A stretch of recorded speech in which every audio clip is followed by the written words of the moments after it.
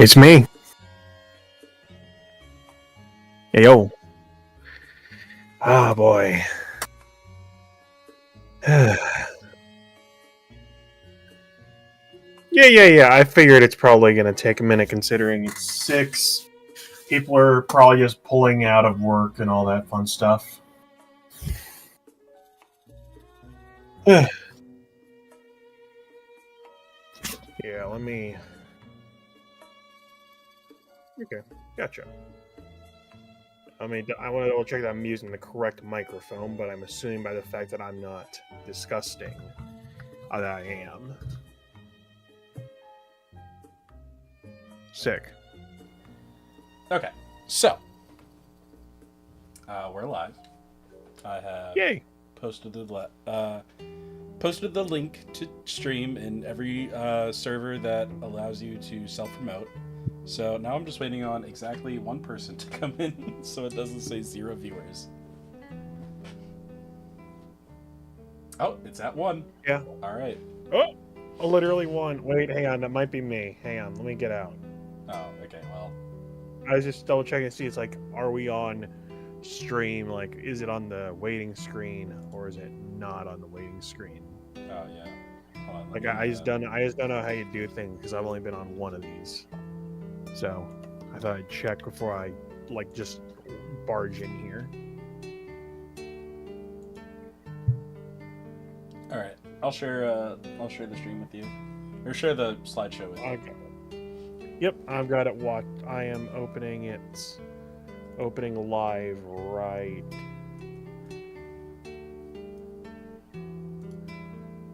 Watch stream. Okay, I'm in. Awesome.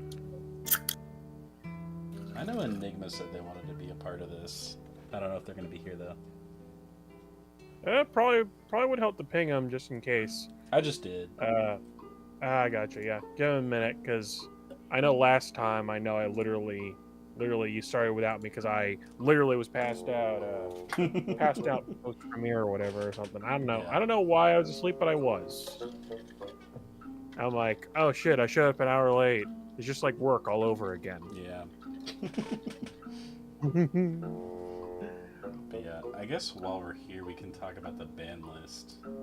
Oh yeah, dude, it's been so much fun seeing every single ELESTRALS chat lit up. I know, right? Yeah, this ban list was crazy. Azerlocks, hey, how's it going? Thanks for stopping by. So I guess we should clarify.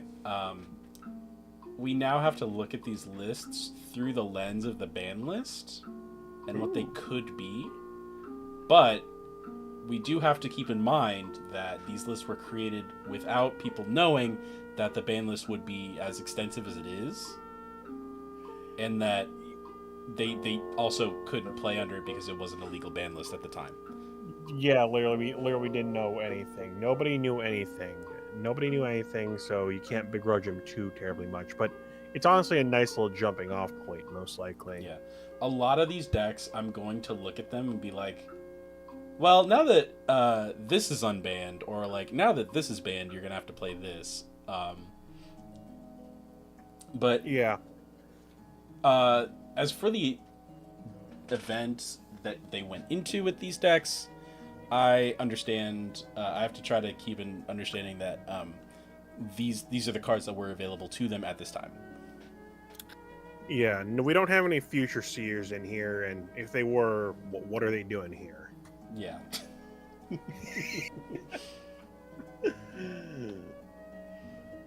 All right, we can get started now, I guess. Sounds good to me. If Enigma wants to join in, they can join in a little bit later. All right, so starting off in 80th place. I think this is round trip trading. I'm not 100% sure about that. But this is a Wasp Ivy list. This is probably a custom Wasp Ivy list. As far as Wasp Ivy lists go, I don't hate this one. Yeah, it doesn't look awful. Like, I guess that they got the Dionysus stuff in there because Dionysus is like one of the best things you could be doing. Sorry, the Cyprong Dionysus package is one of the best things you could be doing in Earth right now. Very true. Crabs is kind of up there. And I've heard the argument that Wasp Ivy is a better like Crab's boss monster than than as the dedicated Dio. Oh, wait, hold package on. stuff. There we go. I forgot to show the actual thing to stream. I was still on the BRB screen. Awesome. Whoops. Well, My bad, chat. You're showing them Arby's broken.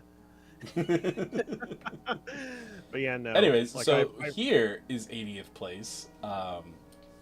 80 people in the premiere. Pretty good. 2 less than last time, which is fair. I would like to at this point in the game, I would like to see growth in the premiere like numbers. But keeping steady isn't a bad thing either. It just means we're not growing, which is not good, not bad. I can see now. Bad. It's not bad considering, at least from my experience, some of the locals turnout has been down because people are like, don't want to play the format, but this might be the shot in the arm that it needs. Electrals might get bigger with Sunstrike, you know, new set release, new product, people getting curious, like gives an excuse for a word of mouth sort of thing. That might be a thing in the future, but that is a time will tell, and that's kind of a thing that's above my head. I just want to play the game. Me too, yeah. All right, so this is the Wasp Ivy list we were talking about that got last place at the premiere. I like this list. Like, I hate to say this, but this is a skill issue. Probably. Like, I also think that if you're playing Dio, you play like a Lotagon, because that guy keeps himself on the field. not in this list. Not in this. Not in. If you're going for a pure Wasp Ivy, you don't play that. If anything, you play. You're playing Rumantis. Yeah. So hear me out. Fucking room. Okay. So hear me out. Hear me out. If any of your Earth guys stick, you can play Rumantis. The goal of Wasp Ivy is just deal massive amounts of damage every single turn until your opponent is dead, right? What accomplishes that better than something that hits for 2 every turn, goes back to your hand, can't be counter-runed, can't be invoked runed, and it comes back every turn and just deals 2 damage. I mean, it can't be counter. You can shield it, but that's about it. We can shield it, and we shield it, and all your investments like completely dead. You don't have an easy ladder into it. Lotagon sustains itself. And just to circle around a little bit, Wasp Ivy in the whole Wasp Ivy as a boss monster in Crabs is cool because you use Moss Station to stack up a bunch of Earth spirits. You put Wasp Ivy on top of it, and you pierce for like a fifth of someone's spirit deck, basically. Yeah, like that's arguably the funny thing you could be doing there, and that's something I'm going to be doing maybe at locals on Sunday, I think. Yeah, I like to have both. Let me go back. Yeah. I like to have both Wasp Ivies in the list as an option select. Yeah, I like that. Because like if you go Cynectar, PTA, and they have like 3 back row set, well, you go with OG Wasp Ivy because they have 3 back row set, and you don't want to have it die. And if they have like no back row set, but like a bunch of dudes like Morfrost, you just go new Wasp Ivy and just do double damage. Yeah, you just punt them into the sun. It's great. Exactly. You know, I don't disagree with that. I want to play it myself to see it, but I don't disagree with that idea. I like that idea, actually. All right, so let's go to 79th. Adralis. Hey, how's it going? 79th. Okay, so here's a Phosphocell list. Mm-hmm. This is a Phosphocell list. Okay. I don't know how I feel about this. I think they might be a set too early, chat. Yeah, I think they might be. So, 3 Astrabbit, you're behind, unfortunately. So unfortunately, you're behind on this one. This card needs to go. I don't know what else you're playing in Thunder. Probably Thunder cards, because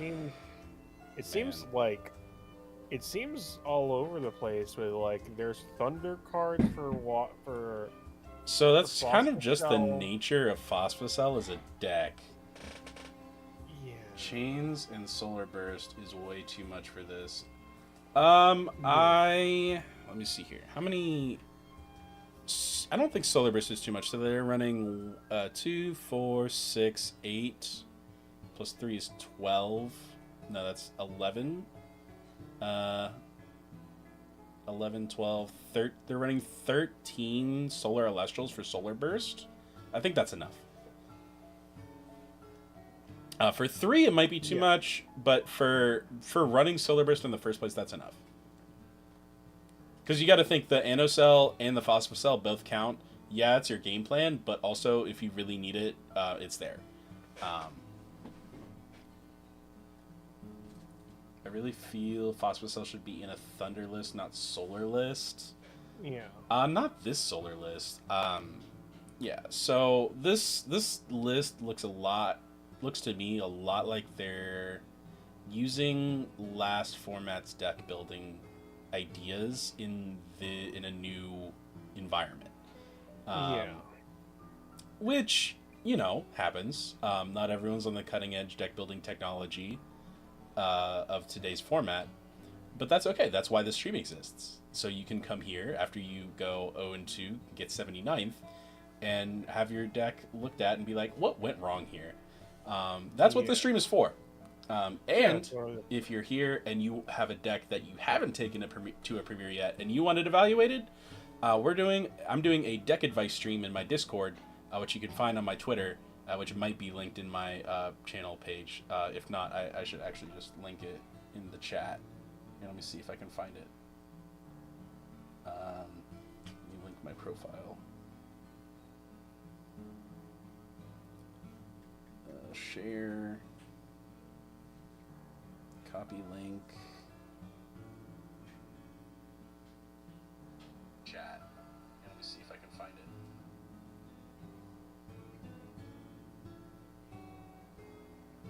All right. The pinned tweet on my Twitter is my Discord.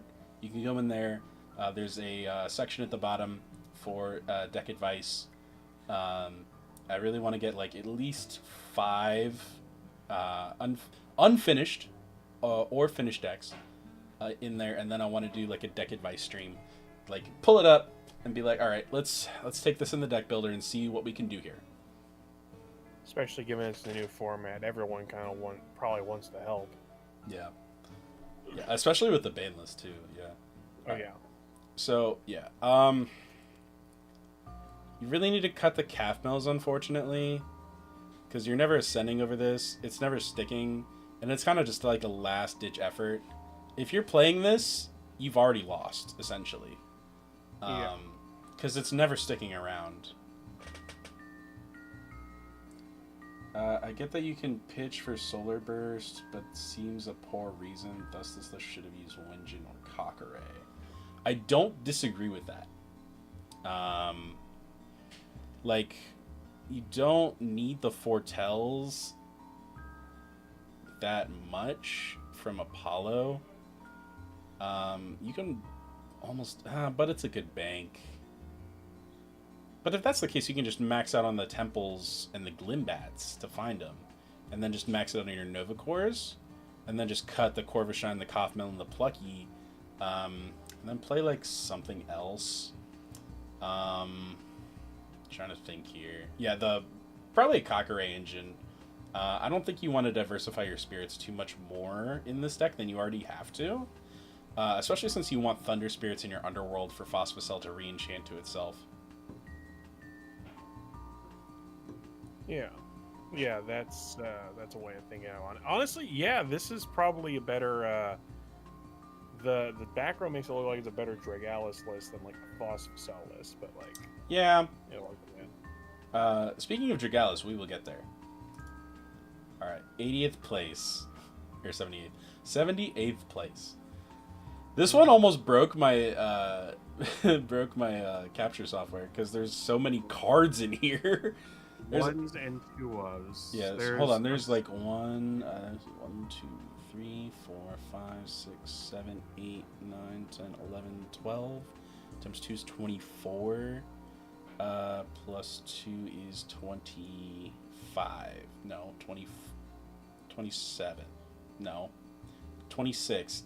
26 different individual cards in the main deck. Insane. Yeah, the singular Gorgons, like, unless... Singular, I didn't even notice that. I didn't even notice that until you just pointed that out. They're running more dense 5s than they are Gorgons, Gaze. What is wrong with this person? Dude, I was looking one more for like any copy in this that's like a 3 of, and it's what is that thing in the side deck at the first slot? I can't see that. Galvenom. Toxion? Is that? No, it's Galvenom. Oh That's a Toxion Ascension.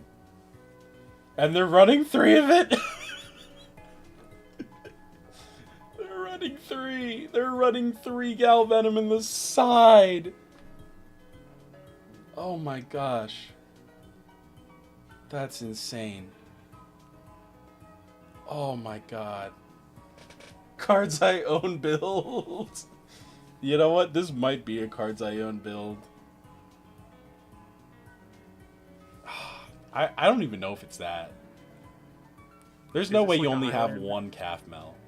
Is this like a Highlander build or like someone? It can't be a Highlander build. There's so many 2-ofs. Someone should take a Highlander deck to a premiere and see how they do. That would be so funny. Alright, so let's look at what this deck is trying to accomplish. I assume it's cows, which is insane. There's not a single 3 of in here. Jesus. Besides the Galvenom in the side, that makes it so much funnier. Whoever made this deck did it specifically just to make me laugh on stream, and I applaud them for that. You did it very good. Wait, are we running 2 Anisel, no Phosphocell?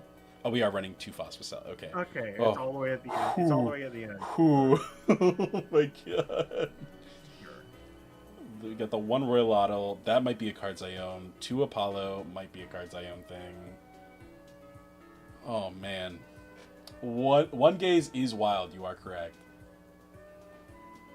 Yeah, like it's all over. So we're running 3 Soul Stocks, 2 of each Soul Bell. Just trying to. We're just trying to dissect what 2 happens. Larvacell.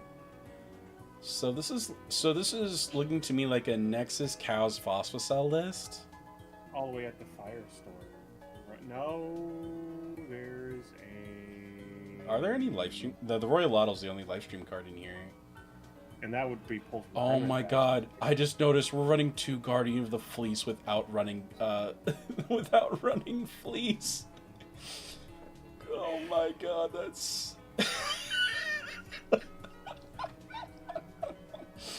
2 Guardian of the Fleece, no Golden Fleece.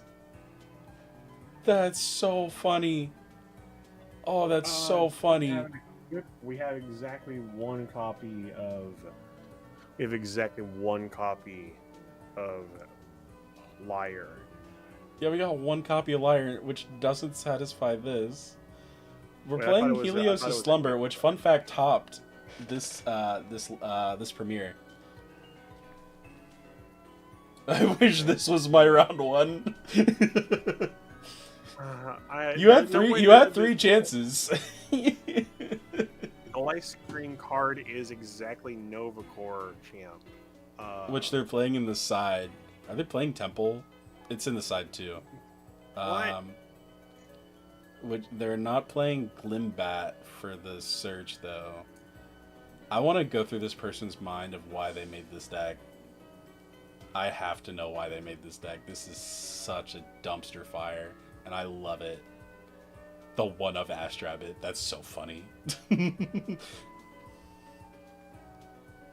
Oh my gosh. I love this. I could stare at this for the rest of the stream, but I won't. Alright, we're going to move on. Okay. Alright. Next up, we got a Krakatuka burn list. This might be a net deck. What's really basic? Yeah. Yeah, that's the thing is we get this deep into the premiere cycle. People are just like kind of net decking. I swear I know about this guy because there's exactly one. The dude's got a Vestuva Tuga in the side. and I swear I saw somebody Hold on. posting about about just sighting in Vestuva Tuga at some point. I couldn't tell you where I saw that, but somebody was talking about that at some point. Yeah. I don't look to sides for net decks because a lot of people just net deck the main and call it a day and make their own side, which is fine. Yeah, understandable. I mean, I get it, although it's not amazing because stuff in the main is there and stuff in the side's there. So the considerations aren't always taken into account, but it's fine enough if you're just trying to play the day. Yeah. But it's pretty standard as far as I can tell. 2 crack, 3 small, 3 Volk, 1 lava, 1 Kinleo. I think fish packages kind of become standard in this, simply as like a thing to do that is because you don't always draw your combo, so you have to do something else. Yeah. So that's what the fish and the whales are for. Yeah, it kind of just does like the job. Yeah. Kind of just does the job. And then the 2 neck roughs to round out their Elestral package. Yeah. I like this. It looks fine. Like completely like inoffensive. Here is a Dratiolist. This is a Dionysus. This is all of the Dionysus Champs list. I feel like the other necklace should have been used IMO. Other necklace. Oh, Harmonia? Yeah, probably. Just because no. Where's the I don't know. Aphrodite? Because the entire point is that Necklace of Harmonia is basically like a card that says search whatever you want. And then you happen to do a defense swap thing, which is occasionally useful, which is nice because it makes Galaxy an 8 beater, but Galaxy Champ switches back at the end of the turn, which kind of sucks because suddenly you have a 2 attacker on the field with 8 defense for some reason. It doesn't switch back. What are you talking about? It always stays. Galaxy Champ? Yeah. Oh, Galaxy Champ. Oh, okay. Champ, yeah, Champ. Oh, okay. Yeah, Champ. Because if you're, I thought you were talking about Krakatuga Champ for a second. No, Galaxy Champ for Galaxy Champ. If you're trying to equip Necklace of Aphrodite, yeah, you should Galaxy. Definitely be on OG Galaxy in this list. Yeah, I feel like. it would. It does happen to. It happens to hate out all the Aphro stuff that's walking around. I don't think Champ Galaxy is all terrible. It does not. Currently. It unfortunately doesn't combo with your own Aphro stuff. But you put that on the field. But yeah, it doesn't like not work, and your Magneros will still be a 5 because it's not water enchanted, unless it is for some reason. But yeah, as far as this goes, I kind of see it. I would like this if this were OG Galaxy. If this were OG Galaxy, I could see the necklace being run as something to consider. It's a personal thing I see, but have not tested. So you should take it with a grain of salt. Yeah. All right, next list. Tile list with the Lotagons, and we also found a bunch of room to shove in some crabs and a random wasp ivy. Get this out of here. You don't need this. You don't need it. It should not be here. It's too much. No stone. I don't like this in here. You are searching exactly crab, and you're only playing 2 of it. Why even play the searcher if you're only gonna play 2 of the actual card? Yeah, and it has no other search targets in the entire deck. Lavalith. Oh yeah, Lavalith. Which is the bomb card, really. But yeah, but even still, I don't think No Stone is worth it if you're only searching either Lavalith or crab. It's not worth it. There's other things you could be playing. Like I would much rather have another back row, honestly. I also would. I think this is too much in one deck. I think that the whole Crab's Beatdown or Dionysus stuff is like its own two separate piles, and I think it's just too. I don't think they go together. I don't think their cards apply together very much. Yeah. The one of non-champ set. Wait, did this person think that you can only run 3 of one name? There's a non-zero chance. There is a non-zero chance of that happening. They could also just be doing it just because of deck room, but that is a non-zero chance. That's what they think. That might be the case. Yeah, if that's the case, I kind of understand why they ran this ratio, but I also think that it was still not the right package to run in this deck. Also, what is this one of Armadon doing? What is this? What is this? They're not even running a Solar Spirit for it. Like, what the heck? It's moral support. Wait, no, this is something we can ascend over for either Latagon or Wasp Ivy.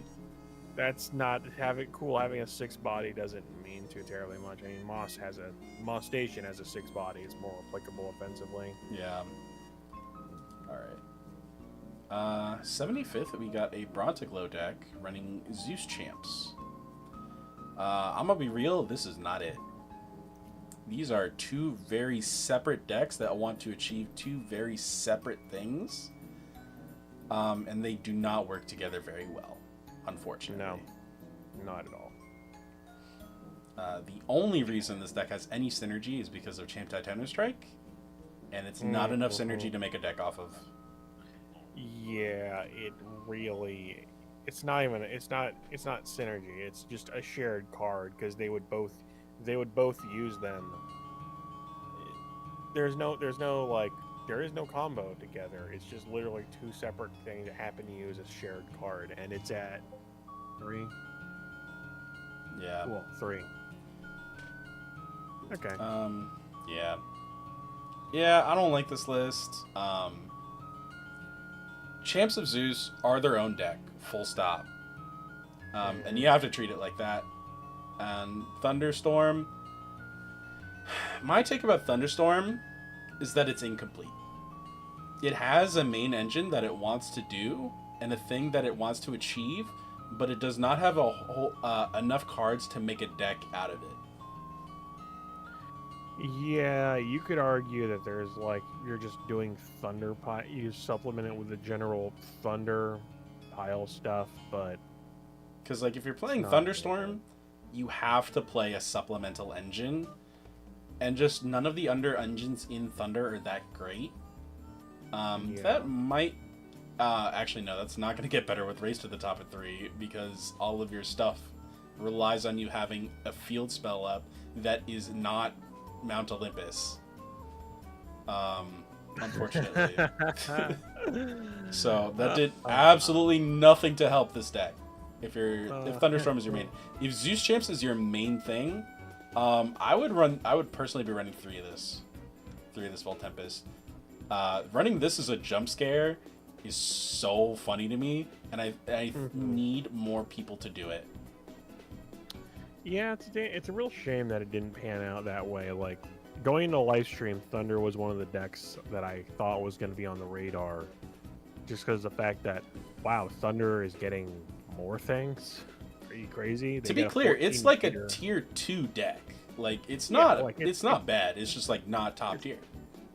Yeah, it's not unplayably bad. It's still it does some unfair things, like a 14 beater that rips cards out of your hands, or just general going +1 stuff. But it's no longer the most unfair, most annoying thing you could be doing in the game right now. That is all. Alright, next up we have another burn list. Yep. I think this might be almost exactly the same as the last one. I think it is exactly the same as the last one. I think it is exactly the same. I don't remember if the last one had 2 OG Smoltuga in it. It did not, but I think but whatever card was in its place is not important enough for me to remember. Yeah. Yeah, this is like pretty much exactly the same. Another Phosphocyl list. People really want to make Phosphocyl work. God, can they just not wait until Solar Strike or something? Yeah, Sunstrike. This is a Sunstrike deck. Yep, this is a Sunstrike deck like 3 months too early. Yeah. Come back in a couple months, bro. They're playing the Winjin engine though, which is That's unusual. That is unusual for Phosphocyl. I But guess unless it they're helps just- you get to your pieces, like your Apollos for your banks for your Larvacell. Or are they not playing Larvacell? They are playing Larvacell. So you can like search pieces. One of Solar Burst I like because you can search off of Tornadin as like part of a removal suite. Yeah. I'm pretty sure that I like the 3 Nova Core. That I really like. it makes sense in a list that's not it makes sense in a list that's not directly doing the solar stuff, so it's not foretelling as hard. Like you're not using what's his face? 7 foretell guy. Peagleam? No, that's Corvishine. Corvishine, thank you for that guy. Yeah. You're not using Corvishine to do it, so I guess you'd play 3. I guess the thing I realized with 2 is that it's because they don't want to see it all the time, but they've seen it a lot of the time. They're foretelling 7, so like it's fine. They could play 2. Nebula is weird in a deck without the permanent payoff of Leo Bright or Celestio, but I guess if we're you're using it using to it find here- First Light, but I don't know why. yeah. I guess we're using it to find First Light so we can stack for Winjin, but that's way too convoluted. Yeah, like this is a creative application of the cards to get to Winjin. Winjin's not really like the build around guy. Yeah. And also like Phosphocyl is also here for some reason. For some reason. All right, next up. Whoa, this is a cook. Somebody cooked here. Not well. Yeah. 03, but they cooked something. Hey, maybe this deck list is secretly brilliant, and we're just Us mere mortals cannot fathom the sheer don't have brilliance high of enough this deck. dude. I don't have a high enough IQ to understand Rick and Morty or this deck. Totally. Oh my gosh. All right, so let's go through this card by card. So we got 2 Flammoth. Yep. Frostball Flammoth, which is the better one. Yeah, it's a better payoff, I think. Yeah, it's a negate. I forget what the requirement is. I also could not tell you what. If somebody gambited me and told me to figure out what this effect is, I'd tell them to just gambit me and I'd be done with it. That is a thing. And then we have 2 new Haboofin, 1 OG Haboofin. So play set of boofers. 2 Avian. Okay, so unironically, this is a good meta call right now. Now that no one is afraid of Hurricane at all, so everyone is just setting their back row willy-nilly. Yeah. Aviolith is great. You just set it. Yeah, I agree with that because you're right. Sorry. Let me finish your sentence. Okay. Yeah. So, Aviolith is a really great punish to set 4 pass, which a lot of decks like to do right now, especially Morfrost, because they draw so much off of everything. And it's kind of hard for them. Well, actually, no, it's not hard. They have Scorpio, and never mind. But yeah, you can hit over one of the smaller ones with this for a damage and draw 2 off of it. It makes sense, and I think the main reason it's not seeing play is that its wind isn't an appealing to put in your spirit deck. That is on top of that, it doesn't have the stats to whack over like the threats in the format. Yeah, like it doesn't or defend have from them.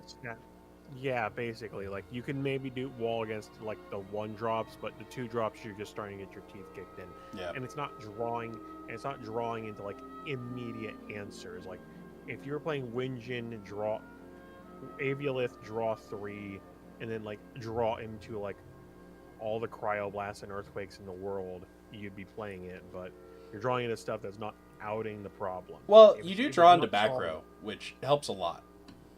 it does. It does. I guess that would be a cool thing, but I don't. It just doesn't. It just didn't work as well as you think, or it'd be all over the place. All right. We have Tornigen and a Winjin. I don't know how you're stacking your decks for calls, but blind Winjin every single time is just not it. It's not. Maybe they're like me, and they're like you thought you had to call certain thing, call it in a way that you could just know it, and then fail. Like I did not initially know how this thing worked. Oh but... wait, hold on. They're on Oh? 5 Nimba. They're on 5 Findust. What's that mean? They're on 5 Findust. If you play, if you're on like more than 4 of something, and you call that thing, you have like a 45, I think it is, % chance, in your opening hand to call it right. So if you Winjin, call Findust, and all 5 Findusts are in there, it's like a 45% chance, I want to say, to hit that. I see. I have never been convinced by that argument, and that's because I played against dudes who tried blind calling exactly Sorlet, and it's never worked. Who've called Lunar Fade, and it's never worked. Yeah. Or rarely worked, or worked less than you wanted to. Yeah, that's like half of them. It's a very luck-dependent strategy, which my luck is awful, so I would never play that. Yeah, you would not want your broken payoff to be up to chance. You would like to literally be stacking the deck, which is what Solar does. Yeah. 3 Aeolus. Don't know how I feel about this one. I don't think we're playing the payoffs for this thing. Yeah. Like Aeolus is at best like 3 searches for like the win stuff. Like toward the end of Firestorm format, I was just messing with it in Pigpens as just a way to get whatever beater you needed at that particular moment. But I don't think it has much use here, and especially not in this deck. Oh, actually, wait, I think I see something here. So, if you go Aviolith, it survives a turn. You can you can ascend it into new Findust, and that counts as receiving 2 or more Earths, so you can cast the Haboofin off of that. Which isn't that convoluted, but it is putting yourself on this has to survive, which is not a great strategy. You really should not want to be there. Yeah. 1 Firestorm Nimbug. This didn't need to be here. This searches either Feloy Forest, a Flammoth, or a Tower of Winds, I think. Searches 1 of 3 things. Yeah, no. I want to know how their hands/games went besides losing 3 in a row and dropping. This is a cook. You are correct. This is a cook. I don't think it's that good though. But this is a cook. I like this deck. It's like cooking the 2-for-1 noodles at the local shop. True. There's a reason why it was on sale. Yeah.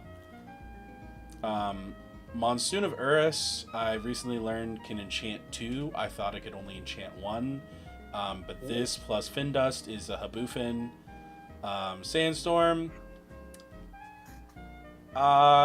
It's almost Ice Age if you Tsunami'd the previous turn. But other than that, it's not that great. Cornucopia is an Earth Rune for new Haboofin. I think this is like a heal 5 if you resolve this with Haboofin on board or something like that. The thing is, if you do it without an Ambrosia in Underworld, you actually don't heal anything, I believe, considering it like checks at the moment of resolution, not it checks like before before Cornucopia hits the grave, I believe. I think you're right. But even Which after I that, mean- it's still a net 1 because Sabufin heals for 3 when you cast an Earth Rune. Yeah, but you're like, but why are we? And it replaces itself, sure, but like, it's replacing itself with cards in this deck. Like, what are we doing here? Yeah. Yeah, it's not great. This Tower of Winds should have been in the main, Yeah. especially if you're going to be on 3 A-lists. This many Ascension. Yeah. You could probably get away with playing as Island of Aeolia in here somewhere. We have, I mean, not much of a way to find it. There's Fin Dust. You're right. Yeah, fair enough. I'm just not seeing the vision because I see that it's actually no. I realize why it's all here because they did the small guy suite in order to enable all these ascensions. Yeah. I see it now. I still don't like it. No. But I see it. Yeah. All right, let's go next. All right, here is Hermes Pantera. This is not a regular Hermes list. Okay. Yeah. I'm finding it. It's nice. It's nice that it's nice that it's easy. 2 Hermes Twindra, is 2 Pantera. That's crazy. It is because you really. I mean, there's no what's his face little guy in here. Carry on, in order to like. No, there is. Oh, there is. Yeah. There is. Hey, yeah. there he is. My bad.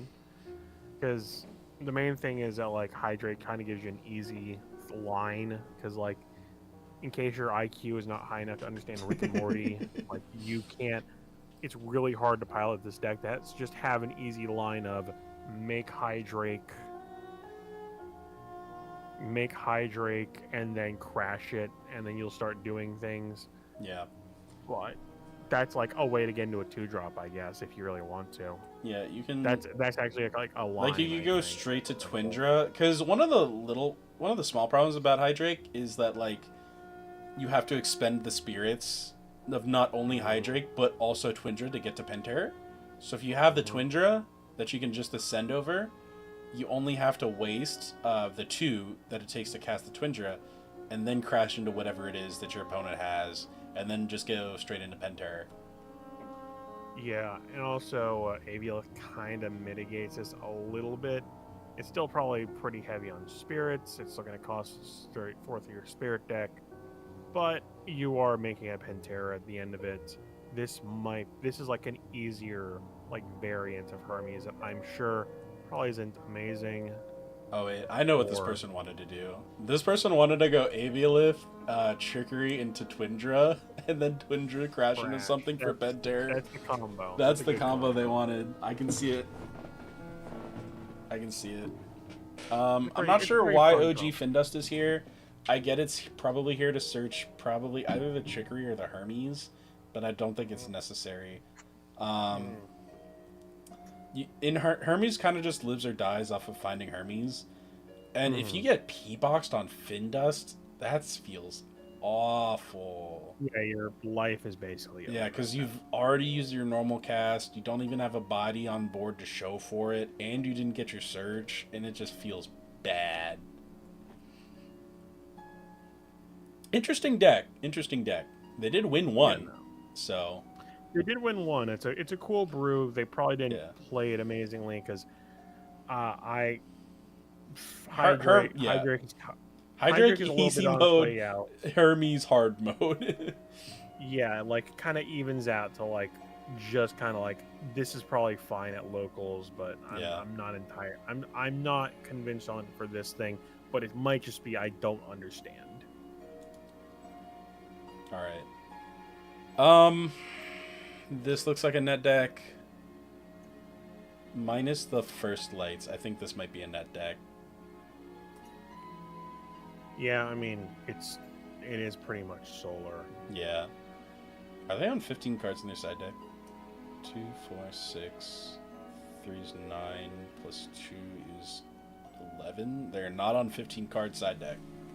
Crazy. Yeah, I assume that there's supposed to be. I would assume that there's a cryoblast in here for the mirror, but that's what I would think. Yeah. 69th went 1 and 3. We have a Centaur list. One of them Centaurs. All right. I've been cooking this list for months. This is new. Not this one specifically. I gave up on Champs of Dionysus after Kissimmee. I was like, this is not the correct deck to facilitate this combo, or facilitate this Celestial at all. It just doesn't. It just doesn't work. I mean, in my case, I thought Centaur. I hopped off Champs of Dio after Kissimmee for a similar reason. That I just didn't think it was going to be fast enough with how things were refining. Yeah. And I thought Centaur was the answer to it not being fast enough, because it makes a 3-drop and tells them to go out this. Yeah. And it didn't work either, so I just kind of dropped it, and I've been gambling ever since, to my detriment. Yeah. Yeah, unfortunately, just no matter what, it always takes 2 turns to make a Centaur. Like, you cannot, there's just no way to make it on turn 1. Which, if there was, that would be insane, and this deck would be crazy. But unfortunately, there just is not a way to do that. You have to have a guy survive a turn, which just, like, in any meta of ELESTRALS is a tough ask. Yeah, you basically have to be dedicating your back row to making sure a guy survives between Gorgons, PTA, or Shield. Like, you gotta be maxing out on the defensive stuff if that's your aim, and even then, there's like problems. Yeah, so that's why I thought Champs of Demeter would be a great fit for this. The main reason I thought that was you could go turn 1, you could go Demeter, cast a Champ Demeter Vertilith, use the effect to cast either a Sprouter or an Equilinx or some other Earth card that Nexuses, and then Nexus 1 from Demeter, and then you have 2 bodies that they have to out, otherwise you ascend Centaur next turn, which is a lot easier to ask your deck to do. Is to, like, okay, don't out this one guy, which is, like, terrible, your deck will never survive, but out 2 guys, now that's a little tougher. One of them being a 6 defender can get a little rough. So that was my thinking going into deck building with this deck. But yeah, this deck is just too slow to survive in this current meta, unfortunately.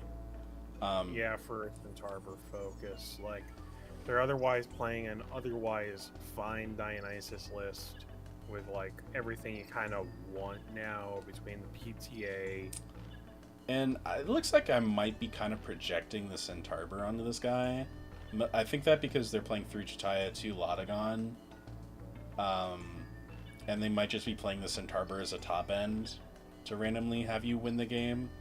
But at that point, it's more of a win more than a top end. So you can probably cut it from this. It's a case where this feels like either an earlier or like a locals tested variant of a lot of the Dionysus stuff, because Centaur kind of doesn't hold up when it's up against stiffer competition where bodies just start falling off the field easy. Like, Spectrus is kind of a cider card. I've fallen out of love with Sprouter because I originally thought it was I thought Sprouter was like an infinite advantage engine, but like there's only 20 spirits, so the game's not going to go on forever, so you can't roll people. You just get the card you need and go and hit them. Yeah. But it feels a little bit earlier in like Dio's thing. At least that's how I view it. But that's me. Yeah, that makes sense. All right, next. Another Thunder list. This one more all in on the Bronzeglow stuff. And the Thunderstorm. 2 OG Titanostrike. That's... And we're on Lycavolt and the Fish. So, unfortunately, this is the correct list for Thunder. It's just so unfortunate that the correct list isn't good. Yeah, that's... This is pretty much... Like this is, like, far and away definitely how you should be playing Thunder in this current meta. But it's just not good enough, unfortunately. Yeah, just because of the fact that it's not go... Again, the thing Thunder used to do was go +1 real hard, and also, like, it had the Spark It... It had the Spark It, like, Astrabbit loop, where you just go +1 off of Nexusing. Yeah. And you don't do that now, so, like, you're not just stacking your deck for the things you need. Alright, next up. Huh? Oh, what? This is... I swear, every time it's Phosphocyl, man. What the heck is going on here? What is it with Phosphocyl players? Like, are they... They're not okay. They are not okay. Different. They're built different. This one's on Draco Ray. What the... I mean, they're built wrong. Somebody messed up in the factory. Somebody had a bunch of Daybreak bulk that they wanted to put in their deck. You got the Singular Eddy. 3 Sluggle? Why are you playing 3 Sluggle in a Thunder Solar deck? Dude, Heal Stall was like forever ago. Put it away. They did get 1 win. Alright, I'm not going to make fun of them too much because they played out all 7 rounds, which is admirable. I will always commend everyone who plays out all 7 rounds because that's how you get better, is you play out all 7 rounds. Always play out all 7 rounds unless you have like some sort of thing to go to. Yeah, I had an anime convention. Fair. But yeah, I will always commend you if you play out all 7 rounds. But yeah, 3 Astrabbit, 2 Veritagua. This is almost a tag. But like, I don't know. Actually, this is kind of a tech into Lakagon because a lot of people are casting the Champ Lakagon to defense now because it's just like 5 is good but not great, and it's easy to get over and crash with. So this is pretty good because they'll play in defense. But also it's not good because that only works once, and then they were just like, oh, I'm just going to put this in attack. Singular Eddy, you need to be on 3 of this or none of this. Don't be on 1. That's crazy. Cut this, Sluggle. What are you doing? What is the thought behind this? I think the only correct thing... I miss Seal Control, but I think this deck is losing control. And that is exactly the 3 Nectar, 3 Gorgons. The PTA ratios on both of them are like fine. Like, I would hope there's a 3rd original PTA around here somewhere. There is not. There does not look like. There's only 4 cards in the side deck. Bro. We're on 1. Well, we're on 1 Fire Spirit simply for the Draco Ray that we have to hard ascend over. This is like 4. This is again. I just commended. That's like 7 card. That's like 10 cards worth of solid deck building here. I don't know what's going on with the rest. I'm looking at this. I'm thinking, how in the hell did they win a single match or a single game, let alone a match? That's insane. I guess somebody had to. Oh my gosh, that's insane. All right, next up. In 66th place, we have this Hermes list. Bro, was the previous one 6-7? Yes. I'm sorry, I have brain. Yeah. Sorry, my brain damage. My brain damage. It's okay. It's okay. I also have terminal brain damage. Yeah. Oh, we're out here doodling. So much doodling. I have not seen this dude in a hot minute. Neither have I. I know Cockatoodle suppresses things when it casts itself or something like that. I don't remember what Cockatoodle does. It does when it's destroyed. It does it when it's destroyed. Okay. Yeah, the original Cockatoodle. I don't like the Avolith ratios. You should probably be on like 2 of 1 and then 3 of Champ. But you're only on 2 Hermes. You're only on 2 Spinosect. What the? No, that's fair. That's fair. What? Yeah. You only need 2. You don't need 3. Especially if you're not going all in on Hermes. But Hermes is kind of something you have to go all in on. Yeah, that's why I'm very confused on it, because you kind of...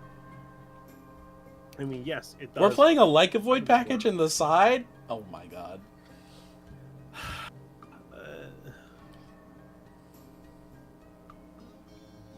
I don't hate it, but this is not... Yeah, this is unfortunately not how you're supposed to build this deck. Yeah, there's a core here with like some details messed up, and it's also just a point that I think that like some of this stuff was tested at a local level and not much beyond it, and yeah. I feel like sometimes it shows. Yeah, I can see that. Alright. Here's an Earth list with Tad. Oh, this is Baraboss. Boston, dude. We are Barabossing it up in here. With Centarbor in the... Okay, that's... I am genuinely shocked at... I'm genuinely shocked because I've never seen a Baraboss list combined with a Dionysus list. It's always ended up in like the Afro lists. Yeah, it's usually a water list that they play. Yeah. And just splash 3 bossers in there. I don't think you should be playing the Lotagon stuff in here. I think that's too many engines. Yeah, because you're on, let's see, 1, 2, 3, 4, 5 multi-drops, which is a lot. I would think that if you're trying to focus on Baraboss, you would leave Lotagon Champ in there at 2 as a reliable boss monster that turns into, like, you can ascend into a Baraboss, or just general reliable to prevent you from, like, it pops the stuff that would get your Baraboss, like, killed or something. That's at best my rationale. 2 Cyprong? They had to cut something, I assume. Bro,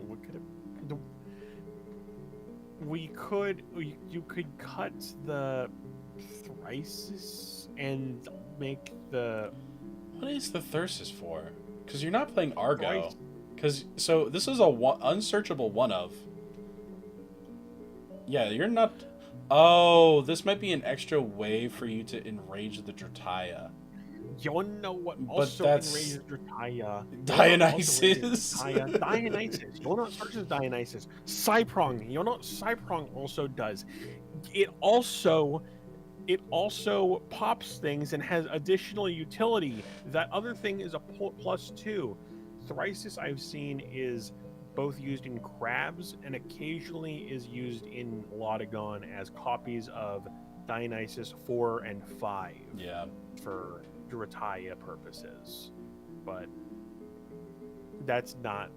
Cut the Thrisis and put something else there. And also Tadpuff's here. Say hello. That's here for the Barabog. He is here for the Barabog, but... I guess you could also just ascend one of your other guys over it in case, like, it ever came to that, and it'd just be a body. Yeah, that's exactly what the intent was, but, like, you're more productively doing that in the water stuff, where you have, like, the free Tadpuff, and then you'll occasionally see Barabog, and you, like, search them with Foamy, probably. Yeah. So, like, there's a more... This is the wrong boss monster for the shell, and this is the first time I'm seeing it, and this is why it's the first time I'm seeing it. Alright, we have a Blizz list with Iwilly, and I think this might be a net deck, but I'm not 100% sure. Hey, Chad, it's me, your boy. Again. I've decided to quit my incredibly destructive gambling addiction, and I've instead decided to go back to my incredibly destructive Nectar of the Gods addiction, because I think that's probably going to be more productive for my future. Oh, wait, is this you? Yeah, it's me. No. Dude, did you just think I just went on that rant for like no reason? I mean, I wouldn't Maybe. put it past me. This is the first Blizz list we saw.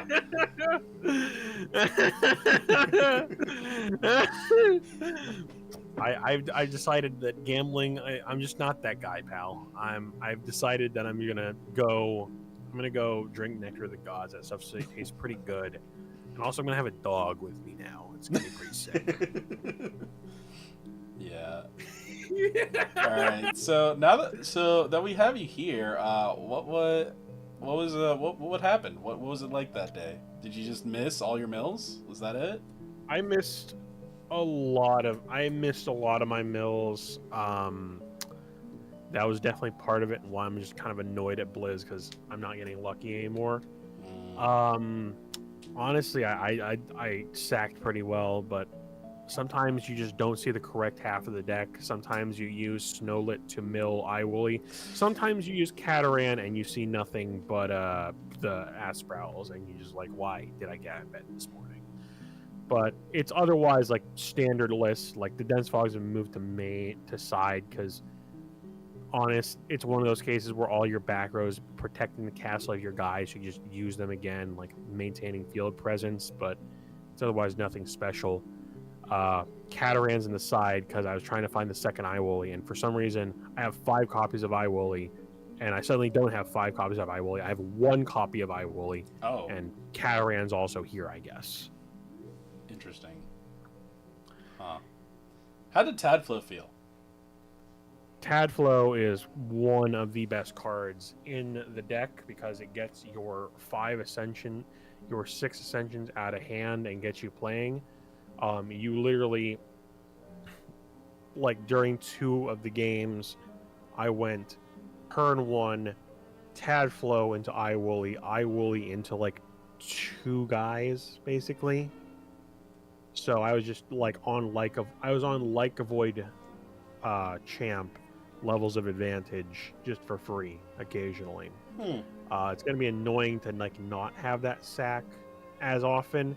It's probably gonna be nice to have that around, but you're probably not gonna be able to do it as often. It's probably not. Blizz is probably. I'm sure this is the question that this is leading into. Blizz is probably not dead, but it's probably less consistent, and it's probably annoyingly less consistent. Yeah. I'm sure Cedar Soar is going to get fed through the wood chipper at some point, but I don't think we'll so. get to that later. I don't think so. I think that would end up making it fair. I think that's like one of the most annoying things in Blizz is that suddenly your opponent has a 2-drop on field for no reason. Sure, you can run it over, but your opponent has a 2-drop on field. That's annoying, but I guess it happens. I'm sure Blizz will get walked out at some point, but it's fine. They'll be around. I think there's more interesting things you'd be doing now, and I think that the other decks have been given tools to like counter it, which is the important part. They got in the loop. We got dog. We got cat. We got weird goat thing. Whatever Lynx is. Lynx is also a cat. Now that I say it out loud. Yeah. So it'll be interesting to see how that pairs out. But I think there's other decks more interesting things to do than this. Yeah. All right. Next up, we have Lunar. This is a moose list. I want to say this is like 3 nectar. Whoa, that's crazy. It's one of the few 3s in here. That and Gorgons. Yeah, that Gorgons and dog. That's insane. Okay. That Gorgons and dog are the main sets here. Otherwise, you got a lot. I'm seeing a Fawnlet. lot. Fawnlet at 3. One of each of the full moons. Yeah, that's right. 2 Gloombat. I don't know why you're on Gloombat. You're not on that many 2-drops. You're on exactly 2. So it's not... I mean, maybe it's like back row removal, but you have a Lunar Eclipse for that. So yeah. I'm not 100% sure why you're playing it. Unless it's not really much. It's not a great special cast to extend into stuff for posthumous. Like, sure, you could use it for that, but I don't think you should use it for that, you know? Maybe it's a Nexus Bank for Comalis, but even then, it's still not worth it. It's not amazing. Again, I think I just dislike the builds, the posthumous builds that can't settle on one or the other.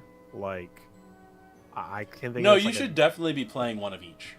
Like that is really. 100% true. You should definitely be playing one of each because they accomplish different things. All right, I'll just stop. I've not played Lunar. I mean, I'm gonna try and be one of those top guys in the Lunar lovers server, but I just don't know Yeah. anything about Lunar other than Navi. Cut OG Theraheart. I hate seeing people play this. Cut it, cut it, cut it, cut it. It's not good. Play the new one. It's so much better. Oh my gosh. We just saw so many people play OG Theraheart and Lunar last time. I'm like, please, has the stream done nothing? It probably hasn't. Not a lot of people watch it. Chat never learns a thing, dude. Chat never learns a thing, dude. Come on. Chat never learns. Chat never learns. Chat, if you do anything after the stream, do not play OG Theraheart. Please, please, I beg you. Shout out to my boy Cynectar for showing up here in the Lunar Club. It'll change in a few weeks when Champ, the People's Champ, like a Void is playable again. Yeah, that will change. Yeah. Moose decks will rise. They sure will rise. Which also that deck should have been on 3 rise. Yeah. Yeah. So here, this looks a lot like that other list with the Centaur that we looked at. Yeah, I mean, I think this is just general like Dionysus. This is just like a general Dionysus build, and they like occasionally do Centaur. I don't think they're correct when they do Centaur. Yeah. I don't think when they. I think that Sprouter is very cute. I don't think he does like. I don't think he like keeps it tight like the Drataya. Okay. Yeah. I don't think the Drataya and Centaur. I think the Drataya and Cynectar are really the hearts of like current Dio decks. Yeah. I don't think Centaur really does much. But that's just me. All right. Hey, Vertolith. Vertolith. Oh, on the side. Side deck. Yeah, Oh, he's yeah. just kind of here. I like this card. Good on you, buddy. It's a really nice card, and I wish. I kind of wish that. Especially when you're playing a Divine and you can just go like Divine for 4. Okay, now I'm down by 4. Vertolith heal 4. Yeah, dude, that sounded like a lot of fun. I really wanted to toy with that, like in my like original pre-live stream like testing, but I just couldn't find the room, and I was a little sad. But probably could have better, unfortunately. All right. Okay, this is a Champ Zeus list, not a Thunderstorm list. Okay, so I kind of like this list. We're on 3 Jolton to search the Mount Olympus. Yep. Yeah. Man. I like this list. It's just unfortunately Champs of Zeus aren't that great. Champs of Zeus aren't that great. Astrabit's a bit slow because you're supposed to be. We're kind of live streams kind of like the spell slinging set where you're starting to like do a lot of turn actions and then going set a 2K defense beater at doesn't exactly cut it, but unless you're going to be like hamstringing someone the next turn, like Dratai Jaqua style. Yeah. Race to the top to 3 might help this deck, unironically. Ironically, indeed. Yeah. Alright. Chronodile! That's a jump scare. Dial? Alright, I think this list is correct, actually. No, wait, it's not. They're playing 3 Champ Sluggle. Yeah, and there's a wait, they're on Majesty too? What the heck is this? If we're gonna pick a water 3-drop boss, pick one of them. Yeah, you don't need to be on both Majesty. Like, we're on Globby to get into either of them, so we can option select. But even still, it's not worth it. Like, it's like the only reason I think you'd option select. I don't think there's a boss, really, amazing bosses where you, like, option select currently. I don't think we're there yet. I don't think. Poseidon and I really Fairy Lol. Yeah, I mean, you do need Poseidon in this deck because you need the Nexus Bank for the Chronodile to have targeting negation. Yeah. So you need Poseidon, but like Yeah, you do. honestly, you could put Aphrodite in this list and still be fine. Yeah, you could You use don't like need the Poseidon. This person won 2 matches. Yeah, I guess probably on the lower end. You really could just sub out the Globby stuff for like the Globby Majesty stuff for like thumb beaters. Are they like Afro beaters? And they are not on Champ Foamy, which is insane to me. Yeah, they're not on Champ Foamy. That's insane. It makes like a current Chronodile deck because you just go running like into Chronodile basically, like Tadpuff, Foamy, Chronodile, Nomodile, Chronodile. Here's guy on board, Aphrodite on field. Beat this bunny. Yeah. Yeah. This Oh, they're only on 7 back row? That's insane. It's probably because of the fact that there's Globbies in there. Yeah. Yeah. Alright. This person is playing a non-starter deck with no side. Insane. This isn't a starter deck. They have no side. 20 water spirits, and they won 2 matches. That's crazy. OG Bubloon. Wow. Jeez, I never thought I'd see. We're on Atlantis. We're on Majesty. We're on Lakagon with new Foamy. Or like Poseidon Foamy. So fun fact, Poseidon Foamy searches Aphrodite Foamy. Yeah, it's really funny. So I don't think searching the searcher is fast enough in this game, unfortunately, though. Searching the searcher, well, it is when you're instantly playing it and then you get it. The foam, I mean, so like even if you do, so like say you Foamy, Poseidon Foamy, search Aphrodite Foamy, you still have to play the Aphrodite Foamy next turn to get the Aphrodite. And even if you use the search effect to get a 2-drop, you've already used your normal cast on the Foamy. We probably should not be. I would say, what are we nexusing off? Probably Aphrodite. What are we nexusing or Atlantis off of to get? If we already have the Aphrodite, if we have the Aphrodite in hand to nexus for the Champ Foamy of Poseidon, this makes my head hurt trying to explain this. Poseidon Foamy doesn't nexus though. What? Does it? I don't think it nexuses. I don't think it nexuses. Yeah, what does he do? Poseidon Foamy is an on-receive search an Oceanic. Ew.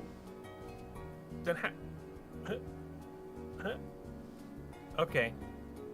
Yeah. Poseidon Foamy is an on-receive. Oh, so you just cast him into it. Okay, never mind.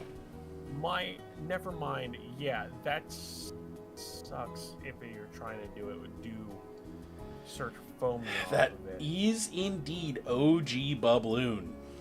Dude, my head hurts. That took me a second. There's a guy at locals. There is a guy at my locals that played a deck like this with normal Bubloons. Yeah. I thought this was starting later. I'm so sorry, Dr. Barber. If you want, you can head into chat. Get into yeah, you can get into my VC. Get in here. The link to the server is in the group chat.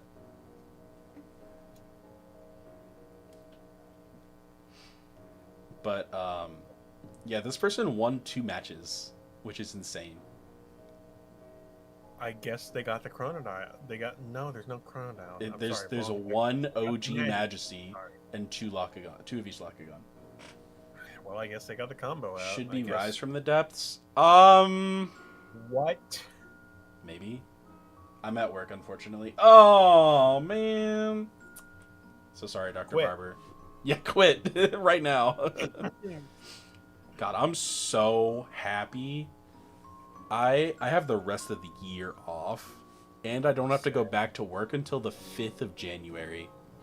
Oh, that sounds sick. It's awesome. I haven't had a break this long since I started working. Sounds nice, man. It That sure sounds like is. That sounds like paradise. I'm a wagey. I'm gonna be inside. I'm gonna be inside of a square building, putting boxes on shelves on New Year's Eve. I'm in the cage, the nightmare steel cage. Also, maybe for the best, because I was gonna have opinions about, I believe, 72nd, the one with that, the one was Haboofin with the moths. Was that 72nd? Wait, that's Yo, we're going back to 72. Yeah, it was 72nd. Yeah, that's Yeah, no, this list is crazy. This really list is is so phased out. bad, but also so good at the same time. I love this list. The person, you cannot deny that the person here had a vision. That is true. You cannot deny that. You cannot deny that there was not a vision of trying to just use ALS to search out like the low level guys and summon it for the big level guys. The problem is that it was bad. Yeah. It did not. turn out. Yeah. God, I had a vision, but it was awful. Yep. Wow. They go to my locals, and I tried to tell them this was a bad idea. They said it was a well-oiled machine. And it was so tight they couldn't sign. That's so funny. Oh my gosh, that's so funny. Oh my god, I love this person. I have to speak to this person. You have to get them in this call right now. If you We can. need to get them. We need this. We need to get this on camera. I don't believe this. This is like a cryptid, basically. This person's a cryptid. I don't believe it. Well-oiled machine. Too tight to side. Oh my gosh. Oh my god, too tight. Sure, buddy, sure. Oh god, that's so funny.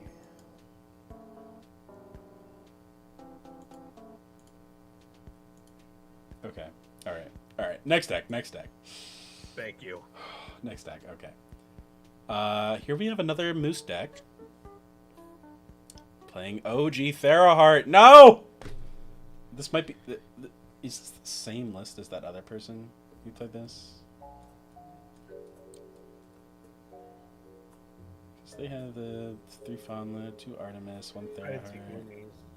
This might be the same list? Well oiled, but they use vegetable oil. Freaking gutter oil. Fucking gutter oil deck list over there. Yeah. I'll believe it that there's this is a similar deck list. Just move on because like Yeah. it's all. I think this like, is the same list. It's like 1 or 2 cards off, but it's like almost the same list. basically like same spirit math, blah blah blah. Like Lunar just hasn't had a backbone. Lunar just got a backbone. Yeah, Arguably, you did. we're going to use that backbone better. Sorry, Like a Void Champ, in case people have been like employed at work all day. Like a Void Champ is unbanned. Crazy. Yeah. Yeah, we'll save our ban list thoughts for after we're done. Oh yeah. Yeah. Alright, so 57th went 2-5. Played out all their rounds. Yeah. Good for you. This is a net deck. I'm like 90% sure. This is like the most basic solar list. Yeah. Excuse me. Playing All they're playing new Humburst in the side with the Humbust too. That's pretty cool. Oh, That's crazy. pretty neat. I wonder how many times they sided this in.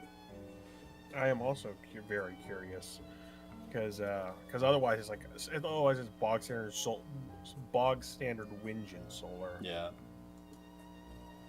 Oh, and Titan list. Oh my god, I cannot wait. Okay, so they're not on the tech that you need to cut Firestorm Vis. You definitely should have been on 3 Nabi. Nabi is really great in this meta. Nabi, Yeah, unfortunately, is gonna be bad soon. Yeah, Navi was probably the only good thing Lunar had going for it, and 3 cards do not make a deck. Yeah. So it's been on the down low, and with the fact that Like Void is probably going to be everywhere, it's just going to be replaced as the best Lunar boss with higher investment probably. Yeah, me too, Barber. Like I really like it when people play it out, even if they know they're not going to do it. Like at one point you were like 2-4, and you're like, do I really have to do the 5th one? And you're like, might as well. I'm already here. I really like commend people for that, because like playing it out is how your opponents, the people you won against, like they can get better tiebreakers that way if you play it out more. And also it's just like that's good to do. You already like signed up for the tournament. You should play the whole thing. You know. Honestly, it's nice to stick around all day to like do it, unless you literally have something coming up. It's fun to play it out, just to hang around in VC. Yeah. Like, sure, it gets a little bit quieter, but it's nice. If you lose, you fuck up your opponent's tiebreakers, but who cares? You lost to them. Who cares about those guys? Fuck them. Yeah. But yeah, I like this deck. Yeah, it looks nice. I kind of want to do Antitan next. I kind of want to do Antitan, but I kind of want to bum a list off of one of my friends. Yeah. It seems basic, but I kind of want to get the details on it. Sort of thing. All right. Next up, we have a Lakagon list. They're playing the wrong foamy. Twice.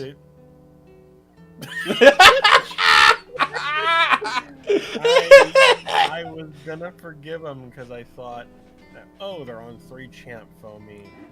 Sorry, champ of Aphrodite. We had to specify here for some reason. They're on the wrong foamy, not once, but twice. There are 3 foamies in the game, and they chose 2 that aren't the ones you're supposed to play. That's almost adorable. You know what? This might be a deck error. This might be they inputted it wrong into the deck builder, but they actually had 3 Aphrodite foamies, and they got called on it, and they might have gotten called on it. They might not have. Oh, that would be a real shame to have to go dig under your bed for like your cards. No, because what happens is they change your list. Afterwards, they're like, oh yeah, you're playing an Aphrodite list. You're clearly meant to play the champ Aphrodite foamy. You just entered this wrong, and you can just say that too. You do have to take a game loss. You do have to take a game loss to get that, but you don't. You're not like disqualified. Yeah, that reminds me of the time that I input some knobbies on a deck list once for an official tournament, and I got a message from Skyhawk saying, "Hey, there's 4 knobbies in your official list, 3 of the main arts and 1 of the Shattered Stars arts. Do you mean to do this? Was the 3rd one, the 4th one was obviously Doppelganger?" And I go, "Yeah, obviously." I'm like, they're like, okay, that's fair. Like, yeah, the ELESTRALS team is. Yeah, they're pretty heads up about that. Yeah, they're very good about that for the staff. It's like there's no wiggle room. This is obviously I can mess up. You don't take you're not supposed to take penalties for like what's like kind of obvious. Otherwise, like, to be fair, you do have to take a game loss. Because you entered it wrong. But you are allowed to just play the rest of the tournament. Yeah, like unhobbled. Like your deck list is not completely like dead in the water. Like you don't have to go like you put the Poseidon foamy. You have to play 3 Poseidon foamy now. Change your deck. That would be insane. Yes, it's not insane. It's Yu-Gi-Oh. I will say that new decks are probably going to play more foamies. Now that Tadpuff's at 1, they're probably going to play 2 foamy. Just so you can get... Oh, wait. You can go foamy for Aphrodite foamy for Aphrodite. Yeah. And if that sticks, you go Aphrodite... Search Foamies, search Lakagon. Lakagon Ascendo. Okay, I see the vision. Maybe, yeah. That could be an answer to it. They've already maxed out on Nog, so I don't know what else they're doing for consistency. But that is an option. That's definitely like a possibility. Because like you can search the Tadpuff with the Chautauqua, but you have to have a Nexus Bank to do that, and the only one you're playing is Aphrodite. So maybe we play Atlantis now. So do you have more Nexus Banks for Champ Chautauqua? No, I don't think that's it. Nah, that sounds crazy, dude. I think maybe they lean more on the fish. Well, they're already playing like 2 mag, 3 Afro. They can play 3 fucking. They can play 3 Afro to see it more consistently. They can play base form Afro. That's great. I don't know. Like I don't think this deck plays enough Nexus Banks to play the champ. They don't. The OG they really Afros. Don't. They don't. But that's like stuff that's above me. I think. I just don't know. All right. I don't know this deck. Ooh, crazy. We are on OG Giraflora. I have to look this up. I don't know what this thing does off the top of my head. Nope. It fishes a Earth Celestial out of grave. Oh. On a thing. Or if you do it if it. Never mind. I can't read. Actually, no. I'm thinking of Champ. You should go look it up. Hold on. I'm also looking it up right now.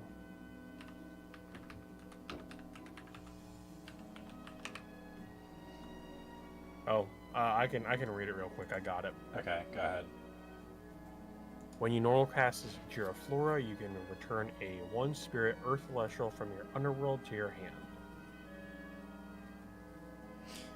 That's not awful, but also not good. It's not worth doing at 1 copy. Like, yeah. This really does look. This looks like there was an idea here, and then this idea got cut down in favor of stuff that works. I guess you can use this to fish out your Equilinks and your Drataya from your underworld. Why are we only playing 2 Drataya? What that is a good question. Why are we only playing 2 Drataya? Because we're not searching this. That's not. That might just be me bias in Dionysus of you're maxing out on Lotagon, which is just a boss monster that prevents the back row that outs it, but. And even if it does get outed, you get to search Ambrosia.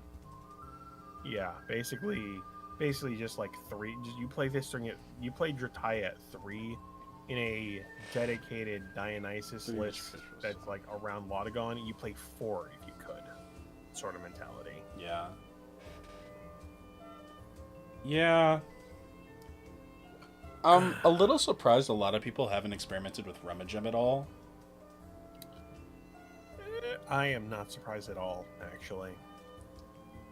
You would think, because like it searches for anything. It is a terrible body, but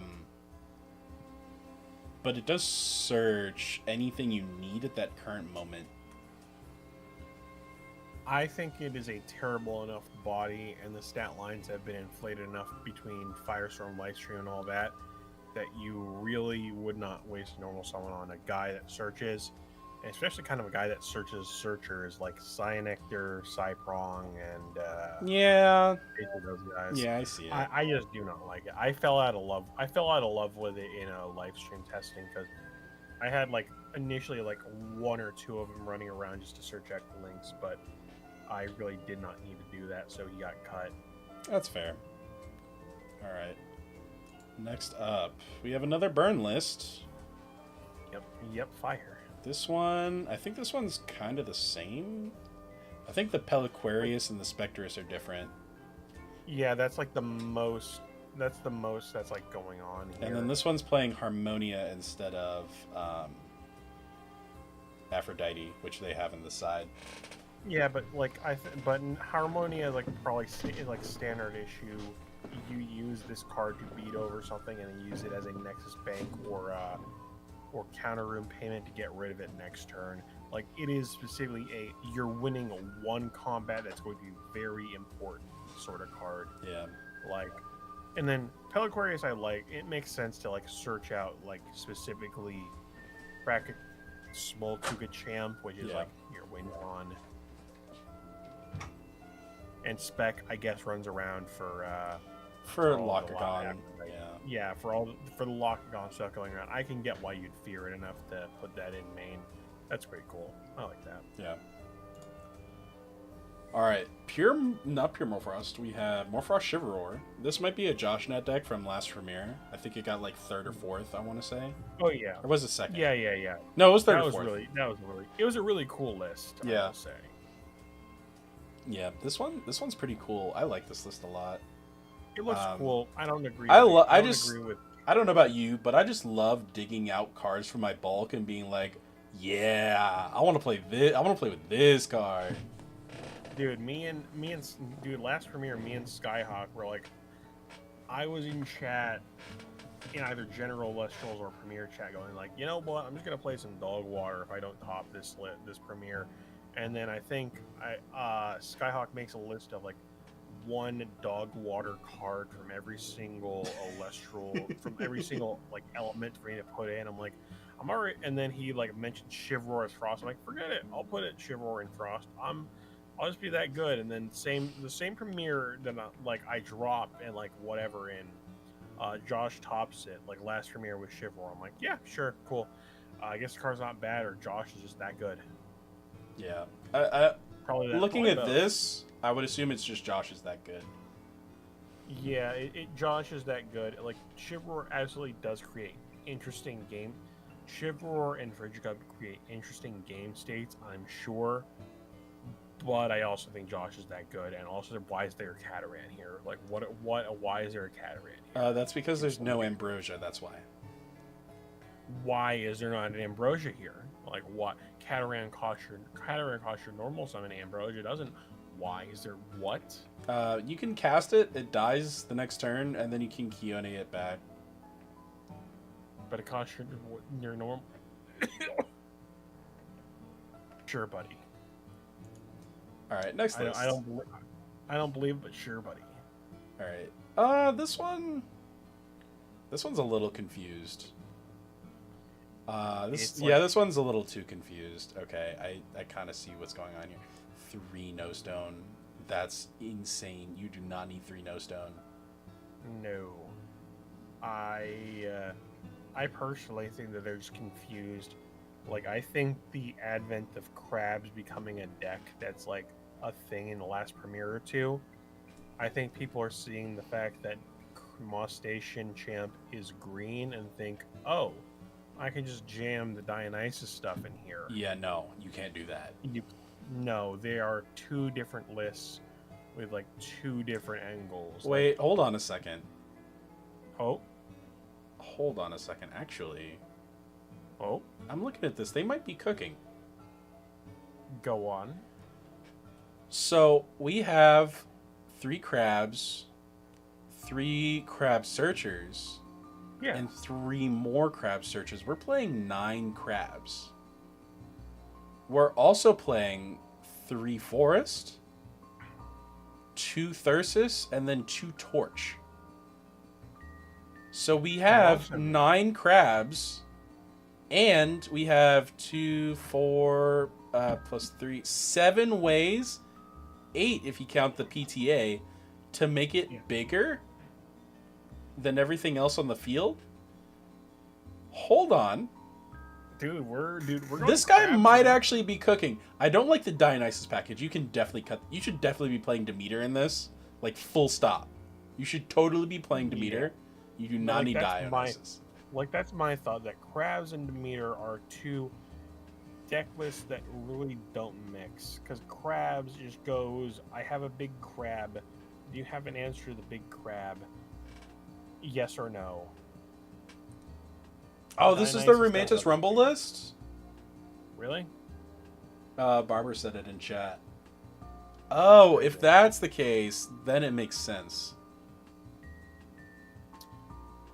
This guy tried to copy Dude, this guy tried to copy the Australians, but he's not properly Australian, so it just didn't work. Yeah, they tried to steal the Australian luck and was like, nah. Don't try and steal from the Australians. They're more well versed in crime. They sure are more well versed in crime. Bunch of criminals over there. Indeed. Haven't you heard running ambrosia is outdated? It's so cliche, according to Knott's Like, law. why Would you ever listen to the Knotts? Honestly, they all, except for Swole. I like Swole's opinions, but everyone else just like does not play enough of this game to have a good opinion about it. They just happen to be really good players at the game. They do just have good card game playing fundamentals, but the details of ELESTRALs require like playing it like Yeah. what happens. Yeah, every time I hear coders say the people who like run the ban list don't understand how to play this game and they don't play the game, I just look and I scream because he doesn't play this game anymore. Coder has quit this game 67 times. Exactly. Like, no shade to the guy. I like him and his content, but Yeah, but he's a good guy. But like every time he says that, I just like cringe internally. I'm like, oh. You know, he's a fun guy. I've sat across the table from him a couple of times. Yeah. But he does not have all the experience in this game. But that just happens. Whatever. Anyway, next list. Next list is Pure Morfrost. Oh my with god! A Waylands, with the random one of Waylands. That's so funny. We're just gonna hard. This person saw more Waylands swing Morfrost and said, "I want to do that." I wonder if they did. They won two. They might have. I hope they did. Dude, more importantly, this man saw that dude on Twitter who like posts about Waylands all the time, and he's like, "Yeah, I want to do that." Yeah, Waylands is sick. I love Waylands. Waylands is the funniest thing. I don't think it kills Morfrost, but no, it's funny. It's so funny because even when that happened in Morfrost, he could have still won because he had 2 A-bombs in hand. Yep. That's so funny. Yeah. Alright, here is a Lakagon list. Playing the right foamy. Playing the correct foamy. 3 necklace! Why are we on 3 necklace of Aphrodite? That's insane. Because if you put necklace on anything... Oh, is this where you go Tadpuff, necklace, Aphrodite, search whatever? Yeah. Oh, okay. Like, Aphrodite is... The necklace of Aphrodite is supposed to be for that purpose. I learned, like, a week or two ago, like, wow, that sentence actually has, like, purpose. Like, that's crazy. Wait a second. We have Baraboss in the side? Okay, that's pretty spicy. I like that. This guy's cooking, and this guy's cooking. Yeah, OG Waylands, that's a steal from the last premiere. I think Pope had Galaxies. Yeah, it's just as a general... It's a general, like, anti-Aphros measure, which is pretty funny. Yeah. This is a pretty nice list. I like this list. Yeah, I think at some point, like in the past, like 5, we crossed into, like, just stuff we're ripping. It's like deck lists to be ripped on and like, used as like a springboard for fun material to, okay, this person's like actually kind of winning a little bit with it. It's a little less fun to poke fun at, but there was like some active fun thought process here. All right. This looks like exactly the same list, except it has Peliquarius. Yep. And Chains? Yep. What are they? Wait, no, hold on. So, let's see. They probably cut the 3 necklace and the Madness for Chains, Peliquarius, and Chautauqua. Like, there's general, lock ratios. Like, you could be, like, one of those guys that goes 2 or 3 champ lock, 2 original lock, 2 or 3 original lock, blah blah blah ratios, and like your thing is like your back row, occasional elemental cards, and like whatever side stuff you have. Like, Yeah. that's just the differences. All right, next up. So this is the card of the hour, Drake Array. Yeah. I unironically was cooking with this before this premiere. I didn't really get to cook with it a lot. I played like 2 games with it, and I was like, this card sucks. I don't like it. Especially Kakare, because the problem with it is you never have both of these in your hand at the same time. Yeah. Which is very unfortunate. And you want to use your First Light for Kakare, but you can also use it for Winjin, but it doesn't really do anything for anything else. Yeah, because Saren, you're not doing the Celestial stuff, which is like the bigger payoff. Yeah. For First Light. Like, it's, I don't know why. Like, I saw this guy. I saw the Drake Array stuff in one of my games, but I also just could not place like what its end goal was. I think if Drake Array were an 8 instead of a 7, it might see more play. But I think 7 is like, for a 2-drop, it's like right at the cusp of where it needs to be playable, but it has to do something else. If it were an 8, like, it could just be a body, but at a 7, it has to do something. And I think just like healing 3 isn't enough. Yeah, because like the 6s, because like the main 6s you're worried about are like a Lavalith, Void, Lock-on Champ's a 5. Like, it's one above some of the beaters, but it's not like big enough to hit over Lock-on, which is like a tier 2 running around. It's not big enough to hit over, I think, what, Bronaglow. Like, it's not enough to like clear. It's not enough to clear the field. You know, like it is a stat line that somehow loses to the tier 2 1.5 decks. Yeah, which is a weird place to be in otherwise Solar, which is just like crazy. Like, if you're just popping stuff, like, numbers matter, as a reminder. I say this, and this deck got top 8 this premiere. Maybe I'm just talking out my rear. That's a distinct. I think I am as well. I think, is this the exact list? It might be. We'll get there when we get there. Yeah. All right, 46th. Another. Wait. Oh wait. Oh, I saw Nomodile and I did not see Chronodile, and I was like, "What in the world is? Wait, what in the world is this list? Actually, what?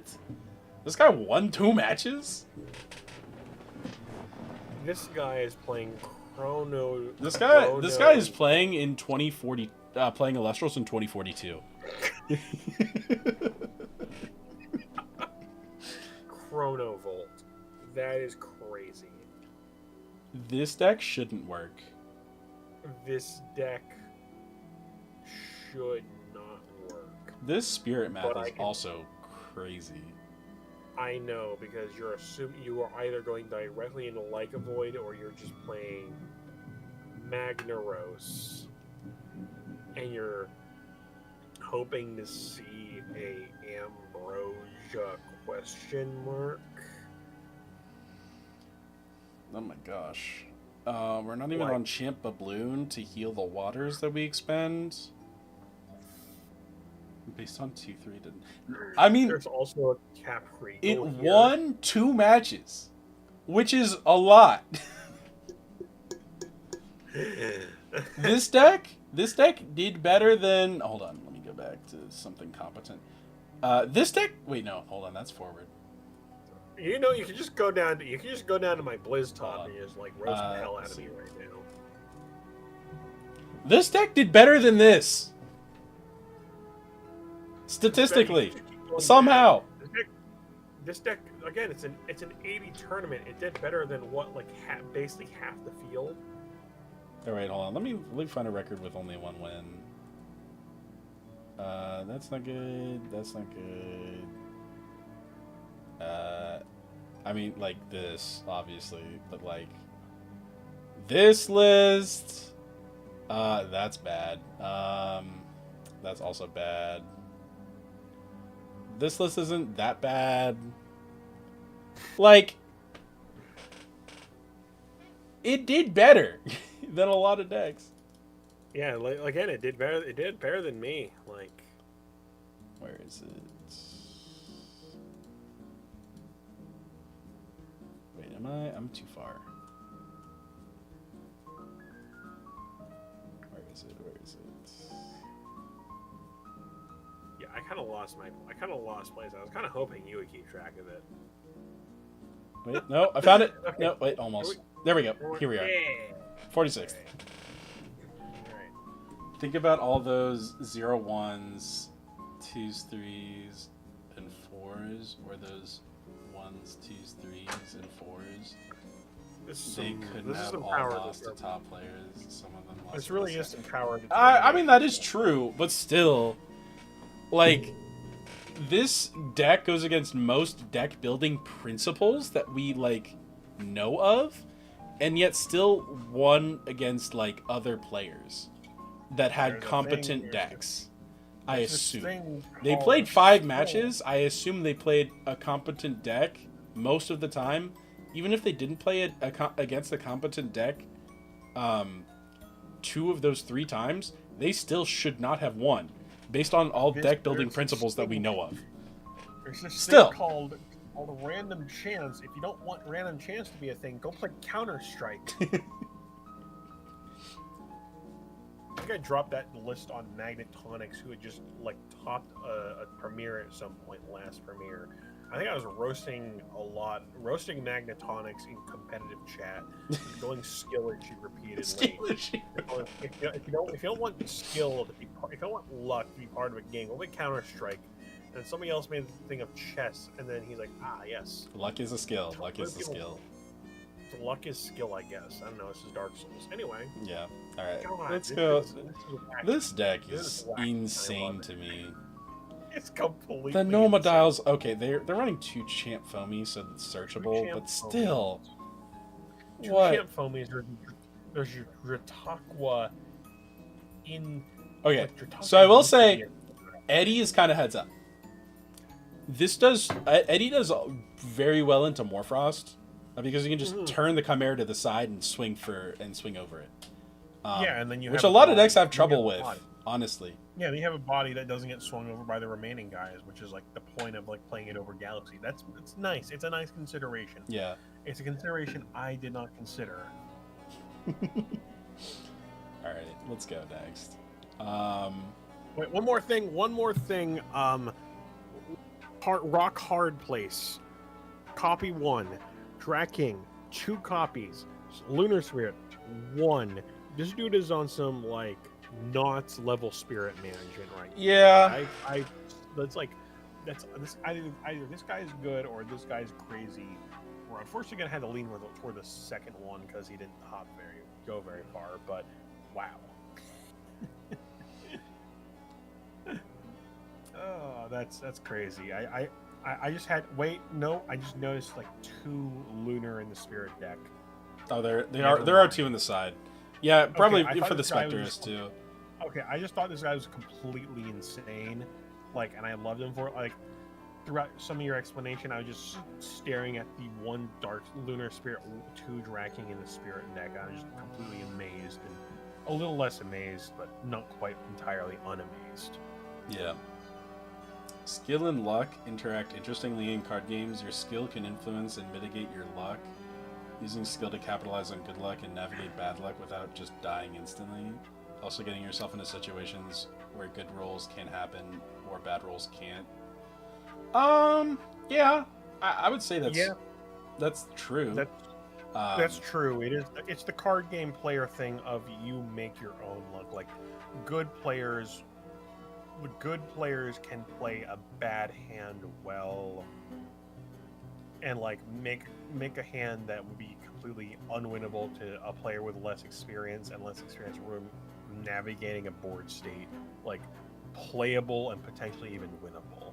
You make your own luck is the simpler way of putting it. Yeah.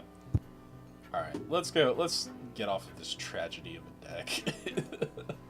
This deck was awesome. I love it. Why are we only playing 1 Champ Voltempest? Play 3 of them. I mean, I will counter argument. only because of the fact that you can play one Volt Tempest and not Brick, and you can instead play. If you play one, you'll never see it. You can play multiple Zeus's Call to see it, although That's a bad card. You shouldn't play that. you should play at least 2 Volt Tempests just to occasionally see it but not see it, and then I guess Zeus is called to do it. But I get it that it's a multi-card combo. The thing is, you never want to ascend into this. You always just want to straight cast it after you like crash or they swing into you for reasons. This is also the only deck I will say that should be on Champ like a Volt instead of OG like a Volt, or should be on both, realistically. I can see that just because the fact that Champ like Volt means that Volt Tempest is live and Volt Tempest is just Volt Tempest jump scare. But like a Volt also has a good effect that occasionally comes. I would say occasionally comes up, but like also, I will say, like you should probably, especially if you're on 3 of each amp up, you should totally be on 2, at least 2 like a Volt. Yeah, because of the fact that how much of it makes up your physical deck should be reflected in like its count. Like you should be able to do this dude again if you have to, you know? Yeah. But also you can probably cut the Griffuse. But all 3 Griffuse and play probably something else. You could, although I think it's a really good. It's the much more realistic champion of Zeus jump scare from what little I've seen of this deck. Like your opponent plays a champion of Zeus. You stop it somehow. Actually, no, you can't. If you stop with Gorgon's Gaze, you can't ascend over it. Stop with anything else, you can ascend over it. Yeah. Yeah. I don't know. Yeah. Play 3 Volt Tempest. Play it as jump scare. Like play at least. I really need someone to like unlock this list and like play 3 Volt Tempest champ and like have it like fear swinging into you. Because if they do and they swing over something successfully and you have Zeus on board, I'm done. That's it. I can't out this 14-7. That is a cool thing. It's probably not happening because in this meta, the issue. Yeah, because if I go, Barbara's working on it. All right, let's go. Let's go. Yeah, because like, there's the intimidation of back row, which is like very intimidating. Don't get me wrong, but there's also the intimidation of, I have Zeus and like a card in hand. And a champ on field. So you can, That's intimidating. That means that I could run over this little Sparket cat, but if I do I run the risk of creating an unoutable monster for myself that I don't have an out to currently? That is a thing. Unfortunately, I think that people will either. I mean, Lockagon can just pop either the body or the Zeus and then negate it. Morfrost has Scorpio to out the guy with an effect. That is true, but they have to expend 2 to do that. They do, but they can absolutely make like the crux of your. I would say the crux of the strategy. You can also just proc it yourself by crashing. You can. That's true. So it's not unreasonable to play 3 of it. Play 3 Volt Tempest champ. You need to do it. Like. That's the crux of the deck. All right, I've ranted about Volt Tempest champ enough. 3 Volt Tempest champ, 3 Griffuse just to like battle. I don't know about 3 Griffuse. Like I get it ascends over something, but I don't know about it. I'm surprised only because of the fact that like it seems like it would be like the way to play it. Only I think having 6 attack really brings it down. If it were a 7, I might consider it. It functionally has 8, considering the fact it minuses 2 on cast. Oh, that's right. It does do that. It functionally has 8 attack, functionally, which is on the level of like the tier 2 guys like Lock. It doesn't beat over Volt. It doesn't beat over Crack, which sucks. Yeah. All right. I think that's better. Yeah. I don't know if it's a 3 of though. then how many fucking Zeus's Call are we playing? Come on. Yeah, we can play. We can play. Yo, hold up. We played 3 Zeus's Call, and we played 3. Oh, what's it called? The card that just got unlimited. Race to the Top. Race. And then we play OG Magneros Fortell for Zeus's Call or Race to the Top. Oh my. Or Thunderstorm. Yo, we're cooking. We're just gonna maximize up on our two card combos, and we're just gonna draw them. That's how we win. Yeah. All right. Let's Sick. see here. Crazy. Here is a Moose list. No, this is a Pharaohgeist list. Yeah, this is evil. I mean, this is about as evil as you can get for this pre-ban list. I mean, it's pretty. It's pretty standard and it's pretty standard in case of like Artemis stuff. Yeah. Supporting a lunar boss monster. Pharaohgeist being the more infuriating lunar boss monster, really. Yeah. There's- Finally, they're playing new Theraheart. Thank you. And you're in the upper end, and you're in the middle of the pack, Yeah. which is a good sign. Yes. All right, here we have 43rd, a Lakagon list. Yep, Lockagon. Hey, Lavalith, how you doing? Is this just straight up the... No, it's not. It's not the... I was going to say, is this the starter deck? But no, it's got Cheens. This is not the starter Yeah, deck. no.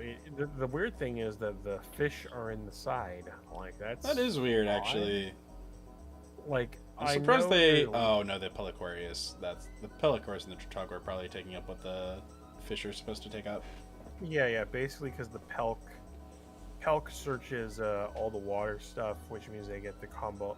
They search the Searcher, but it appears to work because they got a chains in the deck. Like, they're one of those... It's one of those style of lock lists that forgoes the fish in favor of getting the Lockagons out Yeah. and being like, deal with this, and if you deal with this, I die. I don't have plan B. All right, next up. Another Eruption list. Yep. This is pretty much the same. Oh, we're playing whales. More than one whale. So many whales. That is a lot of whales. You can probably cut Galaxy Champ. I don't think it works too well in this list. Especially since all your fire stuff has like really weak defense. You don't really want to be on Champ. Do amazing things right now. Being on OG is probably for the best. But yeah, you can probably cut this for something else. Yeah. All right, we have a... Is this the same list you were rocking? Wait, no, there's OG I will lean here. I don't think you were on that. Yeah, no, I had it in the side. Yeah. Nobody has it in main, but it's Maniac had it in main. Yeah. They won. But They won 2-2. Like a standard. This is otherwise a standard list, like not on as many counter runes as I had, because I had 3 Gorgons, 3 Arrow. He had 3 Gorgons, Arrow, and then Whiteouts, but like it's a pretty standard looking list. Like it's just exchanging like the third Whiteout and PCA. the main deck Wooly, which would I'm sure occasionally come up as a funny moment. Yeah. We got Bears. Whoa. Let's go Bears. I cannot believe it. Hey. Oh, and this went Wait, pretty decently for them. They went 3-4. Yeah, no. Is this the first three victory? I think this is the first 3 victory we've seen. Yeah. Hey, good on Bears. Hey, right. Bears, let's go. I gotta know if they got the Abominursa combo off. I also like the Frostfall Iwooly. Ain't no way they didn't in at least one game. They gotta have. Yeah, they had to have gotten Abominursa off at least once. Yeah, because otherwise, how are they winning? Dog, why are you playing Champ Ursko? What are you doing? That Locking card down is back row. awful. It is. You're basically handicapping yourself. I would mean, rather hey, play. I would rather you play Smog. Like, come on, man.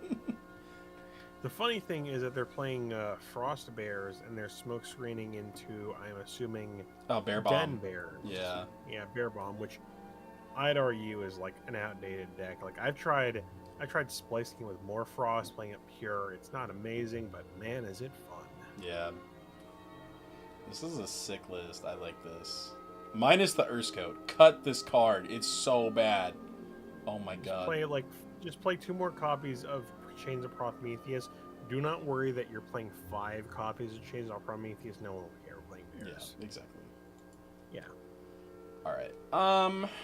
We have a 39th Locagon list. Playing 3 Spectrus in the main. That's an interesting... Only 2 Tadpuff? What? That might be a cards I own. That's crazy. I get the 3 copies of Spec. If you're trying to be one of those guys that's like, okay, I'm just gonna win everything, and I'm preparing for the decks that I know are at the top. If you're one of those guys, like, that makes sense. But Tadpuff, that's crazy. Yeah, that's crazy that you cut Tadpuff to 2. I mean, I've seen topping lists with 2 copies, but that still feels crazy to me. Yeah. All right, next up we have an Earth list. Demeter. This is just kind of Earth good stuff. Yeah, Demeter. I like Demeter. I also like Demeter. The full art's very cute. Like just to art simp for a second. I have a story about that full art.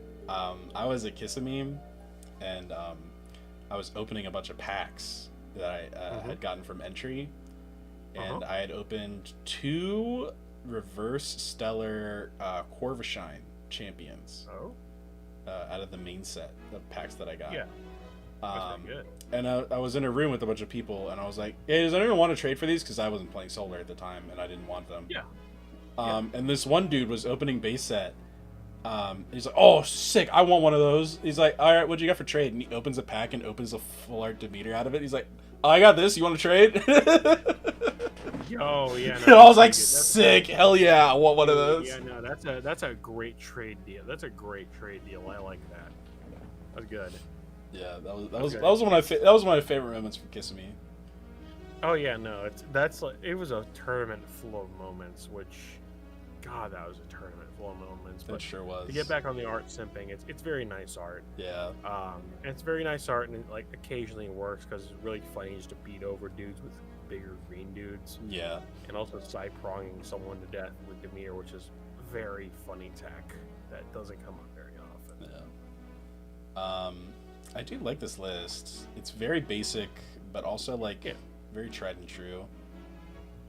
I don't know how I feel about Astrabbit. This could probably be Crabs. Yeah. I don't know if you could be Crabs or more Demeter or more green stuff, but otherwise, like, it's fine. It's like the average. It's like the average. It's like the average local, above average locals deck. Average, like, current player deck. Yeah. I think. Oh wait, yeah, Thunder deck in the main. Thunder engine in the main, sure. Hey, yeah, sure. Sounds funny. Yeah, that was for the Astrabbit. Yeah, that's wacky, but hey, sure. Doesn't sound awful. Definitely Earth cards.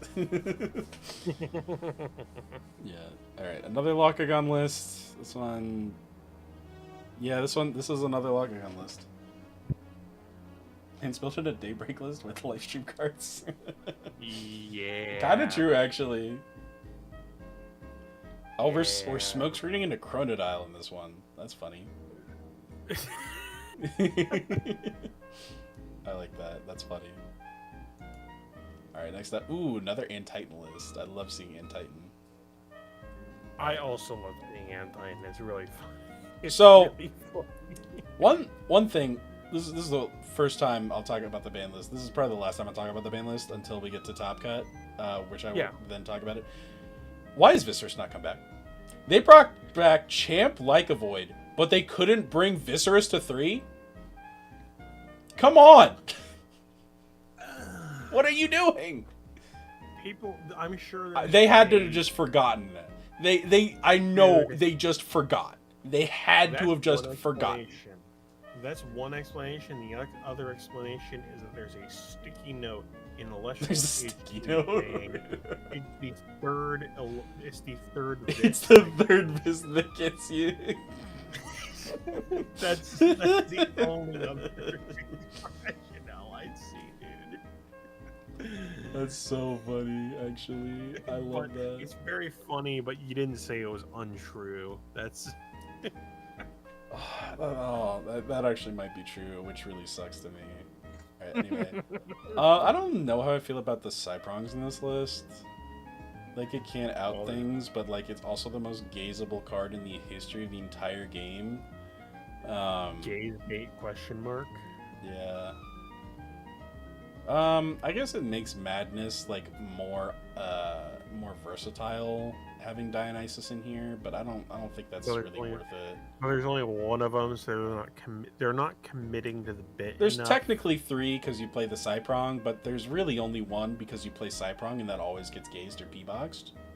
Yeah, like I don't think this guy's committing to the bits. I think this guy needs to commit to the bit. These 3 cards should be Hopperoos. They should be Hopperoos. They probably. Probably just because of the fact that it meshes with the thing. Although it got far enough, I guess it got off enough occasionally. Yeah. I don't like this. Like I said, I don't hate it. Yeah, it's not awful. Like, if this could have been like a smoke screen into like, hey, I'm playing Antitan. I'm no longer playing Antitan. I'm playing like pure lock now. I could see that just by deck space, but whatever. Yeah. I'm not gonna fight it. Alright, next up. We have another Dionysus list with OG Gigaflora, 3 old and 3 new Maw Station. Holy, what do we have here? This is, in fact, a deck of all time. I see a lot. God, this really feels like that middle ground where people are splicing crabs with pure. Yeah. With pure, what's his face? Dionysus. Yeah, this is definitely not. They won 3 games though. They won 3 matches. I can't take that away from them because they did that. Yeah, I can't. I shouldn't either. I really want to. I probably could. But I'm not going to take that away from them, that they did win with this. Yeah. Tectaurus in the side is really fun because that is funny.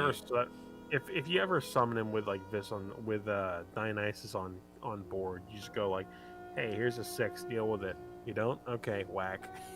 Oh yeah. Yeah, because it's a 4 with its own effect, and then everything else makes it +1. So if you have a 4 Dio for 4 on field, it's like what, an 8? Yeah, it's crazy. You can get crazy with that one. It's the funnest part of like my locals because they really like that tech. And it's really fun. Yeah, and unfortunately, in most of the Earth builds I make, Tectaurus is the 41st card. Yeah, because of the fact that you're like, you get paranoid about getting Gorgons gazed and in the side getting dense fog. Yeah, that's so maybe that's why they're on it in the side, because like they can like kind of tell it's like, okay, are you on dense fog or not, and then they can side this in if they're not for game 2, and if they are on it in the side in game 3, they can side it out. Yeah. Because if you're not facing down dense fog, then they got better things to spend their Gorgon's gaze on, and then you create like an 8 and just smile as you whack your face. That's really exactly fun. Right. It's really fun. Yeah. All right, next up. We have Hermes. Mm-hmm. This looks like a Y Rebellion list. I don't know if 3 Nectar was in Y Rebellion's list. This is not a Y Rebellion list. There's Habufin in the side. It probably isn't. It's just like, it's minor modifications like Dio Hermes, which is like very funny, but like nothing special. Oh yeah, I didn't notice the Dionysus. I immediately noticed the Dionysus. If I can tell a personal story, I tried playing Dio Hermes to make use of the multiple prize cards that I have. Yes, I am bragging, by the way. Okay. Um, Humble brag. uh, not at all. I am bragging very braggadociously. I tried playing Not Dionysus humble brag. Hermes at locals, and then I got everything pushed in. I got everything pushed in. I got beat. I'm like, I do not have the IQ to understand how to play this deck. I'm just gonna stick to like normal something side prong, if you don't mind. Yeah. That's fair. Alright, next up. Well, we got Lith Central. Well, Arcolith and Lavalith. Somebody did not want the opponent like extending into a game state that was uncomfortable, and Which is fair. Well, So they got 33rd. almost kind of like that idea. 3 Astro Rabbit, you're behind. Yeah, like that's probably a thing, like holding this deck tempo wise back, but like Arcolith occasionally just kills your opponent. Lavalith pops back row. No. 2 OG Titano Strike is, I don't know, because you're only on 2 Titano Strike and 5 Thunderstorm, and you're not even on the right ratio. I don't know. Well, actually, for this deck, yeah, you are on the right ratio. You are this between between the 2 lifts, the Lycavolt package. I honestly think that you're just on throwing hands central in this deck. Like you literally, you kind of are just like catch up mechanics to make up for the fact that you're just trying to beat somebody's face in with Lycavolt and occasionally tear their hand apart with Spark It. Like I think that is an interesting way to build a deck, but apparently it wasn't enough. Apparently, because they got 33rd, but man, it got some victories out of it. Yeah. All right, 32nd. So these are the good decks. Oh boy, we're into the people that actually matter. Oh my god, I just insulted half the field, but who cares? More than half. 32. I don't know. I don't do math. 64. So yeah, dude, there's 80 I don't people. know how to do So math. that's more than half. Well, who cares? They didn't get. Who cares? They didn't top. They didn't get QP out of it. They didn't get QP. They don't matter.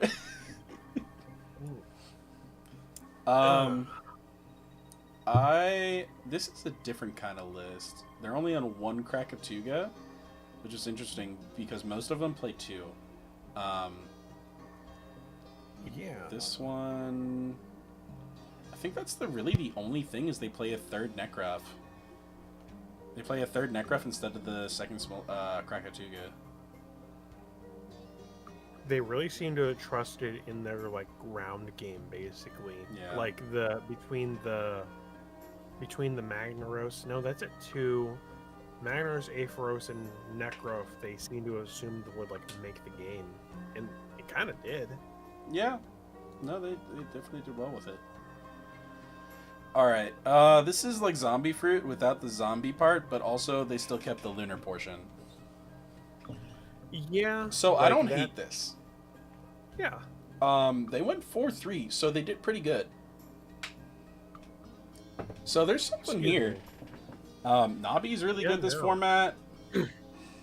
I mean, if I may say that Zombie Fruit, arguably the weakest part of Zombie Fruit is the zombie part of it in the reviving guys. Like, just because of the fact that Rise from the Shadows is not a reactive card, like, you can get by on just jamming, hey, Nobby, answer this. Hey, Werepup, answer this. Hey, Nobby, answer this. Hey, Cynectar, answer this.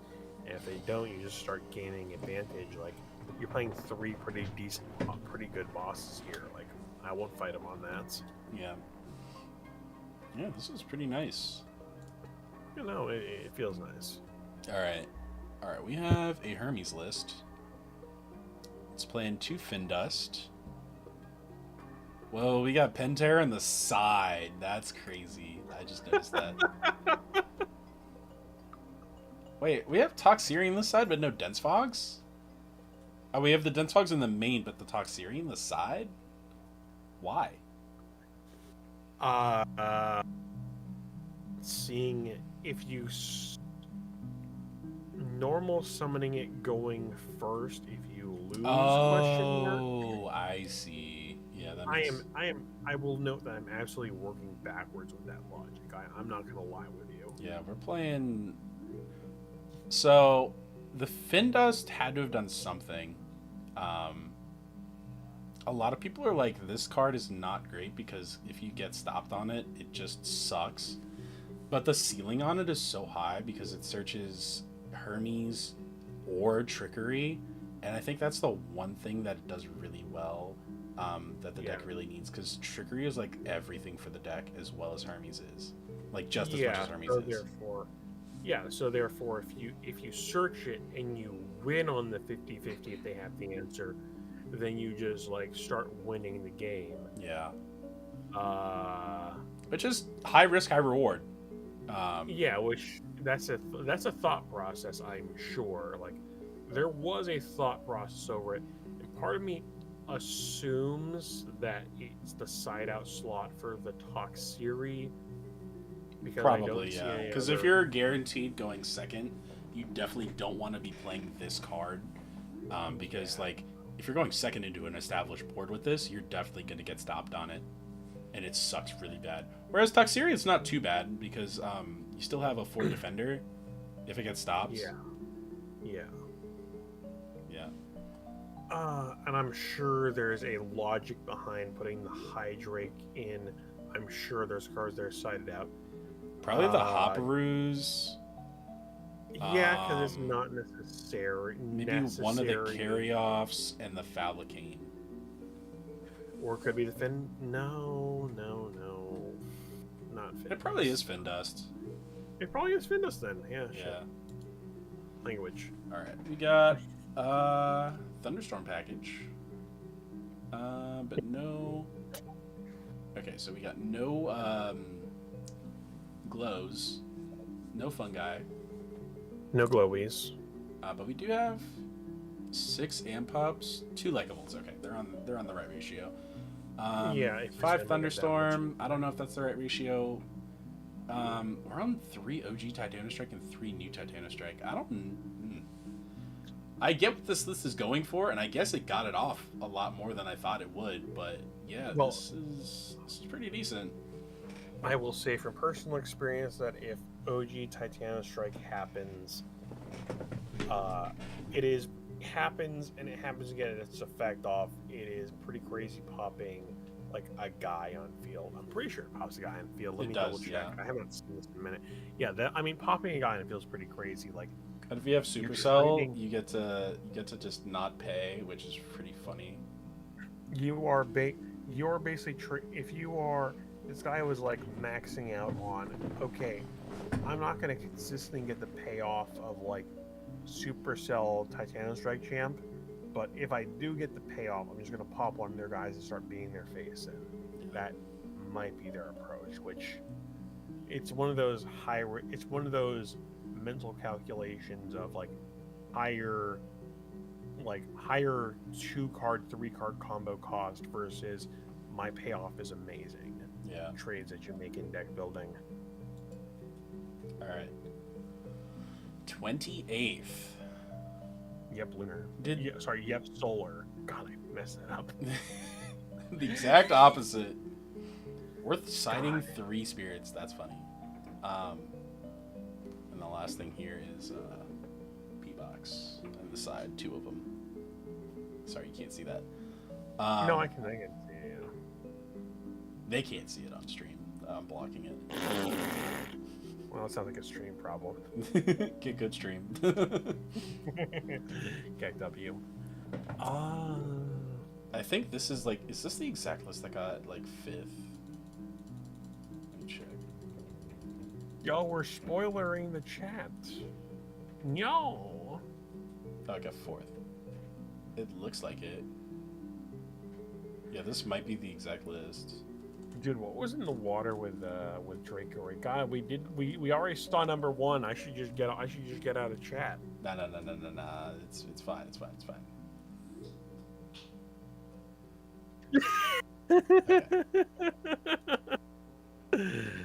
I think this is the exact list. Did Law leak this list or something? I'm just like not aware of it? Because like everyone is on this list. Dude, Where did this come from? I think this was probably the ELESTRALS or something we're doing this. I know PK was on this. Hi, by the way. Oh, hello. Hey, good to have you. Good to have you. It's like Cthulhu the Noodles, man. I've escaped dinner. A noodle man, a gamer man. You are peaking stream. Hold on, let me set you down a little bit. Oh, am I? Not anymore. You should be fine now. Vilk might just be away from his microphone, that as well. Yeah, I'm on a... Okay, you're good now. You're good now. Stop here. Let me know if my audio gets weird at all. Audio mixing. One guest talks much louder than the host.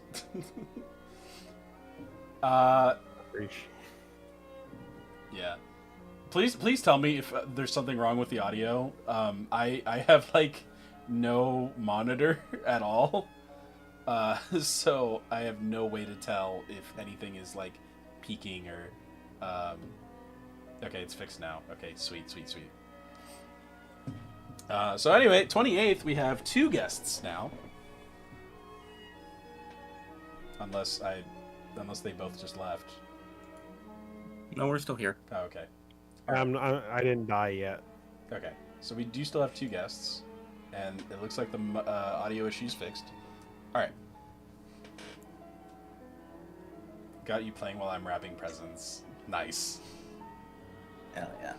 All right. I'm currently sorting my collection because I've got a box to fit into the binder. I ran out of binder space. Real. Dude, I'm about to run out of box space. That's gonna be crazy. I did that recently too. I had the... Sorry if I'm going too off topic. I had the stupidest live stream box opening today. 0 full art, 0 stellar, 0 anything high end, but we got 3 hollow spirits. So if anyone needs live stream hollow spirits, hit me up, I guess. That is one thing that's been going down in value a lot recently is hollow spirits. Yeah, they're like $1. Yeah. All right. Let's see. So this list. Did someone like put this list out there? Is that what's happened? Is that what happened? Because like I've seen this list specifically a couple times now. I want to say. I think like a lot of the knots might have been on it. Those who were playing anyway. And I know PK Sparks was on it. You know that might be. Let me. I guess I probably got it from them. Yeah. I'll look at that later. I try not to look at who plays these decks because that might bias me in a certain way. Sometimes I just like know if it's like the top cut or something, but like yeah, still I try for like last place to like 16th. I try not to look at the names, simply because I don't want to be biased. It helps if you're like me and you don't know how to read. So true. Hey, we're all TCG players. None of us know how to read.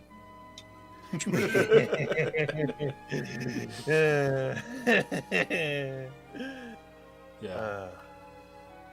All right. So apparently Kakare is doing really well. Which I tried to deck with this. It wasn't this list, but yeah, it did not do well.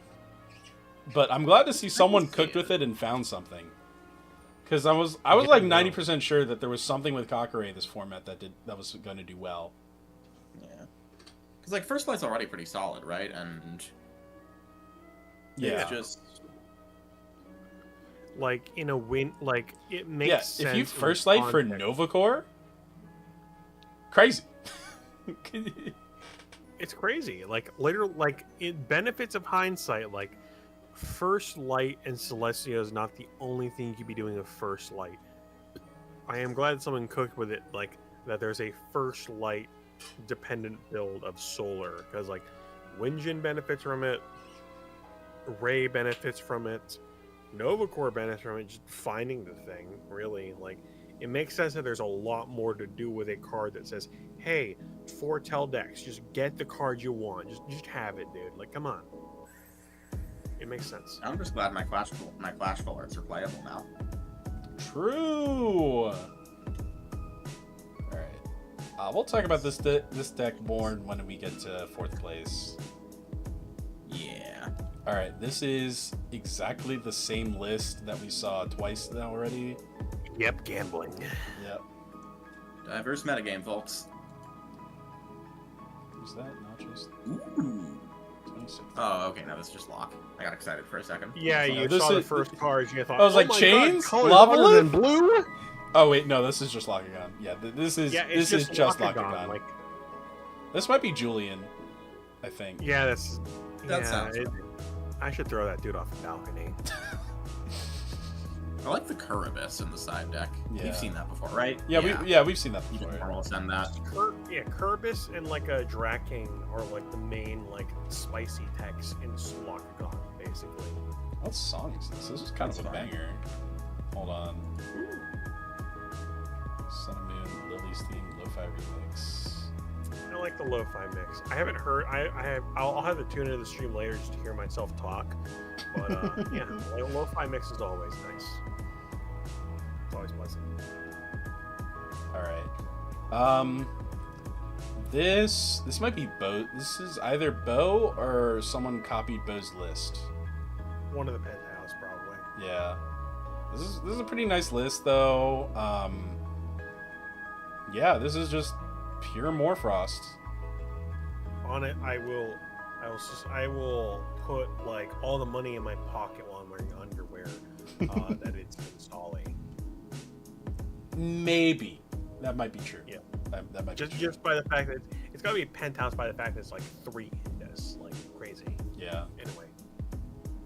Oh God, what? Yeah. Oh, I know who this was. This was Coder. This was Coder. Coder. Well, Yeah. he rolled up with an unchanged Kissimmee solar list. Yeah, this is just a. He was talking about it. This is a. I don't know why. What are you playing this list for, dog? Like. Solar's, I think Coder's like out of practice. Like I think There's I like know no after top last end premiere- besides the Tornagin. It's like basic Solar. Like I think Coder just plays like whatever is like all right. Man, Coder thinks he big brain. I will say nothing further. Click Nah. this. I mean, this deck is just sauceless. Yeah. Yeah. Like. Hey, at least it has 2 Taralas in it. Too true. Too true. That's my big claim to fame from Kissimmee is that I was the matchup in which Swolax realized he was missing his Earth Spirits. That's so funny. That's awesome. That's so funny, man. Oh my gosh. My claim to fame is I am currently the last person Trish has ever played against in a premiere. Ha! That's pretty good. Yeah. That's a good claim. I miss him. I killed carrying him on with my thing. Celestio in time, and he just kind of rage quit. It was really funny. The game. Yeah. My claim to fame is being the dude that keeps getting run over by Bo going into top cut. You know, Cards H, that's like Cards HQ face off against Bo, going into round 5, 6. It takes me 10 minutes to realize that, oh god, I'm against the Dallas champion. Yeah. Oh god, what am I doing? Yeah. And then I have. get beat. Let me finish. Hang on. I Sorry, go got run over several times, and this will be very funny. Watch me getting run over several times. Get run over 2-0, 2-1 or 2-0, I think. Facing off against Bo in the end of the Cards HQ. Look like I'm on the end of my rope. I'm sure Bo and Giant Skyhawk noticed. Get faced off against Bo round 1 of Top Cut of Kissimmee. And then I go up to Bo at some point and go, I'm really tired of seeing your face. That's so mean. You just come up to Like- someone and be like that. Especially Especially if they don't know who you are. I recognize this, and Bo probably doesn't know who I am because I'm just the guy who gets run over going to the top cut. And I clarify, it's like it's not that your face isn't bad. It's just like being really tired of seeing your face. Like it's always you. It's always you. If I had a nickel for every time that I saw you going to the top cut, it'd be I have 2 nickels, which will not buy anything in this economy. True. But it's twice, and it sucks. And I lose 2-0 again. Oh, You get a copy of Fun with that. True. Probably. Oh man. Okay. Now, Doc, I know you personally. When I think of you, I think of you as the pizza box guy. So That was you? Yeah, that's my claim. That's You're the pizza Yeah, box that's guy? me. Yeah, it's me. Honestly, I've been really slacking on like zany mats because I had pizza boxes for Kissimmee. During like the first premiere, post Kissimmee, I just had a different mat after every single match of the premiere. Like I had paper towels as a play mat. And then the judge said something. It's like, it's not as good as the Kissimmee mat. And I took that as a challenge. I found a different mat after every round during the first premiere. But after that, I just got lazy and I just went back to the pizza You box. you should get a rug as your mat. I have a rug. That's probably going to be that would be my January 3rd playmat. Except like for a the welcome fact that mat. I'm already going to be using, you heard it here first, folks. I'm going to be using wrapping paper from Christmas. That's for so. the play Oh, mat that's for so that. good. That's so good. oh, Yeah, no, right. Well, I'm you just know going to what be you that need to guy. What? you have to go to Vegas and you have to win one of the giant card events. Use the giant card as a playmat. Yo, Yes. that would be so funny. Yeah, no, that's a possibility. Gotta. Like, I'm really going to up my game going into the new year. Like, I know I'm going to find a glass pane somewhere, and I'm going to use that as a playmat. Like, I'm going to find a sheet of glass at some point. That's I'm gonna not find too it hard to thematically find. relevant. It's probably not, like, as long as someone hasn't broken it, which is probably going to be me. I'm probably going to break it Yeah. on stream. It's going to be really funny. All right. It's like Anyway. slamming down your last play of finals.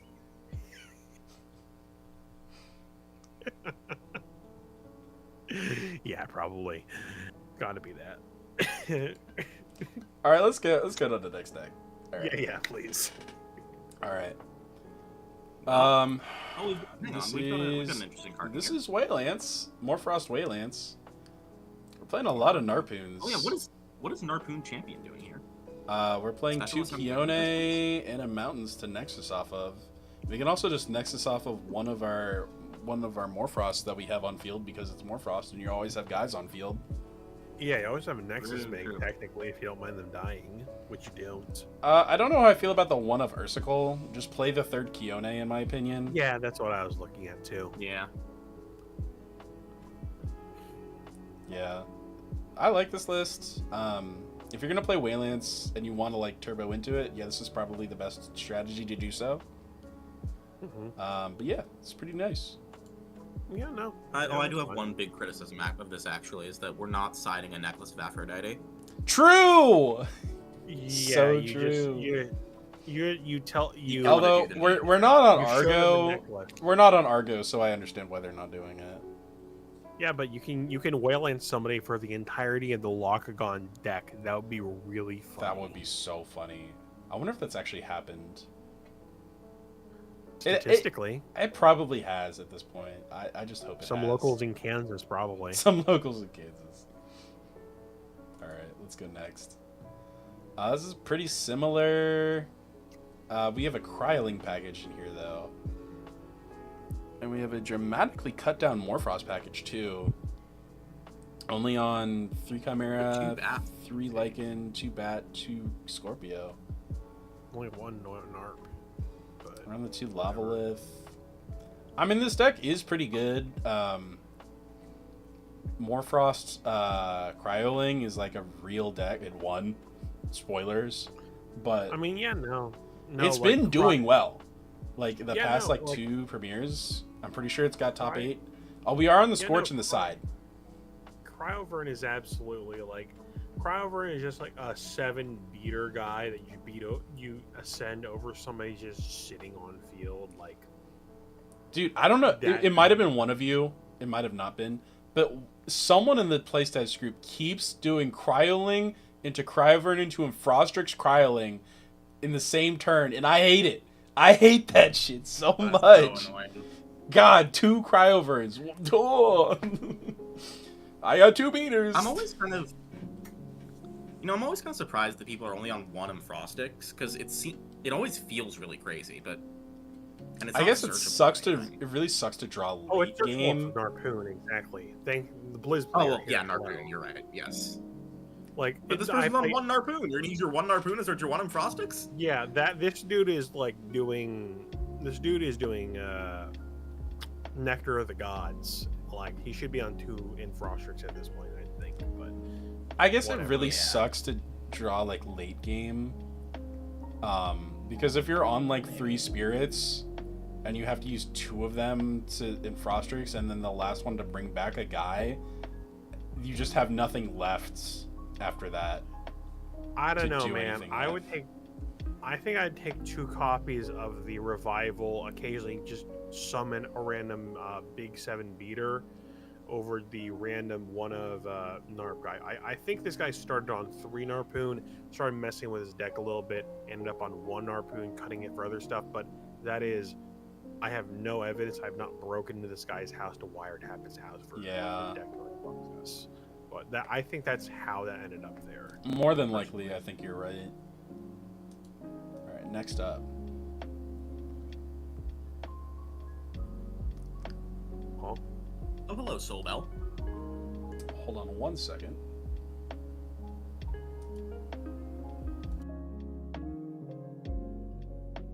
Are we dying? Are we going to Underworld? Sorry.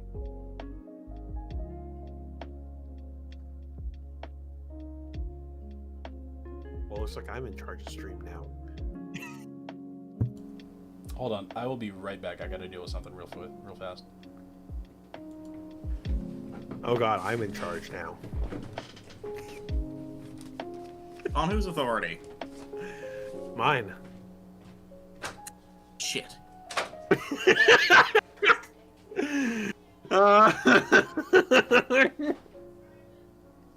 Oh man, that's. Yeah, I do gotta respect that because you are in charge.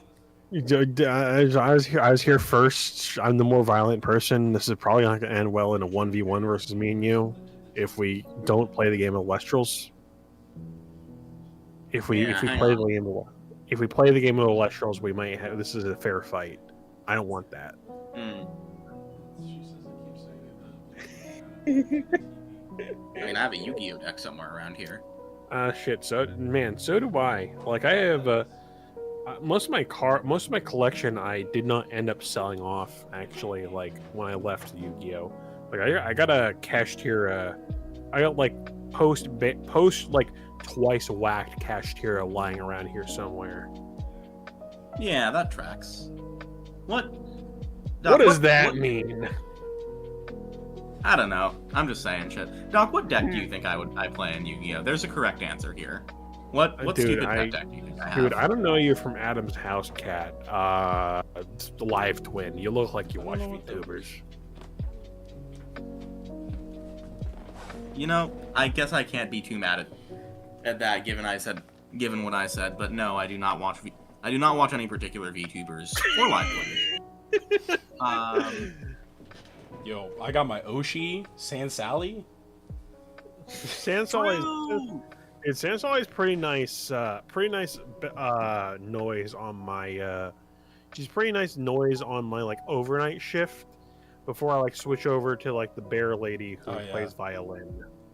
Yeah, I actually, that's who who I got my my Cyprong's top 16 mat from Kissing Me From was Sans Sally. Oh, sick. Yeah. All right. Did we talk about this deck? I don't think we did. Here. No. I was gonna try and go ahead and do it, and I realized that'd be incredibly rude on your stream. So I instead began threatening to take over the stream violently and like accusing Cthulhu here of being a VTuber watcher. Derogatory. Oh god. Okay. Anyway, we'd be rude. Right? Yeah. No. Totally. Yeah. No. Not on someone else's stream. On my stream, I should start streaming. That would be fine. Yeah. So, No, fair enough. this list is awful. How did they go 4-3? Where is the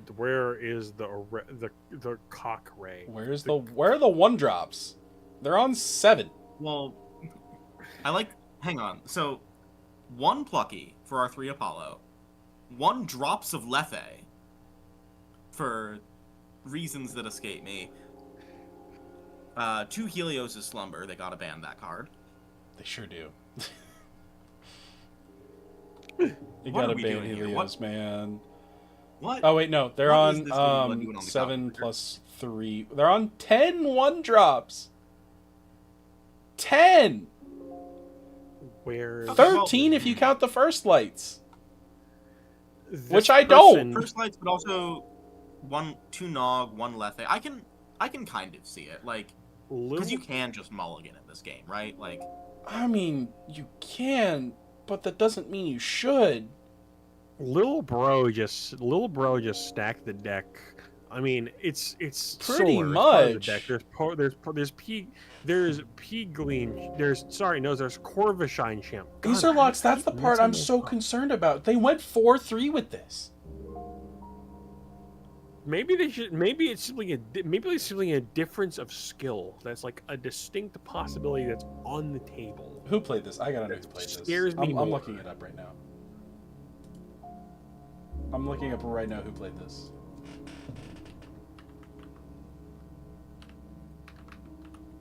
oh, I like the 2 Eruption on the side deck here. That's very funny. Yeah, it's like Oh, they have exactly 4. I was about to say. like literally like an eruption and a chains and either eruption change. There's no Ambro here, so there's no like you cannot. No, there's an Ambro in the side at one. Side deck 1 Ambrosia. 21st. Millmaster Mike. Oh, what?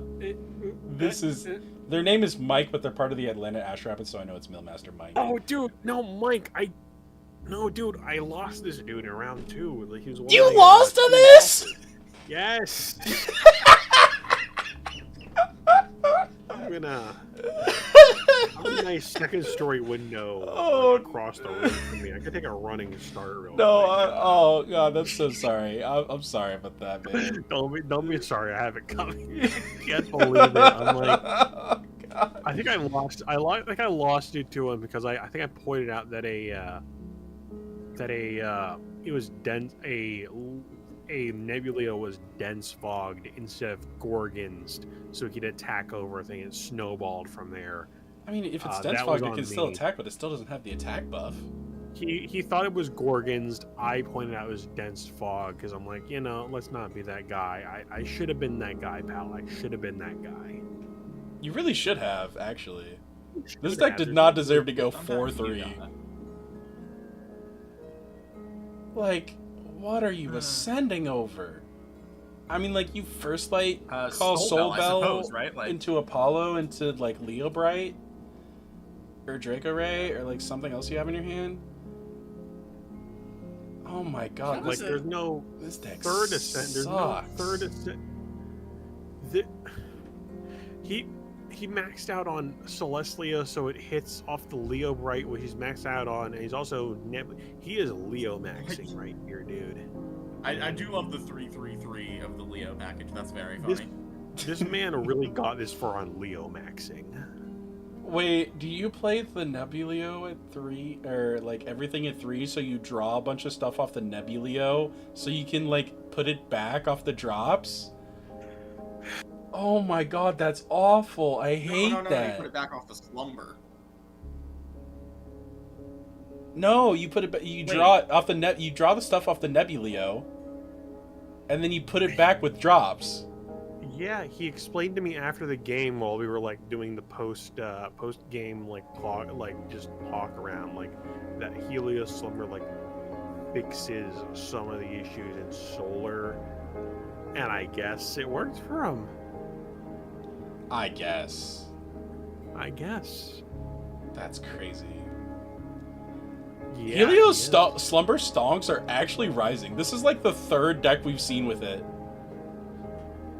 Step 1, play Yeah. Cow and Underworld. Step 2, play Oh my Slumbers. God, you're right. Play Slumbers. Step 3, activate Apollo. Oh my God, you're Potential right. spoilers, because I don't know if you guys have gotten to this list yet, but I believe I faced someone who had Helios Slumber in like a Morfrost list. I think I think we saw that one. If so, I don't remember. I suppressed that memory. Oh my gosh. This is a Daybreak list.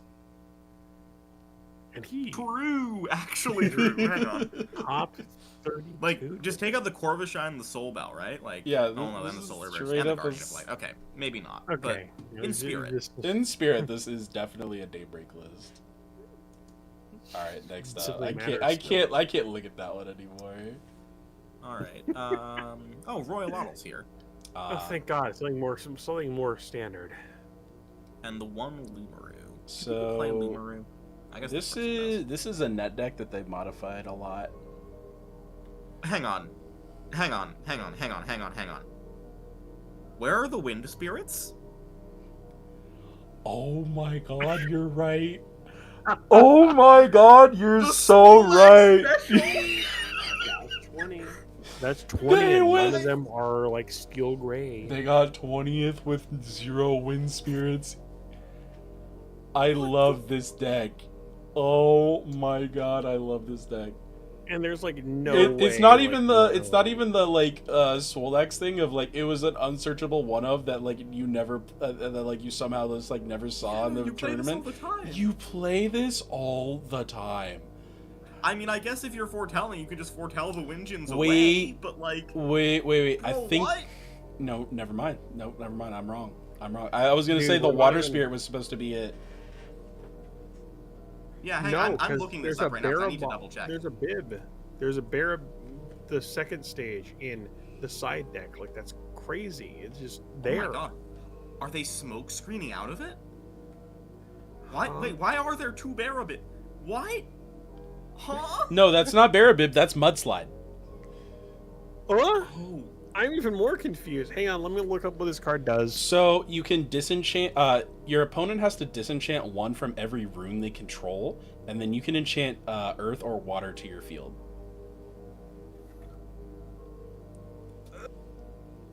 That seems like It's not could for this deck.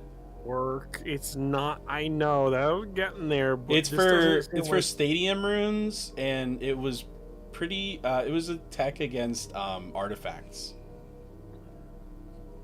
Are we really mad? Do we really care that much about like going up against Hephaestus Burn? Do you really care about like? It doesn't even outing do the anything against that stadium? matchup anyway. Oh Then my why? god. Then what are we doing? No, here? yeah, okay. Why? I why are just we pulled here this up with on. I just pulled it up on Play Network. Yeah, this is. Nothing is wrong here. This is correct. What? That's I'm. incredibly funny.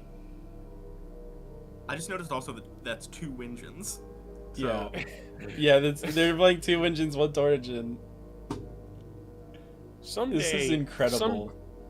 Dude, someday I gotta make the ELESTRALS like skill bell curve thing, because like, Truly. bro, You know? skill bell curve, Oh my statistical God. averages, bro. You know, if you think about it, Tornargen is the best statted 2-drop in this deck. That is correct. I still have. I wouldn't say it's the best 2-drop though. I would say Novacore is probably the best 2-drop in this deck. Which, Well, sure. they play. Let's see, 2 Bad, Glimbat, 2 bad, Temple. bad, That's that probably doesn't work. okay, an okay ratio. But yeah, you always want to play 3 Novacore. If you're playing Novacore, play 3. That's my 2 cents. Well, have you topped with Soa? No. I bet they would have topped if they had a wind spirit. Well, they topped without a wind spirit. No, Apparently, well, I so mean, top what are 32 you isn't gonna really a say? top. Top It's 16 is. QP. It earns QP, and that's what matters, really. I guess, yeah, I guess. That's so funny. Oh my god, how the hell did they do that? All right, Skill. next up, yeah, I guess so. Next up we Oh, have. this looks pretty standard. Yeah, this is pretty standard. Argo is not standard in this deck, from what I can tell. Oh shit, yeah. Argo's Yeah, fun. I miss Argo. Yeah. I don't miss running into the Argos. I miss Argoing people. True. Reactive back row is like pretty important when Locagon, Lotagon, and other stuff are in the format. Yeah, there's about to be a lot more back row destruction because of Echo Links in this format. And also Lunar Eclipse, Oh yeah, that's also true. That's like Yeah, gonna divine be focus strategies are gonna take a big dive. Well, Lunar Eclipse can't pop divines. Yeah. Is But Lunar Eclipse only face downs? Yep. It is, yeah. Oh, saved. So it's it's not completely snapped in half over someone's back, but it's like almost Batman level. Yeah. Okay. All right. Next up, we have 18th place. Yeah, look, this one remember to play Wind Spirit. Yeah. Is he? Wait a second. Hang on. Winjin Supercell. Is this man just calling Thunderstorm? Winjin call Thunderstorm. Yeah. That's this. So this was me. Hi. Yeah. Hey, I how you was doing? I was wondering what you would say. Yeah. This is. You want to know the crazy thing is? Yeah. I was one game away from topping with this list. That's so funny. I had. Oh my. I went 1-2 round 7. I have to do the math. I haven't done the math, but I think I would have been either 8th or 9th, depending on like how me beating my opponent would have affected my tiebreakers, because my opponent would have had one more loss, and like if that subtracted a fraction of a percent. No shot. But I think it was like I was like 4-3 with like 60.8%, and the 8th place person was 5-2 with 60.2%. Dude. So, woulda, coulda, shoulda, but no, yeah, this No. this was a lot of fun. Yeah, no, this is some Mad Lad stuff. I can respect it. That's something I wouldn't. Yeah. That's something that I did Like, not think of. I don't think anybody's thought. We of. were saying actually wait. I think someone else was playing something like this. Someone was playing Winjin Call. Oh, it was Winjin called Fin Dust.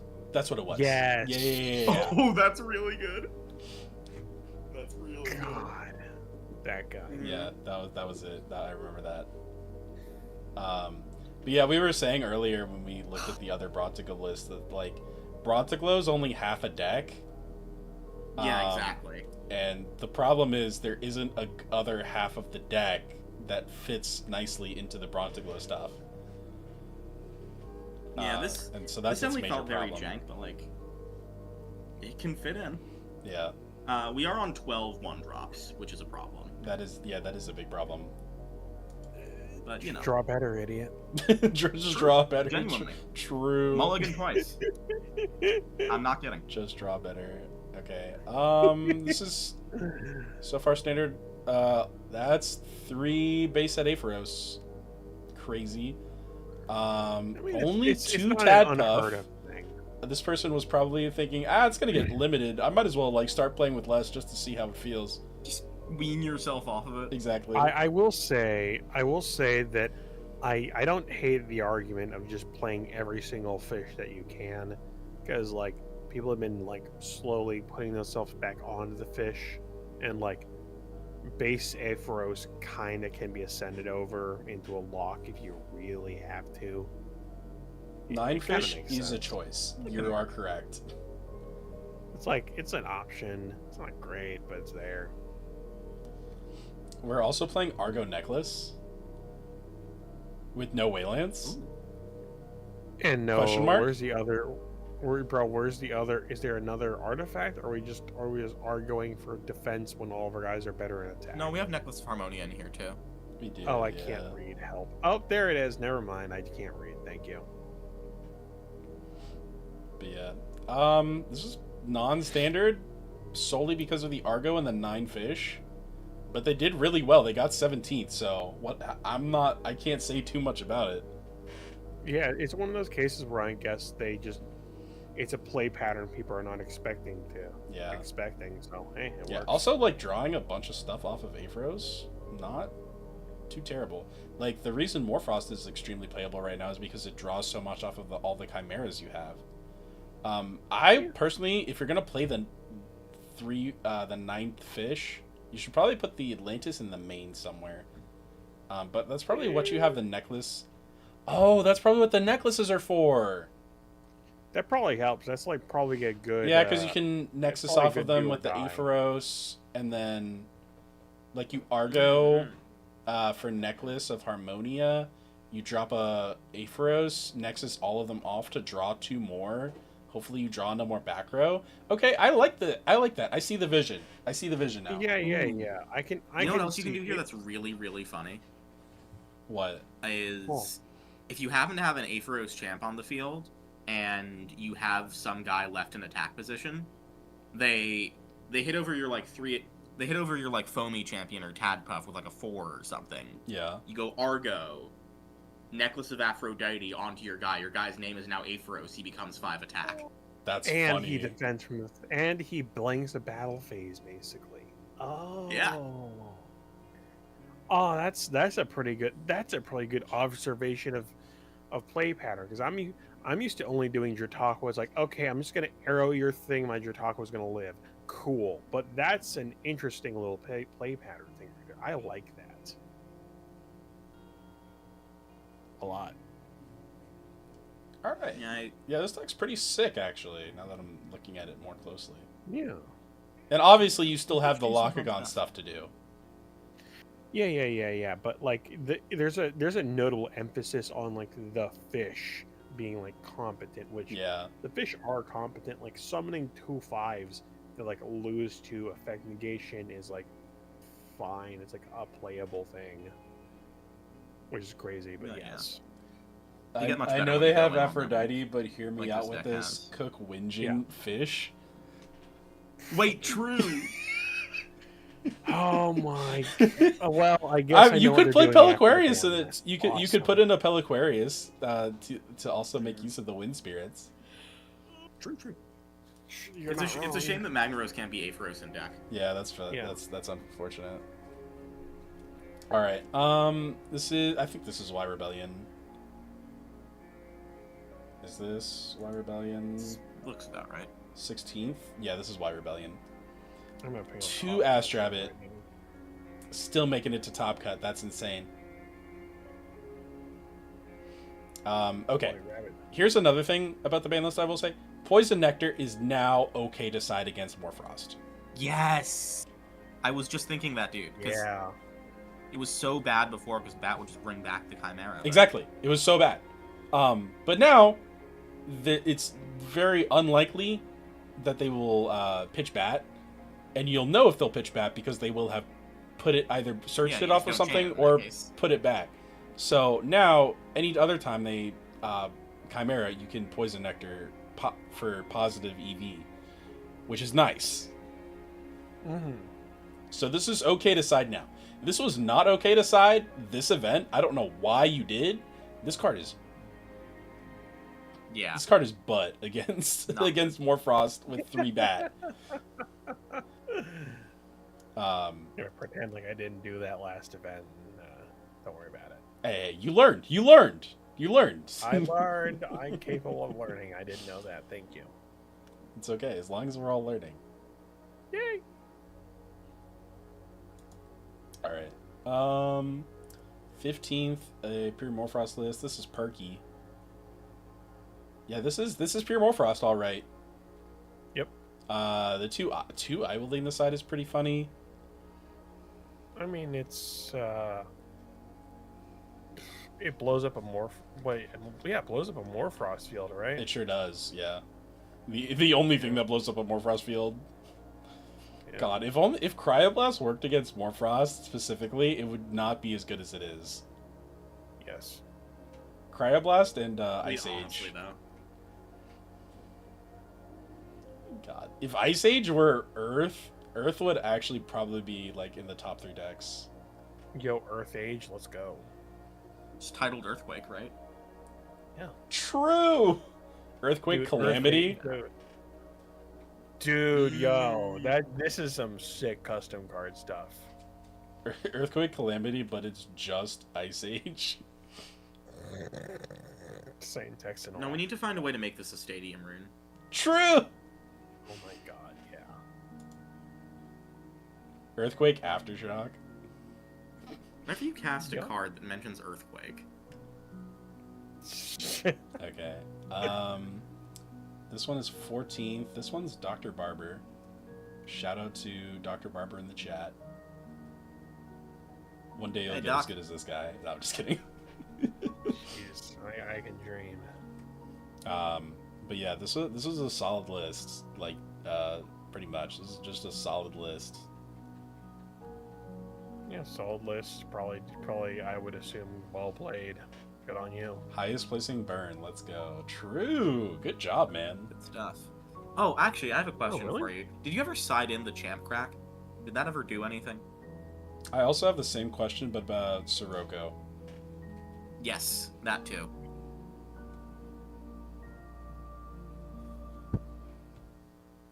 He's now furiously And then we react typing. there. He's like, I'm holding up stream.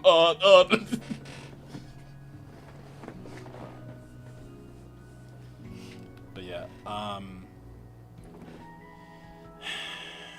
don't know how I feel about Madness in this deck, honestly.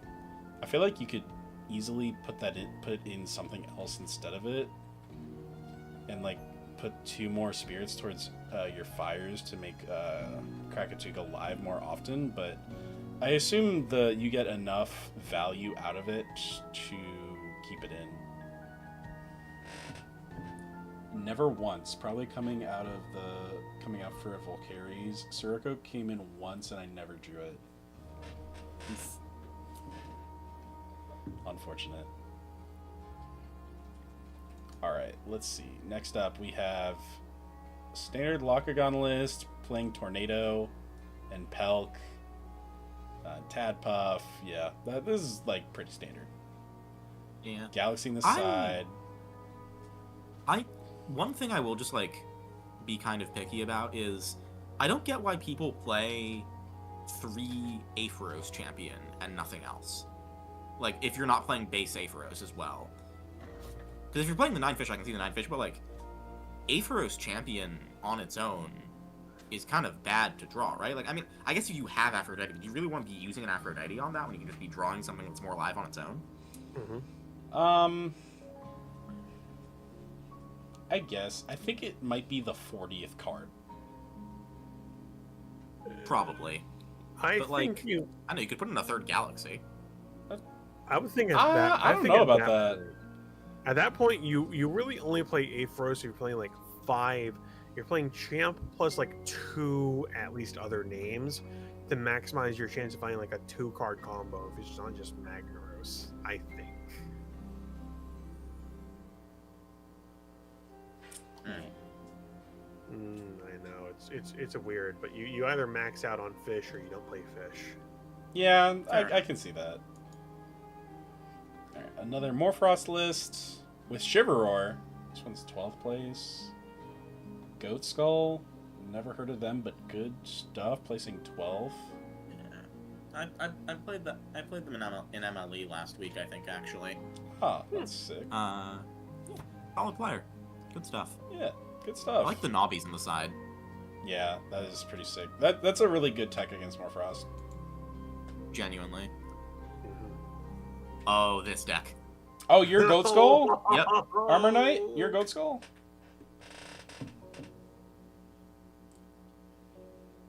Hey. Oh, we got 11th this one. place. This is Cobalt. Yeah, this. So I have a story here. They got I'm a ban butting in. Helios. So this is This is the Helios Slumber deck I was thinking of. This is... Cobalt was one of my 3 losses this event. This motherfucker cast 4 Blizzstrix in 2 games. Oh my god. He's only Yep, on the that's 2. That's insane. Yep. Oh. It was some sort of like... I've mostly blocked this match out of my memory, but it was some sort of insane chain of like Catarant into Iwoolly into Snowlit into Catarant into some insane thing until finally like the last Iwoolly milled the second Asprowl over the Snowlit. My vision come to pass. The second Asprowl comes in. Oh, Activates. This all happened. This board has been built entirely in a single turn. Second Yeah. Asprowl comes in and mills both Strixes in 1 mill with 2 Asprowls on the board. Oh my yeah, god. that's And that was my round 5 loss. That's insane bad luck. That is literal insanity, dude. I'm surprised that he's still on Morlith. It's a 6, right? I guess so, but it also like doesn't mill you. It doesn't do a correct mill, if that makes any sense. It doesn't. It does not Yeah. do a correct mill, but the important part about him is that he is usually a free. He's usually a free 6. Yeah, that's kind of... Yeah, that makes sense. I can see that. And it's He's also a he's body to free ascend over 6. Blizz, to send Blizz over. Yeah, he occasionally like pops out a Cedar Soar. Like that's the reason. I think that I topped in like my Blizz tops have been like lift into Cedar Soars. Like congratulations, I have 2 2-drops on the field. Do you have an answer to this? And the opponent goes, no. Yeah. Like here, I'm just gonna save everyone in this chat a bunch of time. The effect of Morlith is you can normal cast this Morlith with Frost. Yeah, because you're always gonna have. You're basically always gonna have like. Yeah, you'll always More have more guys guys. in Underworld. Unless you don't see a place starter, in which case, why are you keeping this hand? Like, what are you doing, dude? Yeah. Yeah. Wow, that's insane. That's a crazy tech, but it also does like make sense when you're Helios is slumber topped, man. We gotta kill this card. We gotta ban this card. It is kind of crazy though. You just stack up Blizzstrix on top of your deck whenever you want. Literally, we lost 2 Tadflow. Congratulations, we have gained 2 Helios' Slumber. Well, our deck is finished. The Blizz players don't need to try very hard. We can call it a day. Thank you. Oh, I can go back to gambling. Oh, also shout out to the 3 Frostics, which I Yeah. honestly correct. Yeah, that is genuinely shocking. No one's played 3 and 5 6 before. Yeah. All right, next we I have fucking- another Blizz Iwoolly. Not Blizz. Yeah. This is just Oh, and this was Iwoolly. my other loss. This is Purple Snorlax. Yeah, no, this was my round 7 loss. Jeez. Yeah. Oh boy. I like this deck. This is actually like not too far off from the deck I played at Kissimmee. No, yeah, this is pretty standard, right? It's just The Kione. Elephant, the Kione is Frost, the Cryovern. Yeah. The Kione is a different thing, but that's just recovering a thing that you've. It's just more. It's just. Yeah, you can go Frost. Kione for Cryoling, get Cryovern. Kione for Catarant. Catarant for Iwoolly. For Brummeling, search Blizzard. Chimera or Bat. Yeah, Woolly Frost. It's a Stratosphere deck. Like you Yeah. can just play into the Stratosphere. Like. Yeah. whatever. Alright, we have another Lockagon list. This one also on 9 fish. Nice. Also Dude, 3 we are Nectar, fish 1 Soulmates. I like this at 3. I would like this at 3 in this deck, simply because you have the 9 fish. You're only gonna use it one side, I would assume. Because wait, where's the Aphrodite? There's the Aphrodite. Yeah, there's 3 Aphrodite. It's only useful because it's only useful if you Well, it's really useful in the Lockagons. Yeah. But also, you can just like kind of keep one. If you already have a Lockagon, both Lockagons in hand, you can just send over one of your fish. Aphrodite, get a Aephorus Champ, and then just keep the pressure up. Yeah, that's fair. So that's another thing.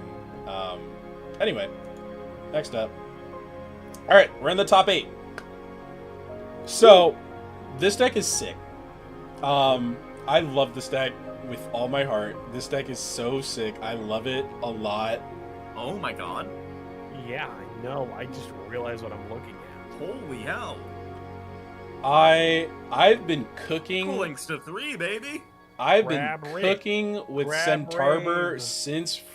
since Kissimmee, since before Kissimmee, and I came up to something similar to this. Definitely nowhere near close to this exact list, but it was similar.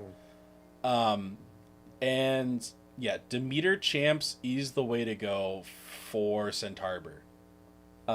It's that's just how it is. Crab is too good at setting up. Too good at setting up an ascension point.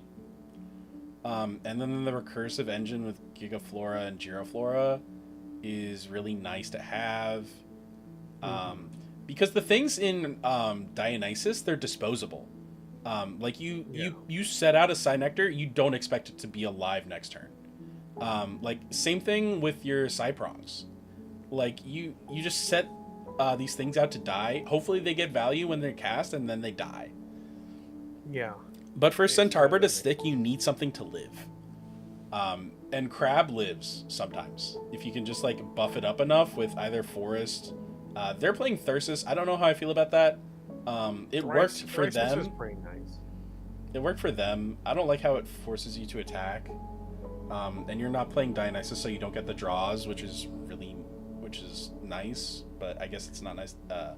But making it a 6 helps a lot. Yeah, no, it's functionally just being it's an on element attack buff that occasionally its downside means that you are not playing this unless the crab is throwing hands. Yeah. The Gloombats are there for back row removal because Moss Station loses into literally any back row, unfortunately.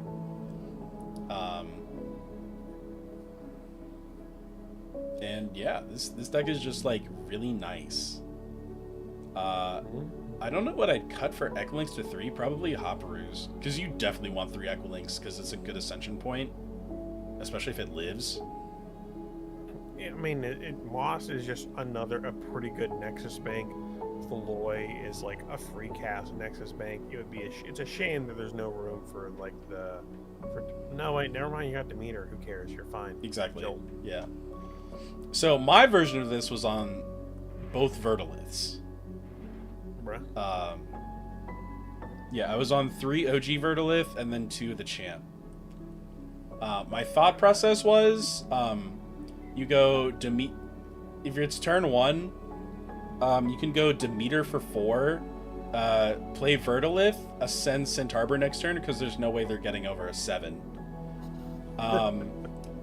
Or you could go Demeter for Champ Verdolith, Demeter effect on Verdolith, cast Sprouter Nexus off of Demeter, search Centaurber. Now there's 2 things they have to kill in order to not get Centaurbered next turn. They're usually not going to be. Yeah, that's a good point. So that was my thing. It was a little bricky, but like by the time you bricked, you'd already lost. Yeah, I just really like this deck. Centaurber is like one of those things that I'm like, I know this card is good. I just really don't know how to play it though. So yeah. All right, next up, 7th place, we have Magnetonics with their burn list. Hestia is pretty crazy too. Do I feel like it needs a stadium searcher? It would be nice if something searched the stadium, but I don't think it's necessary. I feel like they were talking about the last deck. Oh, okay. I was curious. I was like, bro, have we not read Rummikole over here? Yeah, no. I'm pretty sure that was about the last one. Okay, But yeah, good. I like this list. I tried to play something like this with Blazerus and Trifernal, but it was just not working. I just ran out of spirits way too quickly, and then Blazerus just got stopped way too easily. Yeah, no, Blazerus only worked as an OTK deck, but this actually seems to be. It looks like it could go beat down, but like you actually are getting good value. Yeah, that's what the OG Volcaries is for the beatdown. Yeah. Yeah, Hephaestia. And then the Warmite Chimp puts in so much work. It's insane. Like, yeah, you got to be maxed out on that. Yeah, this is a pretty fun deck to play. I believe it. And then I don't know how Ari does it, but top eight Pentair. And best deck. Pent best deck. Let's go. Some people just have the sauce, right? Like, he just has Pantera's number. You can just win with it no matter what. True. Situation. So true. Genuine hyperbolic time chamber sort of stuff. He's the yellow eyes white Hydra. Yeah, no. Yeah. I mean, it makes sense. I mean, I would also say that between ramming a Hydrake at him, ramming a Golden Knobby at him, occasionally ramming a Psynectar or a Or Galaxy Champ. I mean, there's got to be something there. Yeah, this is like I am winning combat, and the one time I lose combat, I want to lose combat. Yeah. Oh, yeah. Also, really good news, everyone. My cat is here. Ah, kitty cat. All right. So, I'm pretty sure this is the same list we've been seeing throughout the day. Mm-hmm. This one got 5th. I don't know how, but it did. It's playing Wind Spirits. That's probably how I got here. That's a good start. Oh my, yeah. There's three Winjin. There's 3 Winjin, 3 Kokore, 2 Glimbat, 2 Nevacore. Personally, I'd be on 3 Nevacore, but I understand why they're only on 2, kind of. Yeah, there's Plucky. 3 First Light, 3 Solar Burst, 3 Guardian.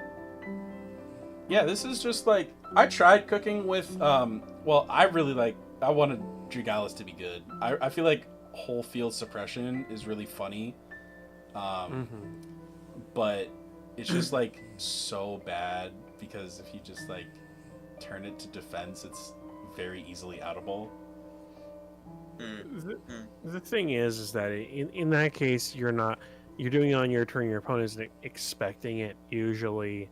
And usually enough Elestrals like are hurt by a on opponent's turn suppression beat over thing that it's like worth considering. But it also does a lot of damage because for every Elestral you suppress, you also enchant Solar to itself.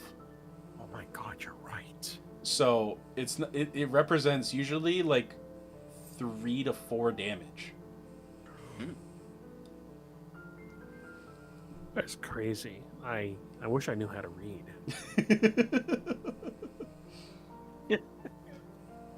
Me too. Random question, by the way, gamer man.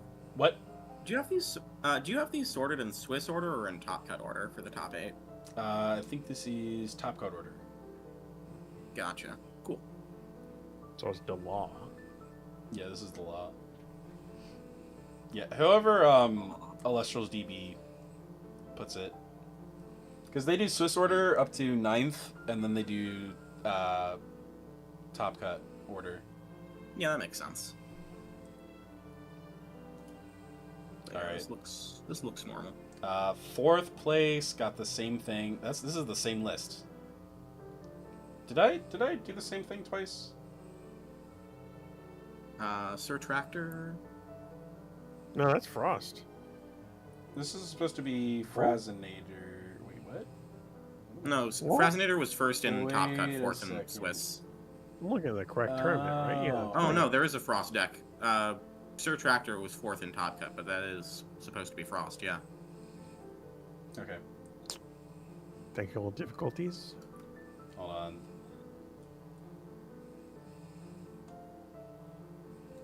Fifth, fourth, third.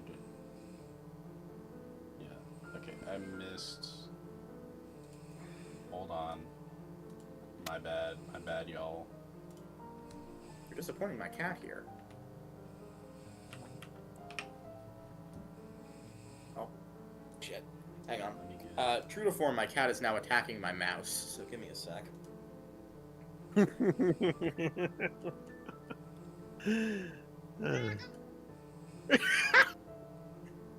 Oh, did he come through?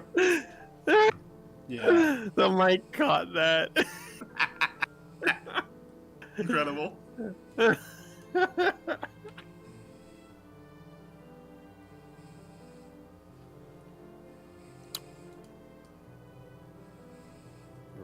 Freaking poor over here. Can't even afford a Microsoft PowerPoint. Gotta use Google Slides.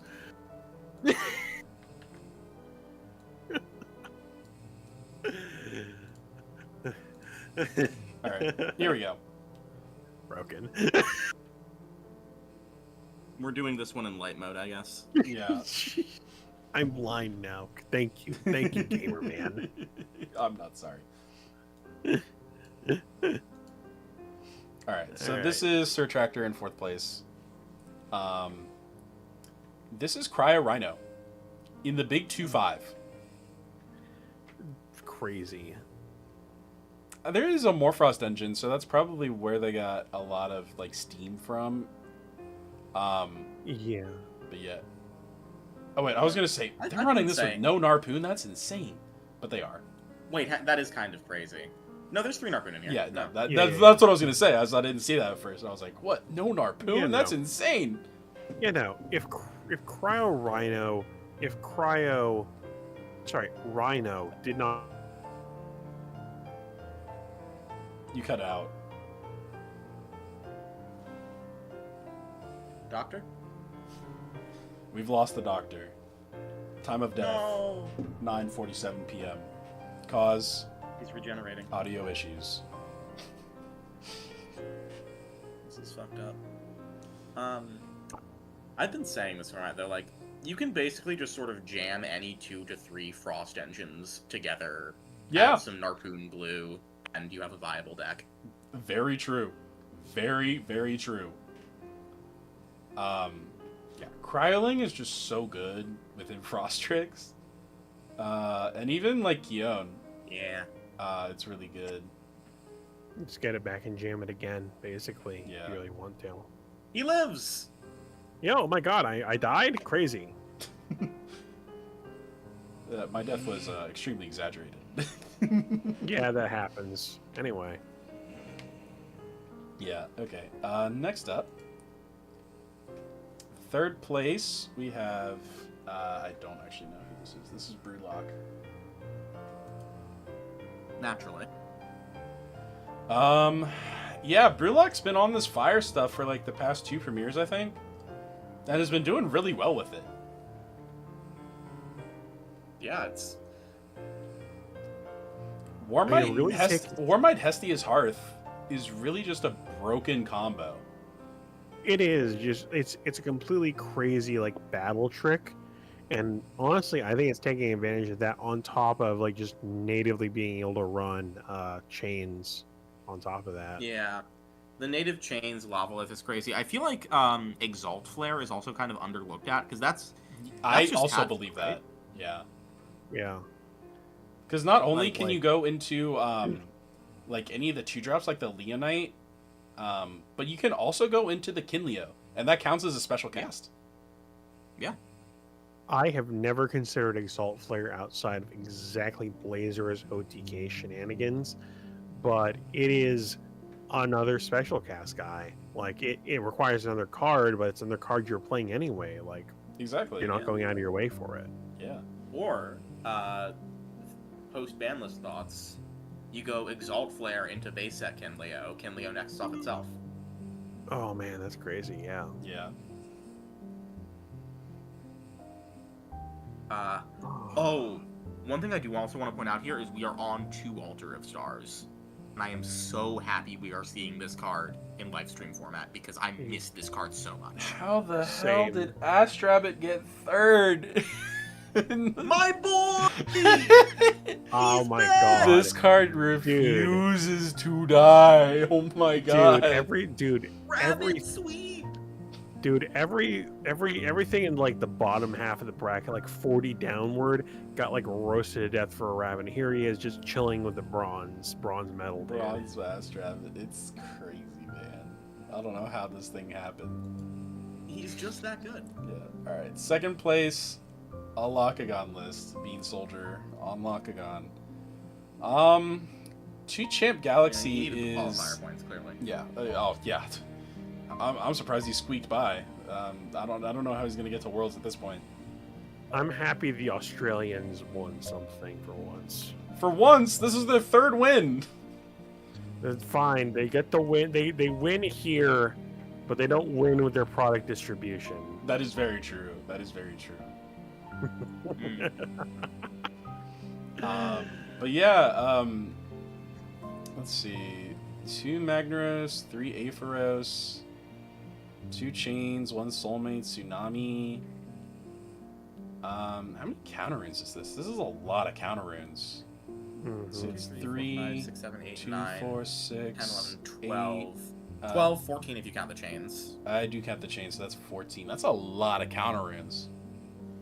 Yeah. I like how we're also signing in the 3rd copy of like 3 of them. True. Yep. Also, what is Divine Blessing doing in here? What are we afraid of? Are we afraid of Negating Solar invoke Burst? runes, I guess. Are we afraid of Solar Burst? Are we actually afraid of Solar We Burst? might be. Wake? Question mark. Laurels. Why are we afraid of Earthquake or running Soulmates? Ice Age. No. Who plays Ice Age? Cross players. No, they don't. We've only seen it in like 3 of them. Honestly, Nog.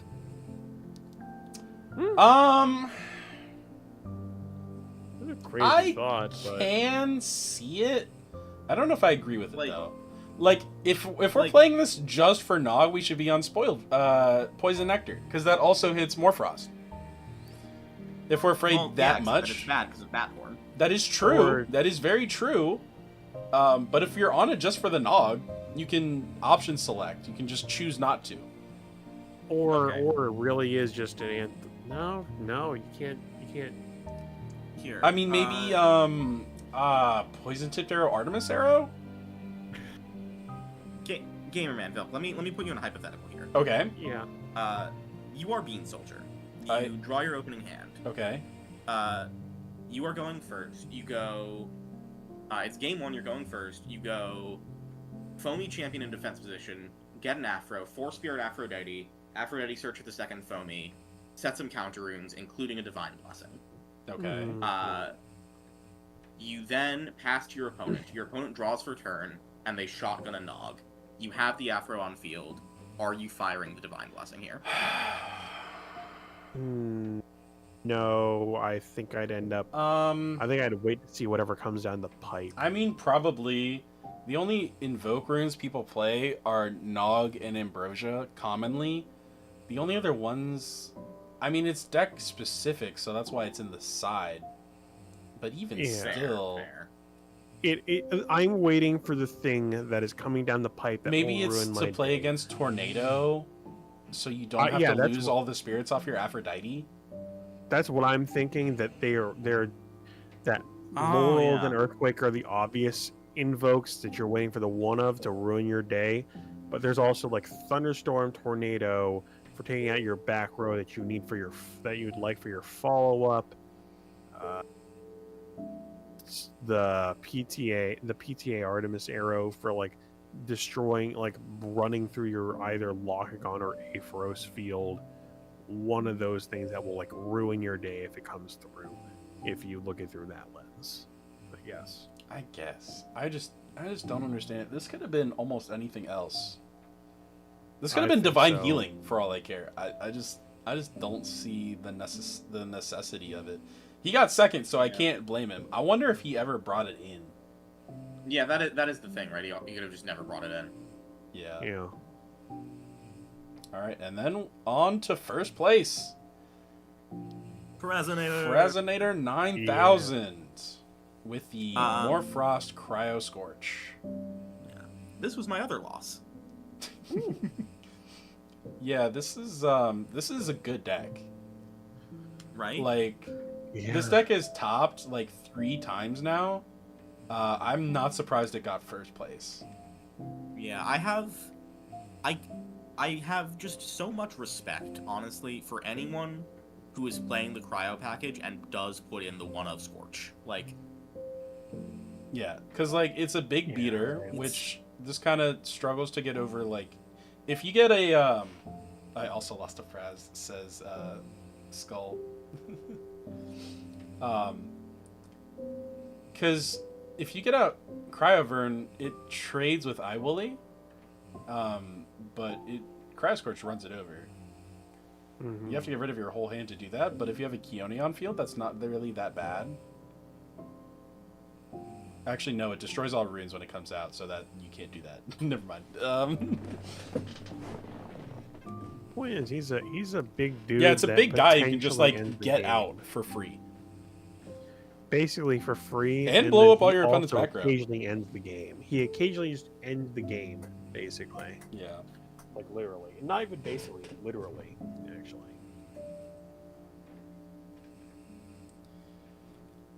Yeah, the promise Yeah, of Cryoscorch being good from Frostball like has come true a year and a half later. genuinely. The Crazy. thing is also about the funny thing is about this game is because I played Fraz round 1.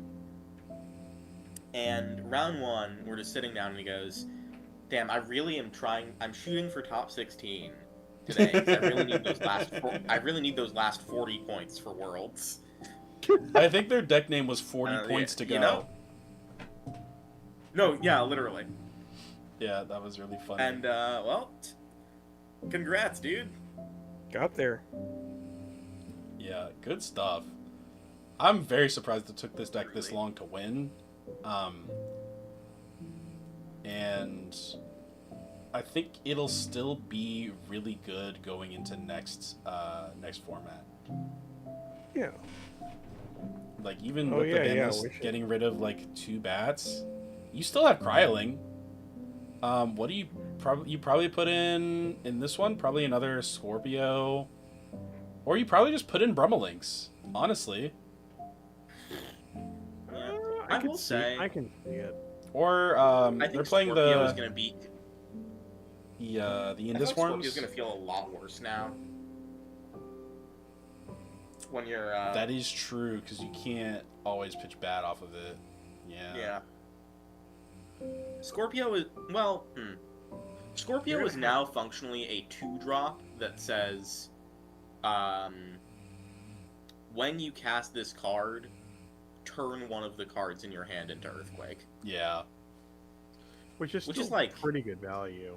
It's not terrible. This deck still draws a lot of cards. That's true. That's true. Yeah. But all of its draw tools, besides Nog, which it's not playing, like Chimera, it cycles through a bunch of cards, but like Chimera goes card neutral, right? Unless you are specifically discarding that, Chimera goes card neutral and Scorpio goes card negative. Yeah. Mm-hmm. It requires. So you like, are gonna feel the squeeze in your hands. You probably are playing Nogs a bunch now in Morfrost post ban list, I think. They already were. This list doesn't, but most Yeah, okay, Morphos fair. already are playing 3 Nog. Fair. Just to fuel the Chimera. Nog good, Yeah. as it turns out. All right. Now that it's 10 o'clock, I would like to talk about the ban list. Oh yeah, it's been so much fun today. Let me see if I can pull up God, a so much picture of activity it. up and down the board. Let me see if I can find a picture somewhere. Did you guys listen to the ELESTRALS chat? I did, yeah. I did not. I was running around today. Yeah. Now, you're never gonna believe this, but Coder didn't like it. Yeah. Of course not. What does Coder like? I honestly don't know. I think he thinks this game is too fast. Bro? I know he thinks this game is too fast, but honestly, this game needed to be faster. For like the entirety of this year up to like live stream, it was all just like slot piles that like had a top end. And if I wanted to play, I don't want to play a game like that. I want to play a deck that has like a game plan, cards that have functions that aren't just, oh yeah, this is another guy that can beat face. A different variety of guy. Yeah. I do like the fact that like I kind of wish the combat mattered like a little more, maybe compared to how livestream is now. But I'm also speaking as livestream is when I really started properly playing in the meta game. I played a few Firestorm tournaments and I brought like a starter deck and then a net deck. Mm-hmm. But yeah, All right. Yeah, the real first place for today is Like a Void though, because good god. Yeah, that card. Oh yeah, that's crazy. I don't have things that came off the list, unfortunately, but we can just talk about those. Yeah. That's exactly erased, right? So things that went on. Well, actually, no. I can bring up the blog post. Yes, please. Yeah, I that's realized better. there's more, and I realized I skipped over it. I look like a fool. Oh god. They were. Well, I'll talk about it in a sec. How to play news. Championship, prepare for world qualifiers. Maybe. Huh? Oh, is it not in here? cards? Dude, I Oh no, don't know. I watched the I know what it video is. It's go to elestrals.com/tournaments. I watched this. I listened to this like video. I didn't watch it. I listened to it in like a Dollar Tree parking lot. Like that's how I got my news. Based. Yeah, I am. Tournaments.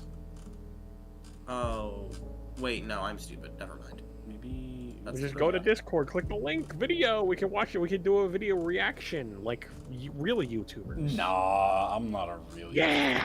People already know what the thing is. I just want to read their. Come on, It's you not can on only get news. pretty visuals. Events? No, not the shop. Cards, lore. Band cards, like right there, middle of the page. Okay, Their yeah. faces. I love these little thumbnails that they make. It's Yeah, no, so they do a really funny. good job. These are like emote worthy thumbnails. I love it. Genuinely. Where are the articles? So this is a really old one. That's the end of the We are page. sending Elegic to Tartarus. Last updated December 22nd. Oh, here, I got it. Just gonna PM this to you, gamer, and I found the link.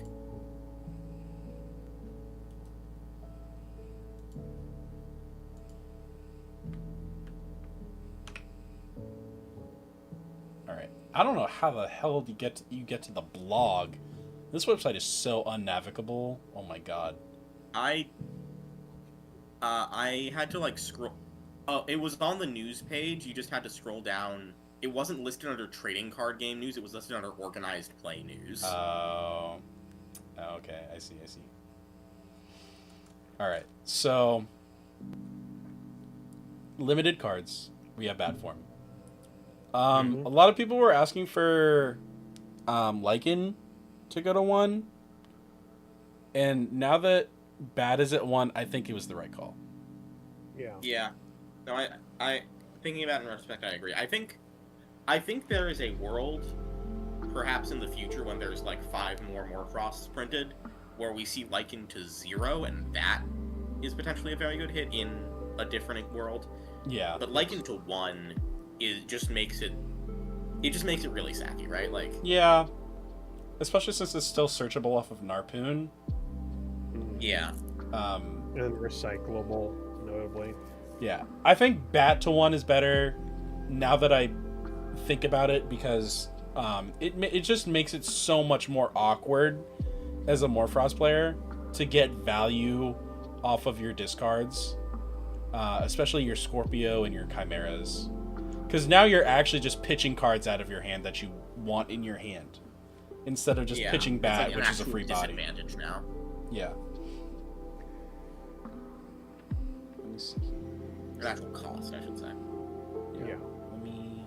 Yeah, I think the limits are, I think, absolutely the part of this ban list that I think are very, very well done. I think the limits are exactly what they needed to be. Yeah. Yeah, Tadpuff, you can now gaze the Tad... You now always gaze the Tadpuff, because there aren't any more. Yep. Well, stop gazing, they puff, etc. Tadflow, you could always gaze this. This one, honestly, could have stayed at 3, and it wouldn't have mattered. Yeah. The Tadflow feels a bit more like a philosophy hit than a power hit to me. That's fair. This Tadflow is a lot more manageable than Tadpuff is. Okay. Well, actually, because you can negate this very easily. Yeah. I think the thing, as I think about it more, that bothers me about Tadflow, and this did actually happen to me in game last weekend, is when you go iWooly mill Tadflow into like a second iWooly, when you're starting to use it to like chain combos together. That was a notable thing. Yeah. That was a notable issue. But on top of that, it was like consistently opening this thing into an open board of like turn 1, cool, Tadflow, iWooly or Asprowl, congratulations, you're like off to the races. Yeah, because like the existence of this card does enable you to just like make a board of like 5, well, not 5 guys, but yeah, make a board of 4 guys on turn 1 before your opponent even has the chance to interact, because like, they can go into the iWooly and get off. Yeah, it was the match to the fuel that is exactly iWooly and heck even Asprowl, like on occasion, like both of them, like it's one of them had to be notably hit to avoid like this annoying thing happening repeatedly. Like Tadpuff is the point of comparison, but it also Tadpuff has additional support around it that make it annoying to deal with. Tadflow is also annoying in its own way, synergizing with Blizz, and that's like an issue to hit before it gets more annoying. That's fair. Also, thinking about it, I'm pretty sure Tadflow was also responsible for that double Blizztrix in 1 turn combo that I was talking about earlier. Yeah, that is actually incredibly true, because otherwise, what are the odds that you're hitting literally like 2 Snowlit, turning into 2 Asprowl, turning into 2 Blizz? Like, otherwise, that's how it would happen. Here, you can go 1 Tadflow into iWooly into Blizz into Snowlit Blizz, blah blah blah blah. It's like no, it was like chain stuff. Yeah, it was like Catarant into iWooly into Tadflow into iWooly into Snowlit into Asprowl, and the entire way you can hear your opponent just sighing like, oh yeah, this is happening. This will prevent this from happening. You're either going to use this thing as a starter for your crazy combo, or you're going to it's going to get milled like once in a blue moon and like extend your combo, but it's not going to be both, which is like an acceptable way to hit it. Yeah, like the thing that's never going to happen again in the world is Tadflow into iWooly into Tadflow, right? Like, yeah, like that's one of the most annoying things. Like, they are tapping this thing, and if Blizz continues to be a problem, they just continue feeding it into the wood chipper functionally. I think. I mean, Tadflow into iWooly into Tadflow is a 3-card combo that requires this specific mill. So I don't know how good that is, but the one thing that Tadflow does have going for it over Tadpuff is Blizzard Whiteout. Yeah. With 1 card you can trade for 2 points and usually 4 spirits of interaction. Which is a little too good. Chains of Prometheus. It was designed as a protection card. It turned it into copies 4, and I will say it was very frustrating at Kissimmee when I had Tadflow an Iwooly in my hand. When I went Tadflow Iwooly, Gaze, I had the Blizzard set. I go Blizzard, and they go second Gaze. And I'm like, God fucking That does damn it. happen, yeah. Well, at that point, you just gotta have the second Blizzard, right? True! I was only playing one, because I was like, guess this so. card's okay, but I don't think it's going to be good. I did get to do that in the premiere, by the way, is I got to go, Gaze Chains. Jeez. That's so fun. That was fun. Jeez. Oh, hang on, wait. I need to keep talking for now. I have a screenshot that I need to send to you in a sec. Okay. Oh my god. Alright, I guess let's move on to the next one. Yeah. Race to the top. Yeah, this is, it's always the This is second fine. one that gets you. This bad. card was fine. This card was fine Thunder. a year ago. Yeah. I like the articles like, yeah, Thunder needed this. Meanwhile, the best Thunder deck can't play it. Exactly. Yeah, like- because like. So, actually, what this This is for opens a up set now deck, is my opinion. is, this opens up Zeus Champs, I think. Maybe. I would like to do some experimenting with Zeus Champs because I think they are slept on a little too much.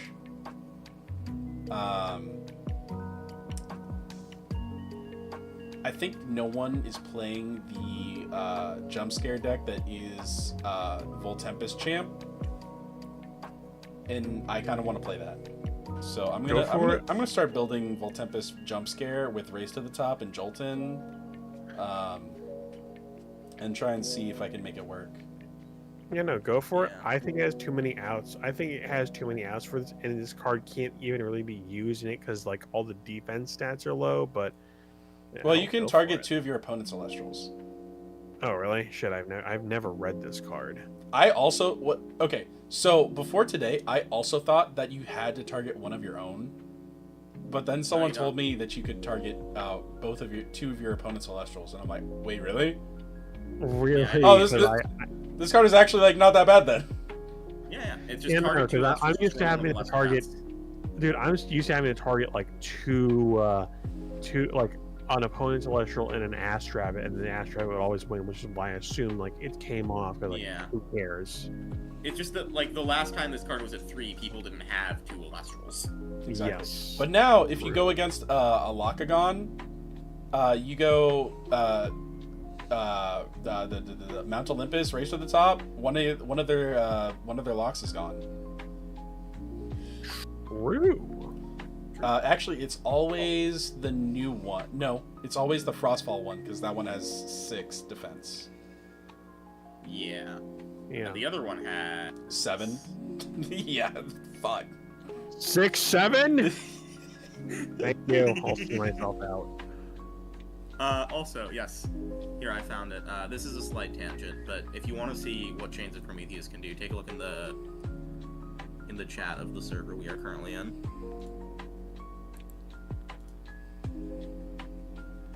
Oh Bruh. my god.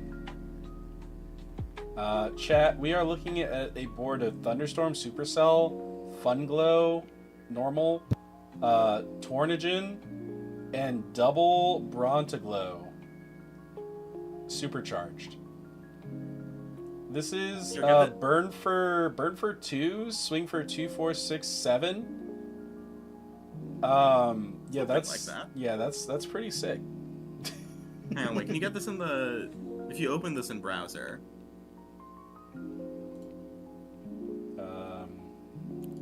I just need to show off here a little bit, at least. I'm just gonna save that and then put it. Let me go back. Azerlocks, the 6-7 joke is that it means nothing. It's the same thing as, like... Oh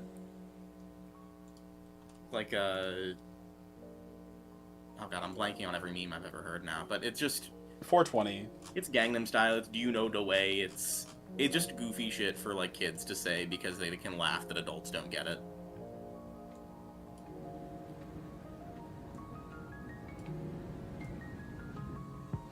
There we go. Those are my beautiful cards. Yeah, this is pretty crazy. Not gonna lie. Yeah, it is.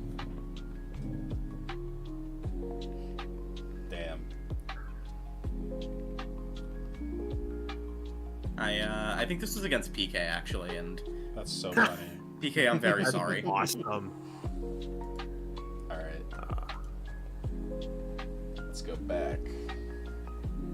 All right, now let's go back. Equilinx. I'm so happy about this. Oh my god, Earth needed something to compete because it just like was not that good. And I'm just so happy that this is what they chose to bring back. Yeah. I am generally of the opinion that, like, more Nexus effects being in the game is a good thing, because Nexusing is, like, the most mechanically interesting thing in ELESTRALs. Yes. Yeah, where you're balancing spirits and stuff. That's kind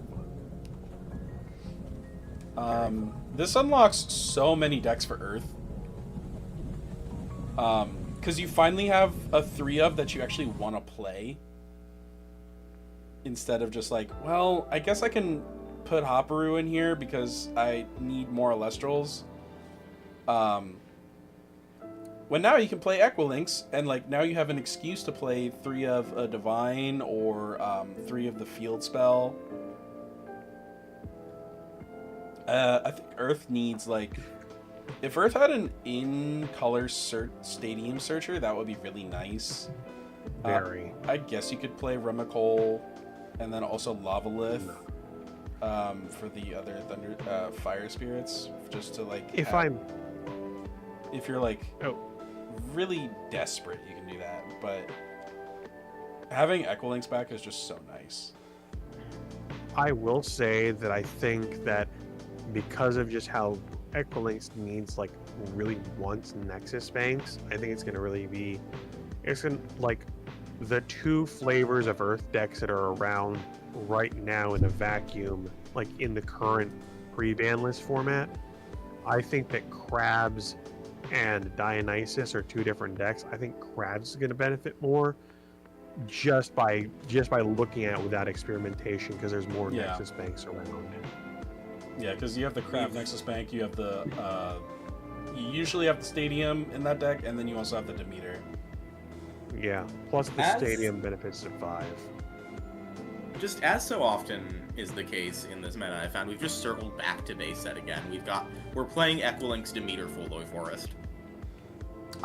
Sure, yeah, that is one way to look at it. But I think the plays that it enables are just like so much more complex. Because fair. Now it's, let's see, this Crab and then Sprouter are all like 1-card Centarbers because you can Nexus. True. Because you can Nexus with Equilinx, you can Nexus with the Sprouter, and then you can just attack, punch, enchant with the Crab. Mm-hmm. Does Earth have a good receiver now? It has Mudlet, which is Eddie, but no. Oh, true. So. Oh, you could do Baraboss shenanigans. That is also true. You could be Baraboss. That is an Earth receiver if you think about it. Yeah. Oh, I have not. Oh, that's crazy. All right, Kinleo. I'm not hyped about this one, honestly. Yeah. This one needed to stay limited. Really? I'm very surprised that they brought this back. Elestral removal is at a premium currently, minus Solar. But yeah. I think that was for the best. I think needing Battle to get Elestrals off the board is a good thing. Oh yeah, Ardbud is a receiver in Earth too. I forgot about that. It is. But you're not playing that outside of exactly. Yeah, you aren't playing that outside of so who Antine. cares? Hang on. Is Molestation an insectoid? No, it's a golem. Right. Crabs aren't insects. That's crazy. Yes. I know biology. Yes. But Elestral removal being at a premium is good for the game because it forces you into battle, which forces you to play through opponent's back row. Yeah. And it means that like 2 drops work. Exactly. Yeah. I will counter this by saying it kind of gives fire something to do. Fire already Kinda had something to crazy. do. It just topped.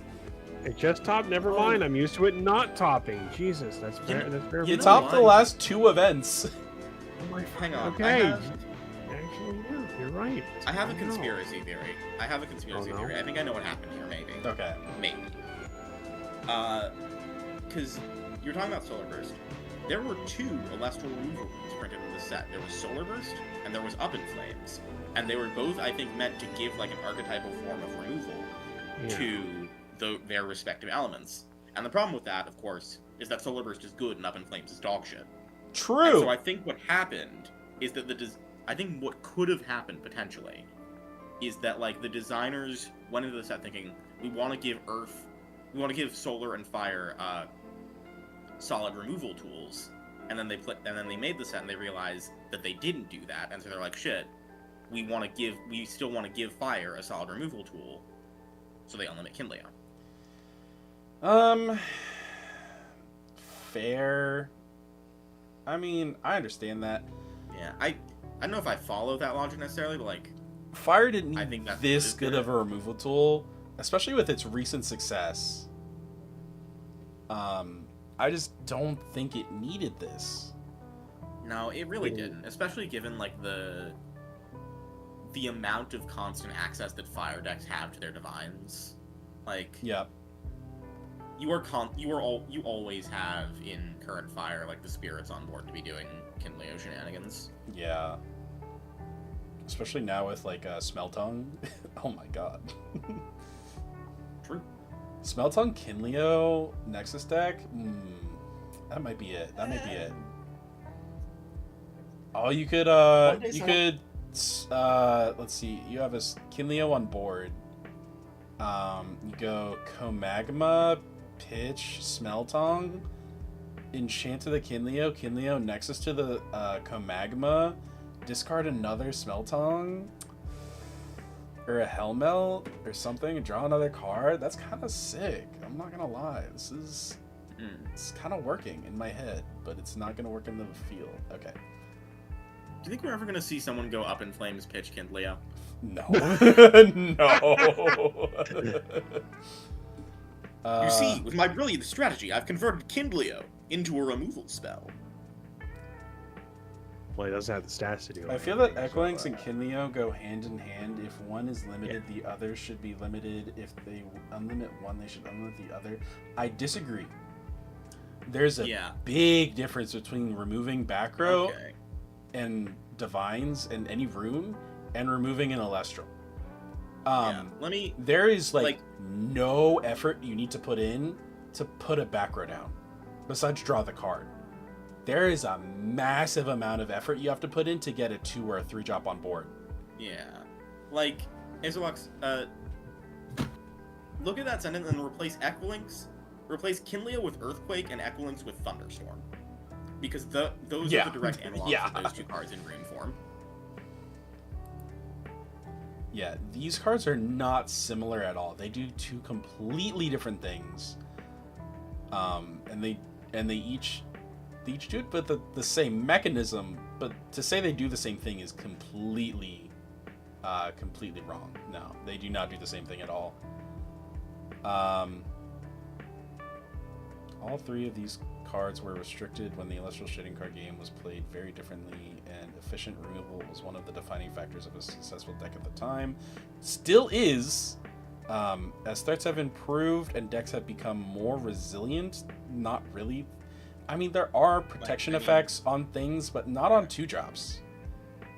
Which are to be fair, like, there are some levels like so you could if you got Lockdown, they can go Tad Puff. Oh, never mind. Yeah. I mean, I guess they could go. You go Kinleo Nexus Pop. You can go Soulmates. True. That's a thing you can do. And then you pop the Kinleo. That's funny. One thing I have been doing a lot lately that I kind of need to stop doing is viewing every change or like every decision I make in deck building through the lens of does this beat Lakagon, does this beat Morfrost?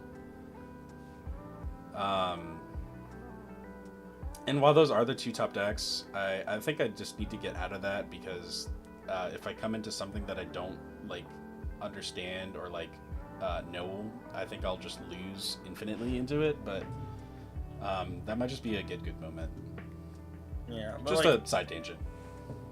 yeah, you do have to build you have to build your deck to be good and not just good against a specific matchup, because the reality is you're gonna face a bunch of random bullshit on the way there. Very true. We looked at all the random bullshit that people had to face, and Oh yeah. oh my god. Hey, someone had to be fucking Winjin Call Thunderstorm to top. So Yeah. Someone got a deck with only 7 1-drops to top somehow. Alright.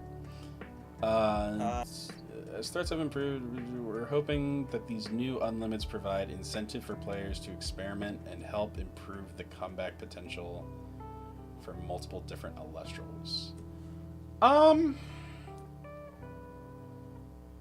guess Kinleo is the most comeback card out of all of these. I guess you can consider Race to the Top a comeback card because if you have 2 Elestrals on your opponent's field, you can remove 1. It's kind of just what's the card? Resting on your laurels at that point. But Equilynx is just a good beater that also has a good effect, which is nice, but I wouldn't call it a comeback card. All right, Release from Tartarus. Now, if you watch the Not stream, they'll say that nobody asked for this. I don't know where they are, but everyone that I know was asking for this to come back.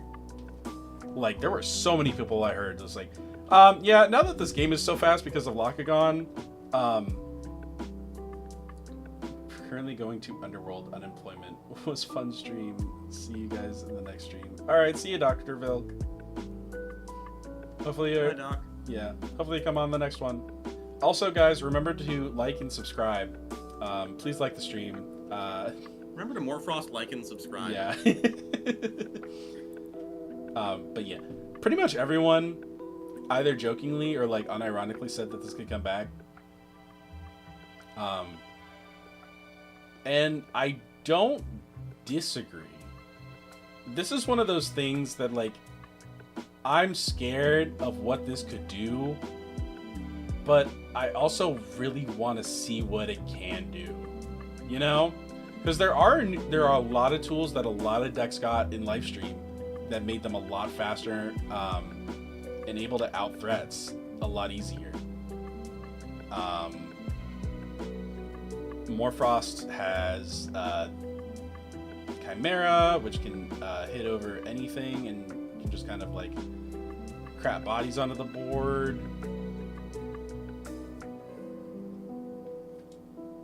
In what world have people not been asking for champ like a void? Exactly.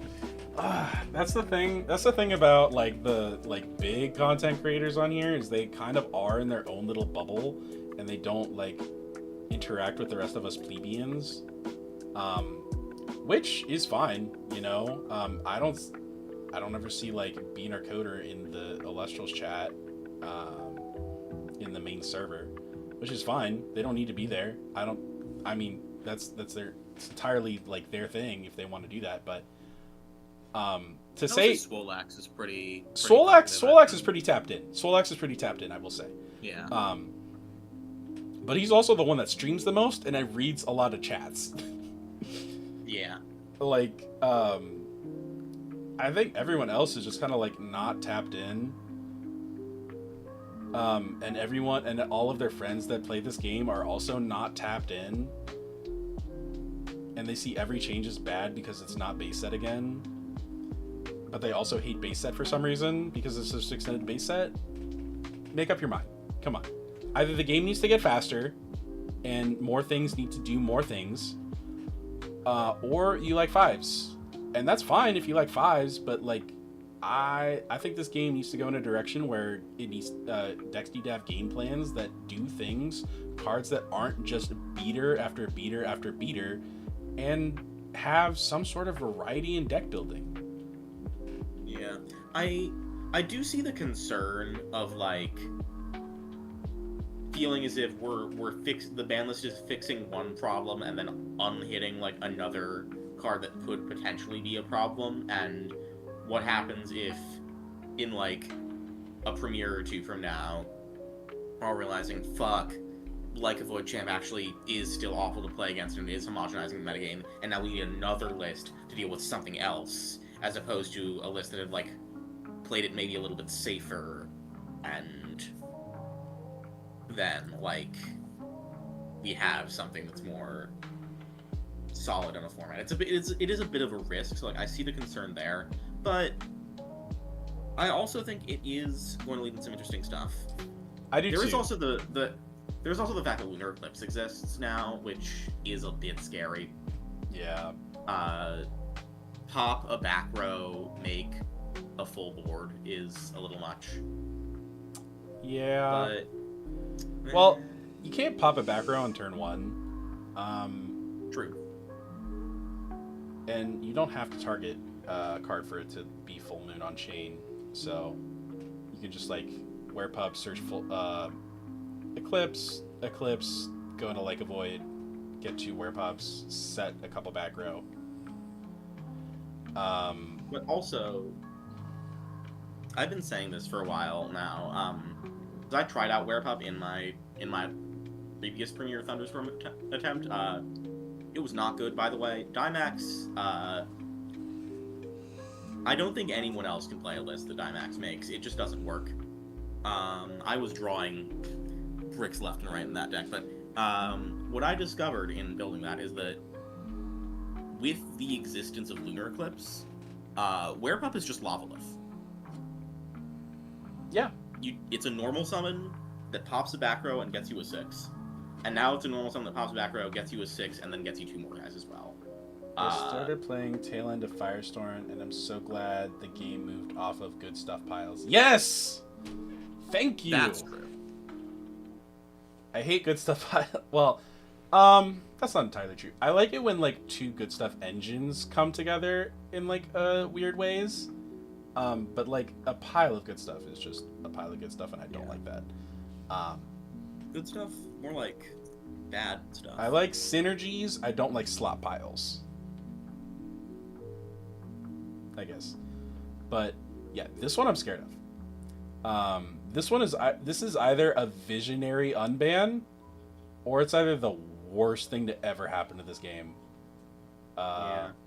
Cause like, Because what is this card right was now, right? so centralizing in Firestorm format.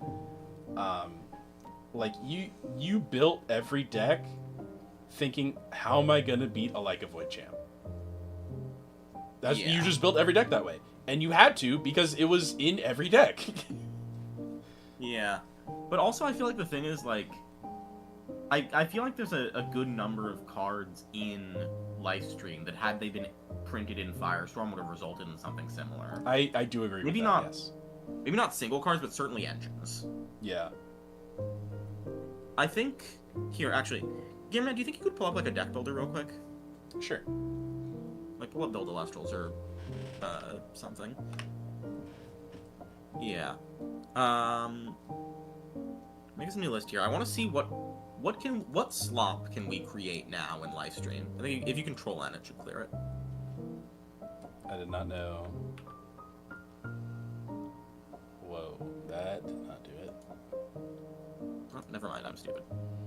We'll just go deck new. Oh yeah. Oops. Okay. Okay. So put in the Like a Void package. Put in 3 Werepop and maybe 2 Like a Void champion, honestly. Yeah, it's probably a 2 of. Yeah, 2 Like a Void champion. Werepups. 3 Werepop. Actually, no, I think we probably do just do the 1 Like a Void champion because you're gonna get the other 2 Werepop out of the deck, and we're not playing champion Werepop. Yeah, that's In a generic list. we play 3 I would say Rise. 3 Rise.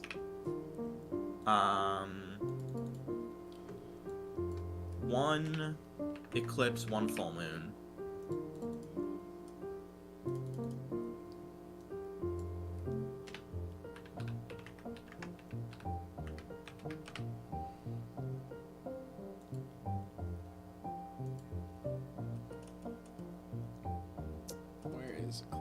There it is. It's at the top. Do we play 2 Eclipse? I think we played 2 Eclipse. Simply because, like, if you get the second one while you already have Like of Void out, that's 3 back row gone. That is Hurricane, yeah. That's true. There's some... I think we keep the original full moon as well, because there are some worlds where, like, you want normal full moon. If you're trying to over-enchant or something... I just don't think it's that valuable. Fair. Because, like, you're only doing this on your opponent's turn, and if they have, like, a bunch of back row that you don't want to play through, you don't want to over-enchant, because if they back row your Like of Void, it just doesn't do anything. Yeah, it's kind of or you dead just a lot wasted of the time. spirits. So, I think we get rid of this. Okay. Like, we can use it as a battle what are the- trick, but I don't think that's worth it. Yeah. So... Should we put in the fish, do you think? I think the fish... Yeah, that's a very slop-centered thing. Yeah, we're slopping it up. 3 and 3. Maybe 2 and 3. 2 AF, 2 mag, or 3 mag. 2 AF, 3 mag, yeah, I would say.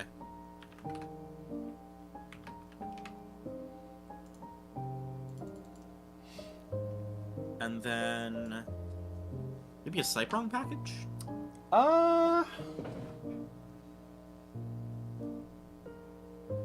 Yeah, that's pretty sloppy. Getting sloppy in here.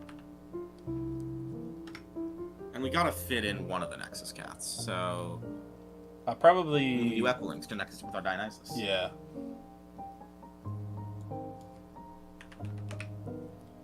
We need 2 Dionysus. Yeah. We play 3 cat, I think. Naturally.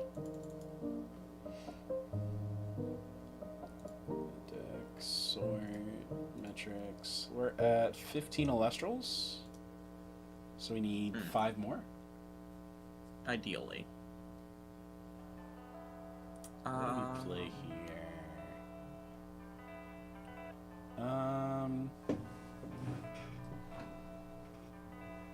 Oh, Lavalith?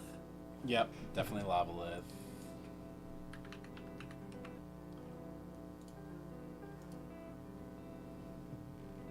What else? Our 5th element. Spectrus. Oh yeah, Spectrus.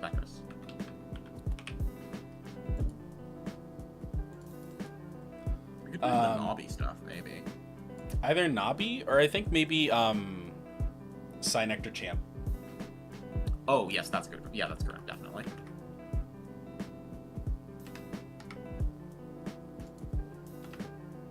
Hang on. You go turn 1, like a Void combo, turn 2, Cynectar Champ, search PTA, suppress a guy, and then pop it with like a Void effect. Oh my god, that's so devastatingly powerful. I like it. Let's do it. Alright, we played 2 counter in PTA, 1 arrow. Which, by the way, I'm proud that I can finally play the Cynectar package because with this boost, with opening a full box, I finally own 1 Artemis arrow. Nah. Did you like only have like packs before that? I think I'd opened probably like a dozen-ish packs of Livestream before this 1 box. Yeah, That's crazy. I have It not is- had a locals for the I last guess several it. months. 'Cause I I've been in guess it college. isn't uncommon. Maybe out of 12 packs, probably should have seen 1. That's crazy. Okay. Yeah. All right, and then we need the rest of our counter in suites. So I we have- do 2 Panda Box. I have like the worst luck with I have very solid luck with like premier packs, and I haven't opened much Shattered Stars, but I feel like I would have decent luck with Shattered Stars. I feel like I have really dogshit luck with normal packs specifically. I think I'm gonna cut 1 Rise, so we can play 2 Shield, 2 Tsunami. Hang on. We need to slot Dense Fog in here also for the same. Oh yeah, we should probably do play. 2 Dense Fog, 2 Tsunami. Yeah, I like Dense Fog over P-Box maybe. I don't know. No, you play both. Fair. Well, how many counters are we on? That's a great question. Let's see, 2, 9, 10, 4, 11. 6. That's a good number. Yeah, 11's a good number. So this is the Chains slop in here. deck. That would be funny. I don't think we can fit chains. Alright, so Oh. we have 2 fire for the Lavalith. Probably 2 thunder for the Magnaros. Yeah, 2 thunders, correct. 3 water. Yeah. And then 7. 4 earth. That feels no. 5? 'Cause we want to be able to go Cyprong into Dionysus into Aquilynx.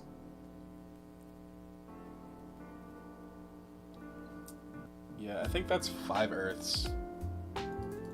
5. Yeah, and then that would leave us at 7 lunar. That seems reasonable. Yeah. The one thing I hate about this deck is that if you take damage at all, you lose access to one of your packages. Yeah, but you kind of... I feel like you can kind of just do that Fair. at this in ELESTRALS. Like, that was the way it worked with the deck that I was playing, which I don't shut up. I'm not shutting up about, but I like it a lot, so I will not shut up about it. Yeah, let's look at our metrics. 22 Elestrals, 18 Right. runes. Not bad. Yeah, nice. We were on like a... I think my spirit split for that deck was like 10, 4, 3, 2, 1. That's not bad, though. I feel like if you're on 10 of one spirit, that's enough. Yeah. But you can often I just be gotta like, do okay, that. I'm not Thanks for seeing the this stream package yet. I'm follows. just gonna nix it. Yeah. Yeah, I think there's one more thing I wanted to talk about.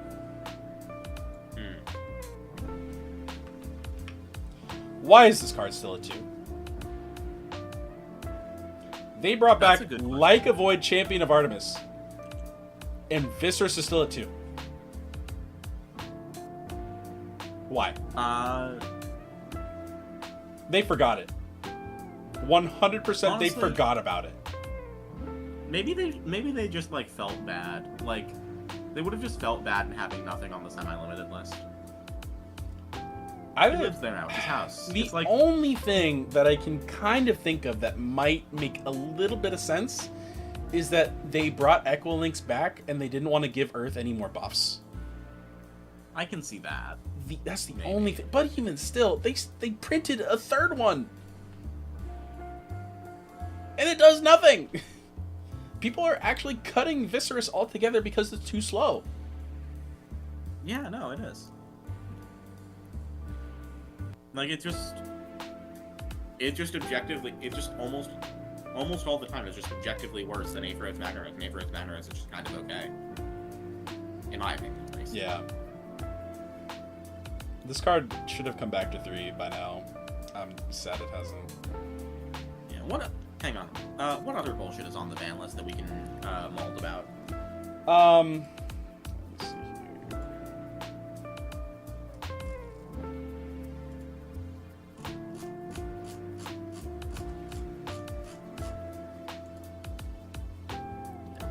Oh, by the way, also, sorry, I'm thinking again about my thing. That is the Funglo playmat you sold me. That, yeah. Which is, I think, very funny. That is funny. But anyway, yes. Okay, Lavalith, correct. Arcolith is like... Arcolith could go to 2. Here's the thing. Arcolith right now could go to 2, could go to 3.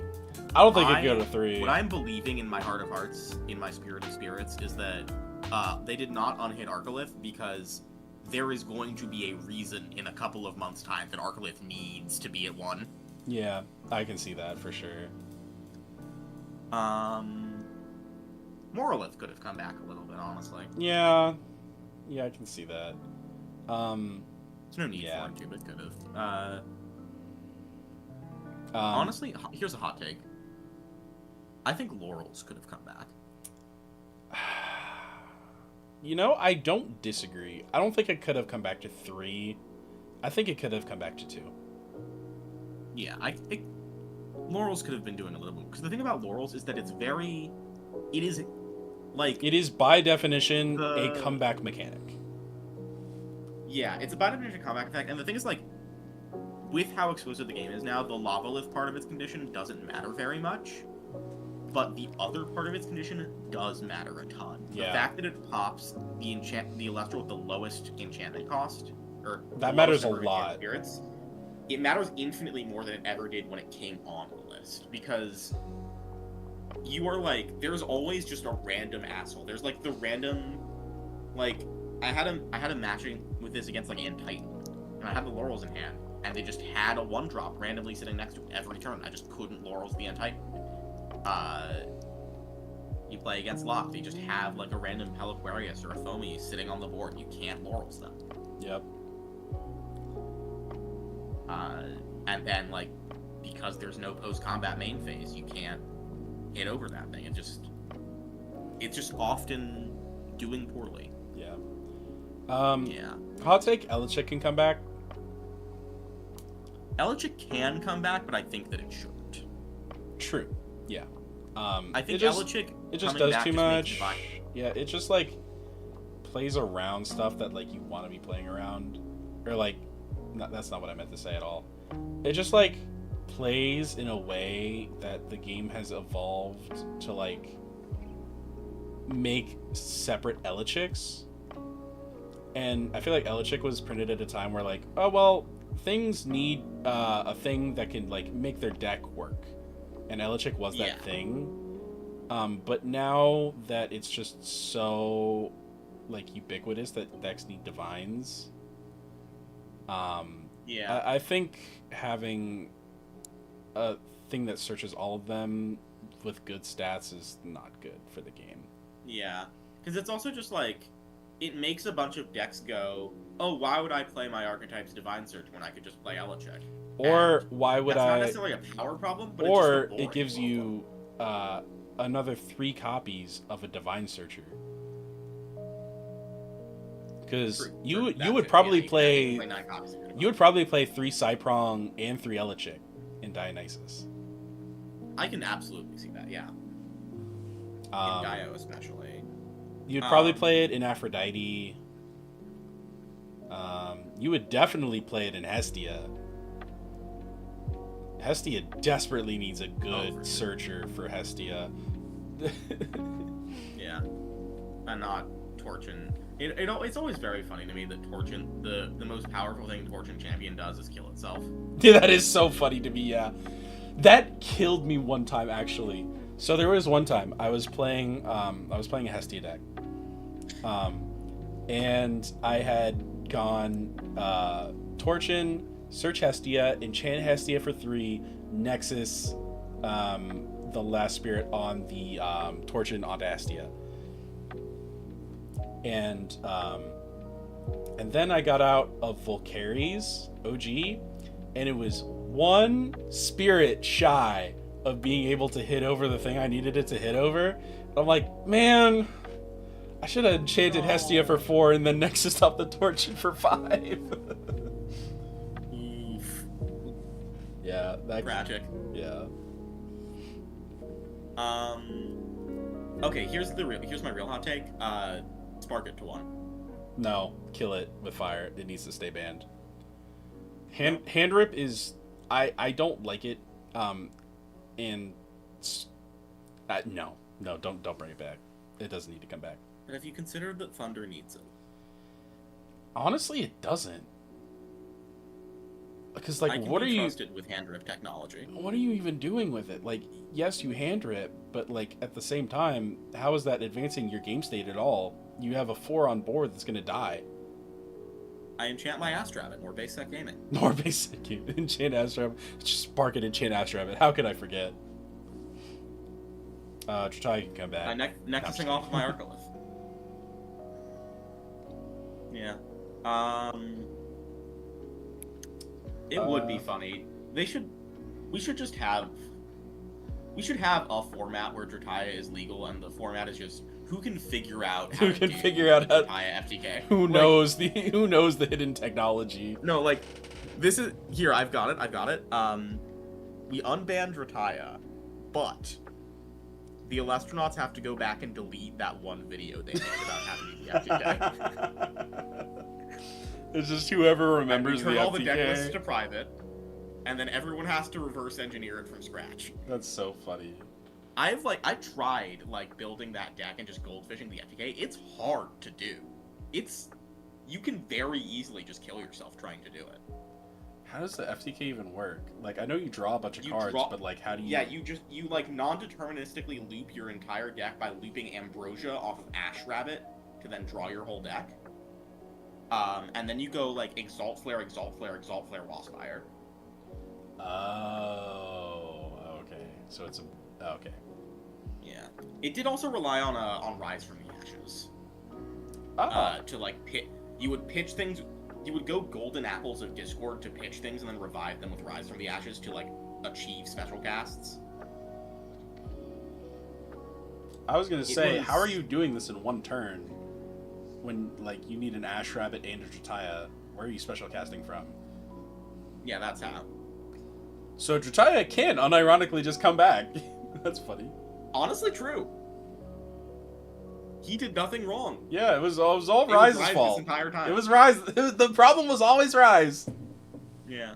Thank God they haven't printed a fire card that lets you special cast since then.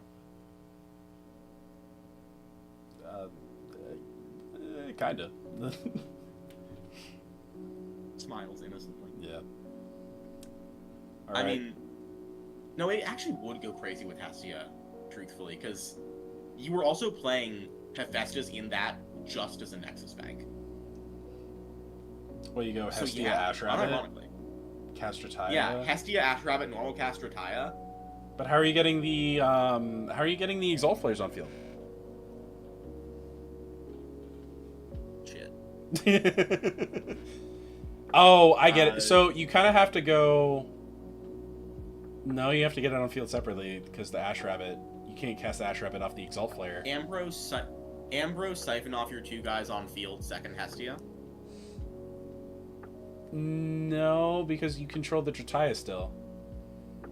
No, off of both of them. Oh, off of both of them. You do two Ambrose. It's bad. That is bad. Is that enough spirits, though? I would have to do the math. Someone would have to do the math. Yeah, because that's 4 spirits you've used. 6 for both of the guys you use for the Ambrose. Could be 7 even. 7 if you're nasty. Yeah, I don't think this works anymore. Or at least if it does, it's incredibly inconsistent.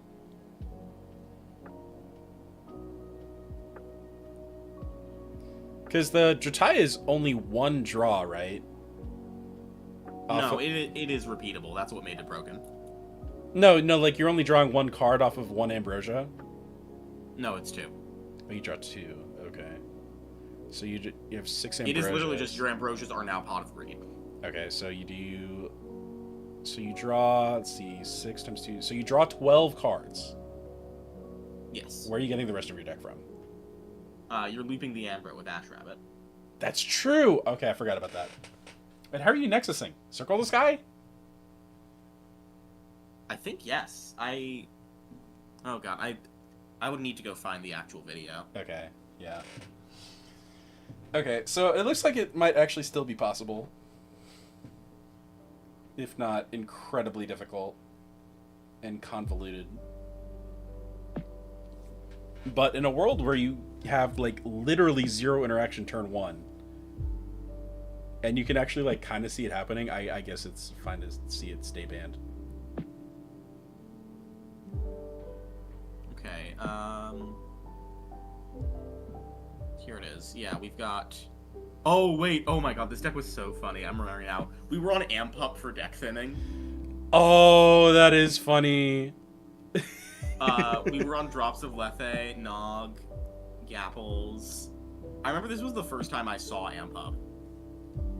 Oh my god, what? They were using Bag of Winds as a Nexus bank, because why not? Fair. There was like a 1 of Eruption, because sometimes you would only deal like 18 damage instead of 20. Oh. Yeah, I'm looking through this right now. Ash Rabbit, Comagma. No, come back as a receiver. Yeah, Exalt Flare does have a Nexus effect. It maybe does, we did yes. Exalt Flare. Yeah, I think that was it. Yeah. Insane deck.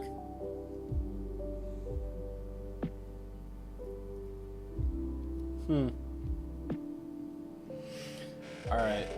And with that, it is almost 11 p.m. Eastern time. I think it is time for me to go to bed. Yeah. Thank you, Yeah, stream. most likely. Thank you very much. Please remember to like and subscribe. And I will see you after the next premiere on January 3rd to go over every deck from that premiere. Hell yeah. I'll probably have a video out by then. Hopefully, if my 2 weeks of vacation go off without a hitch. So, have a good night. I will see you all next time.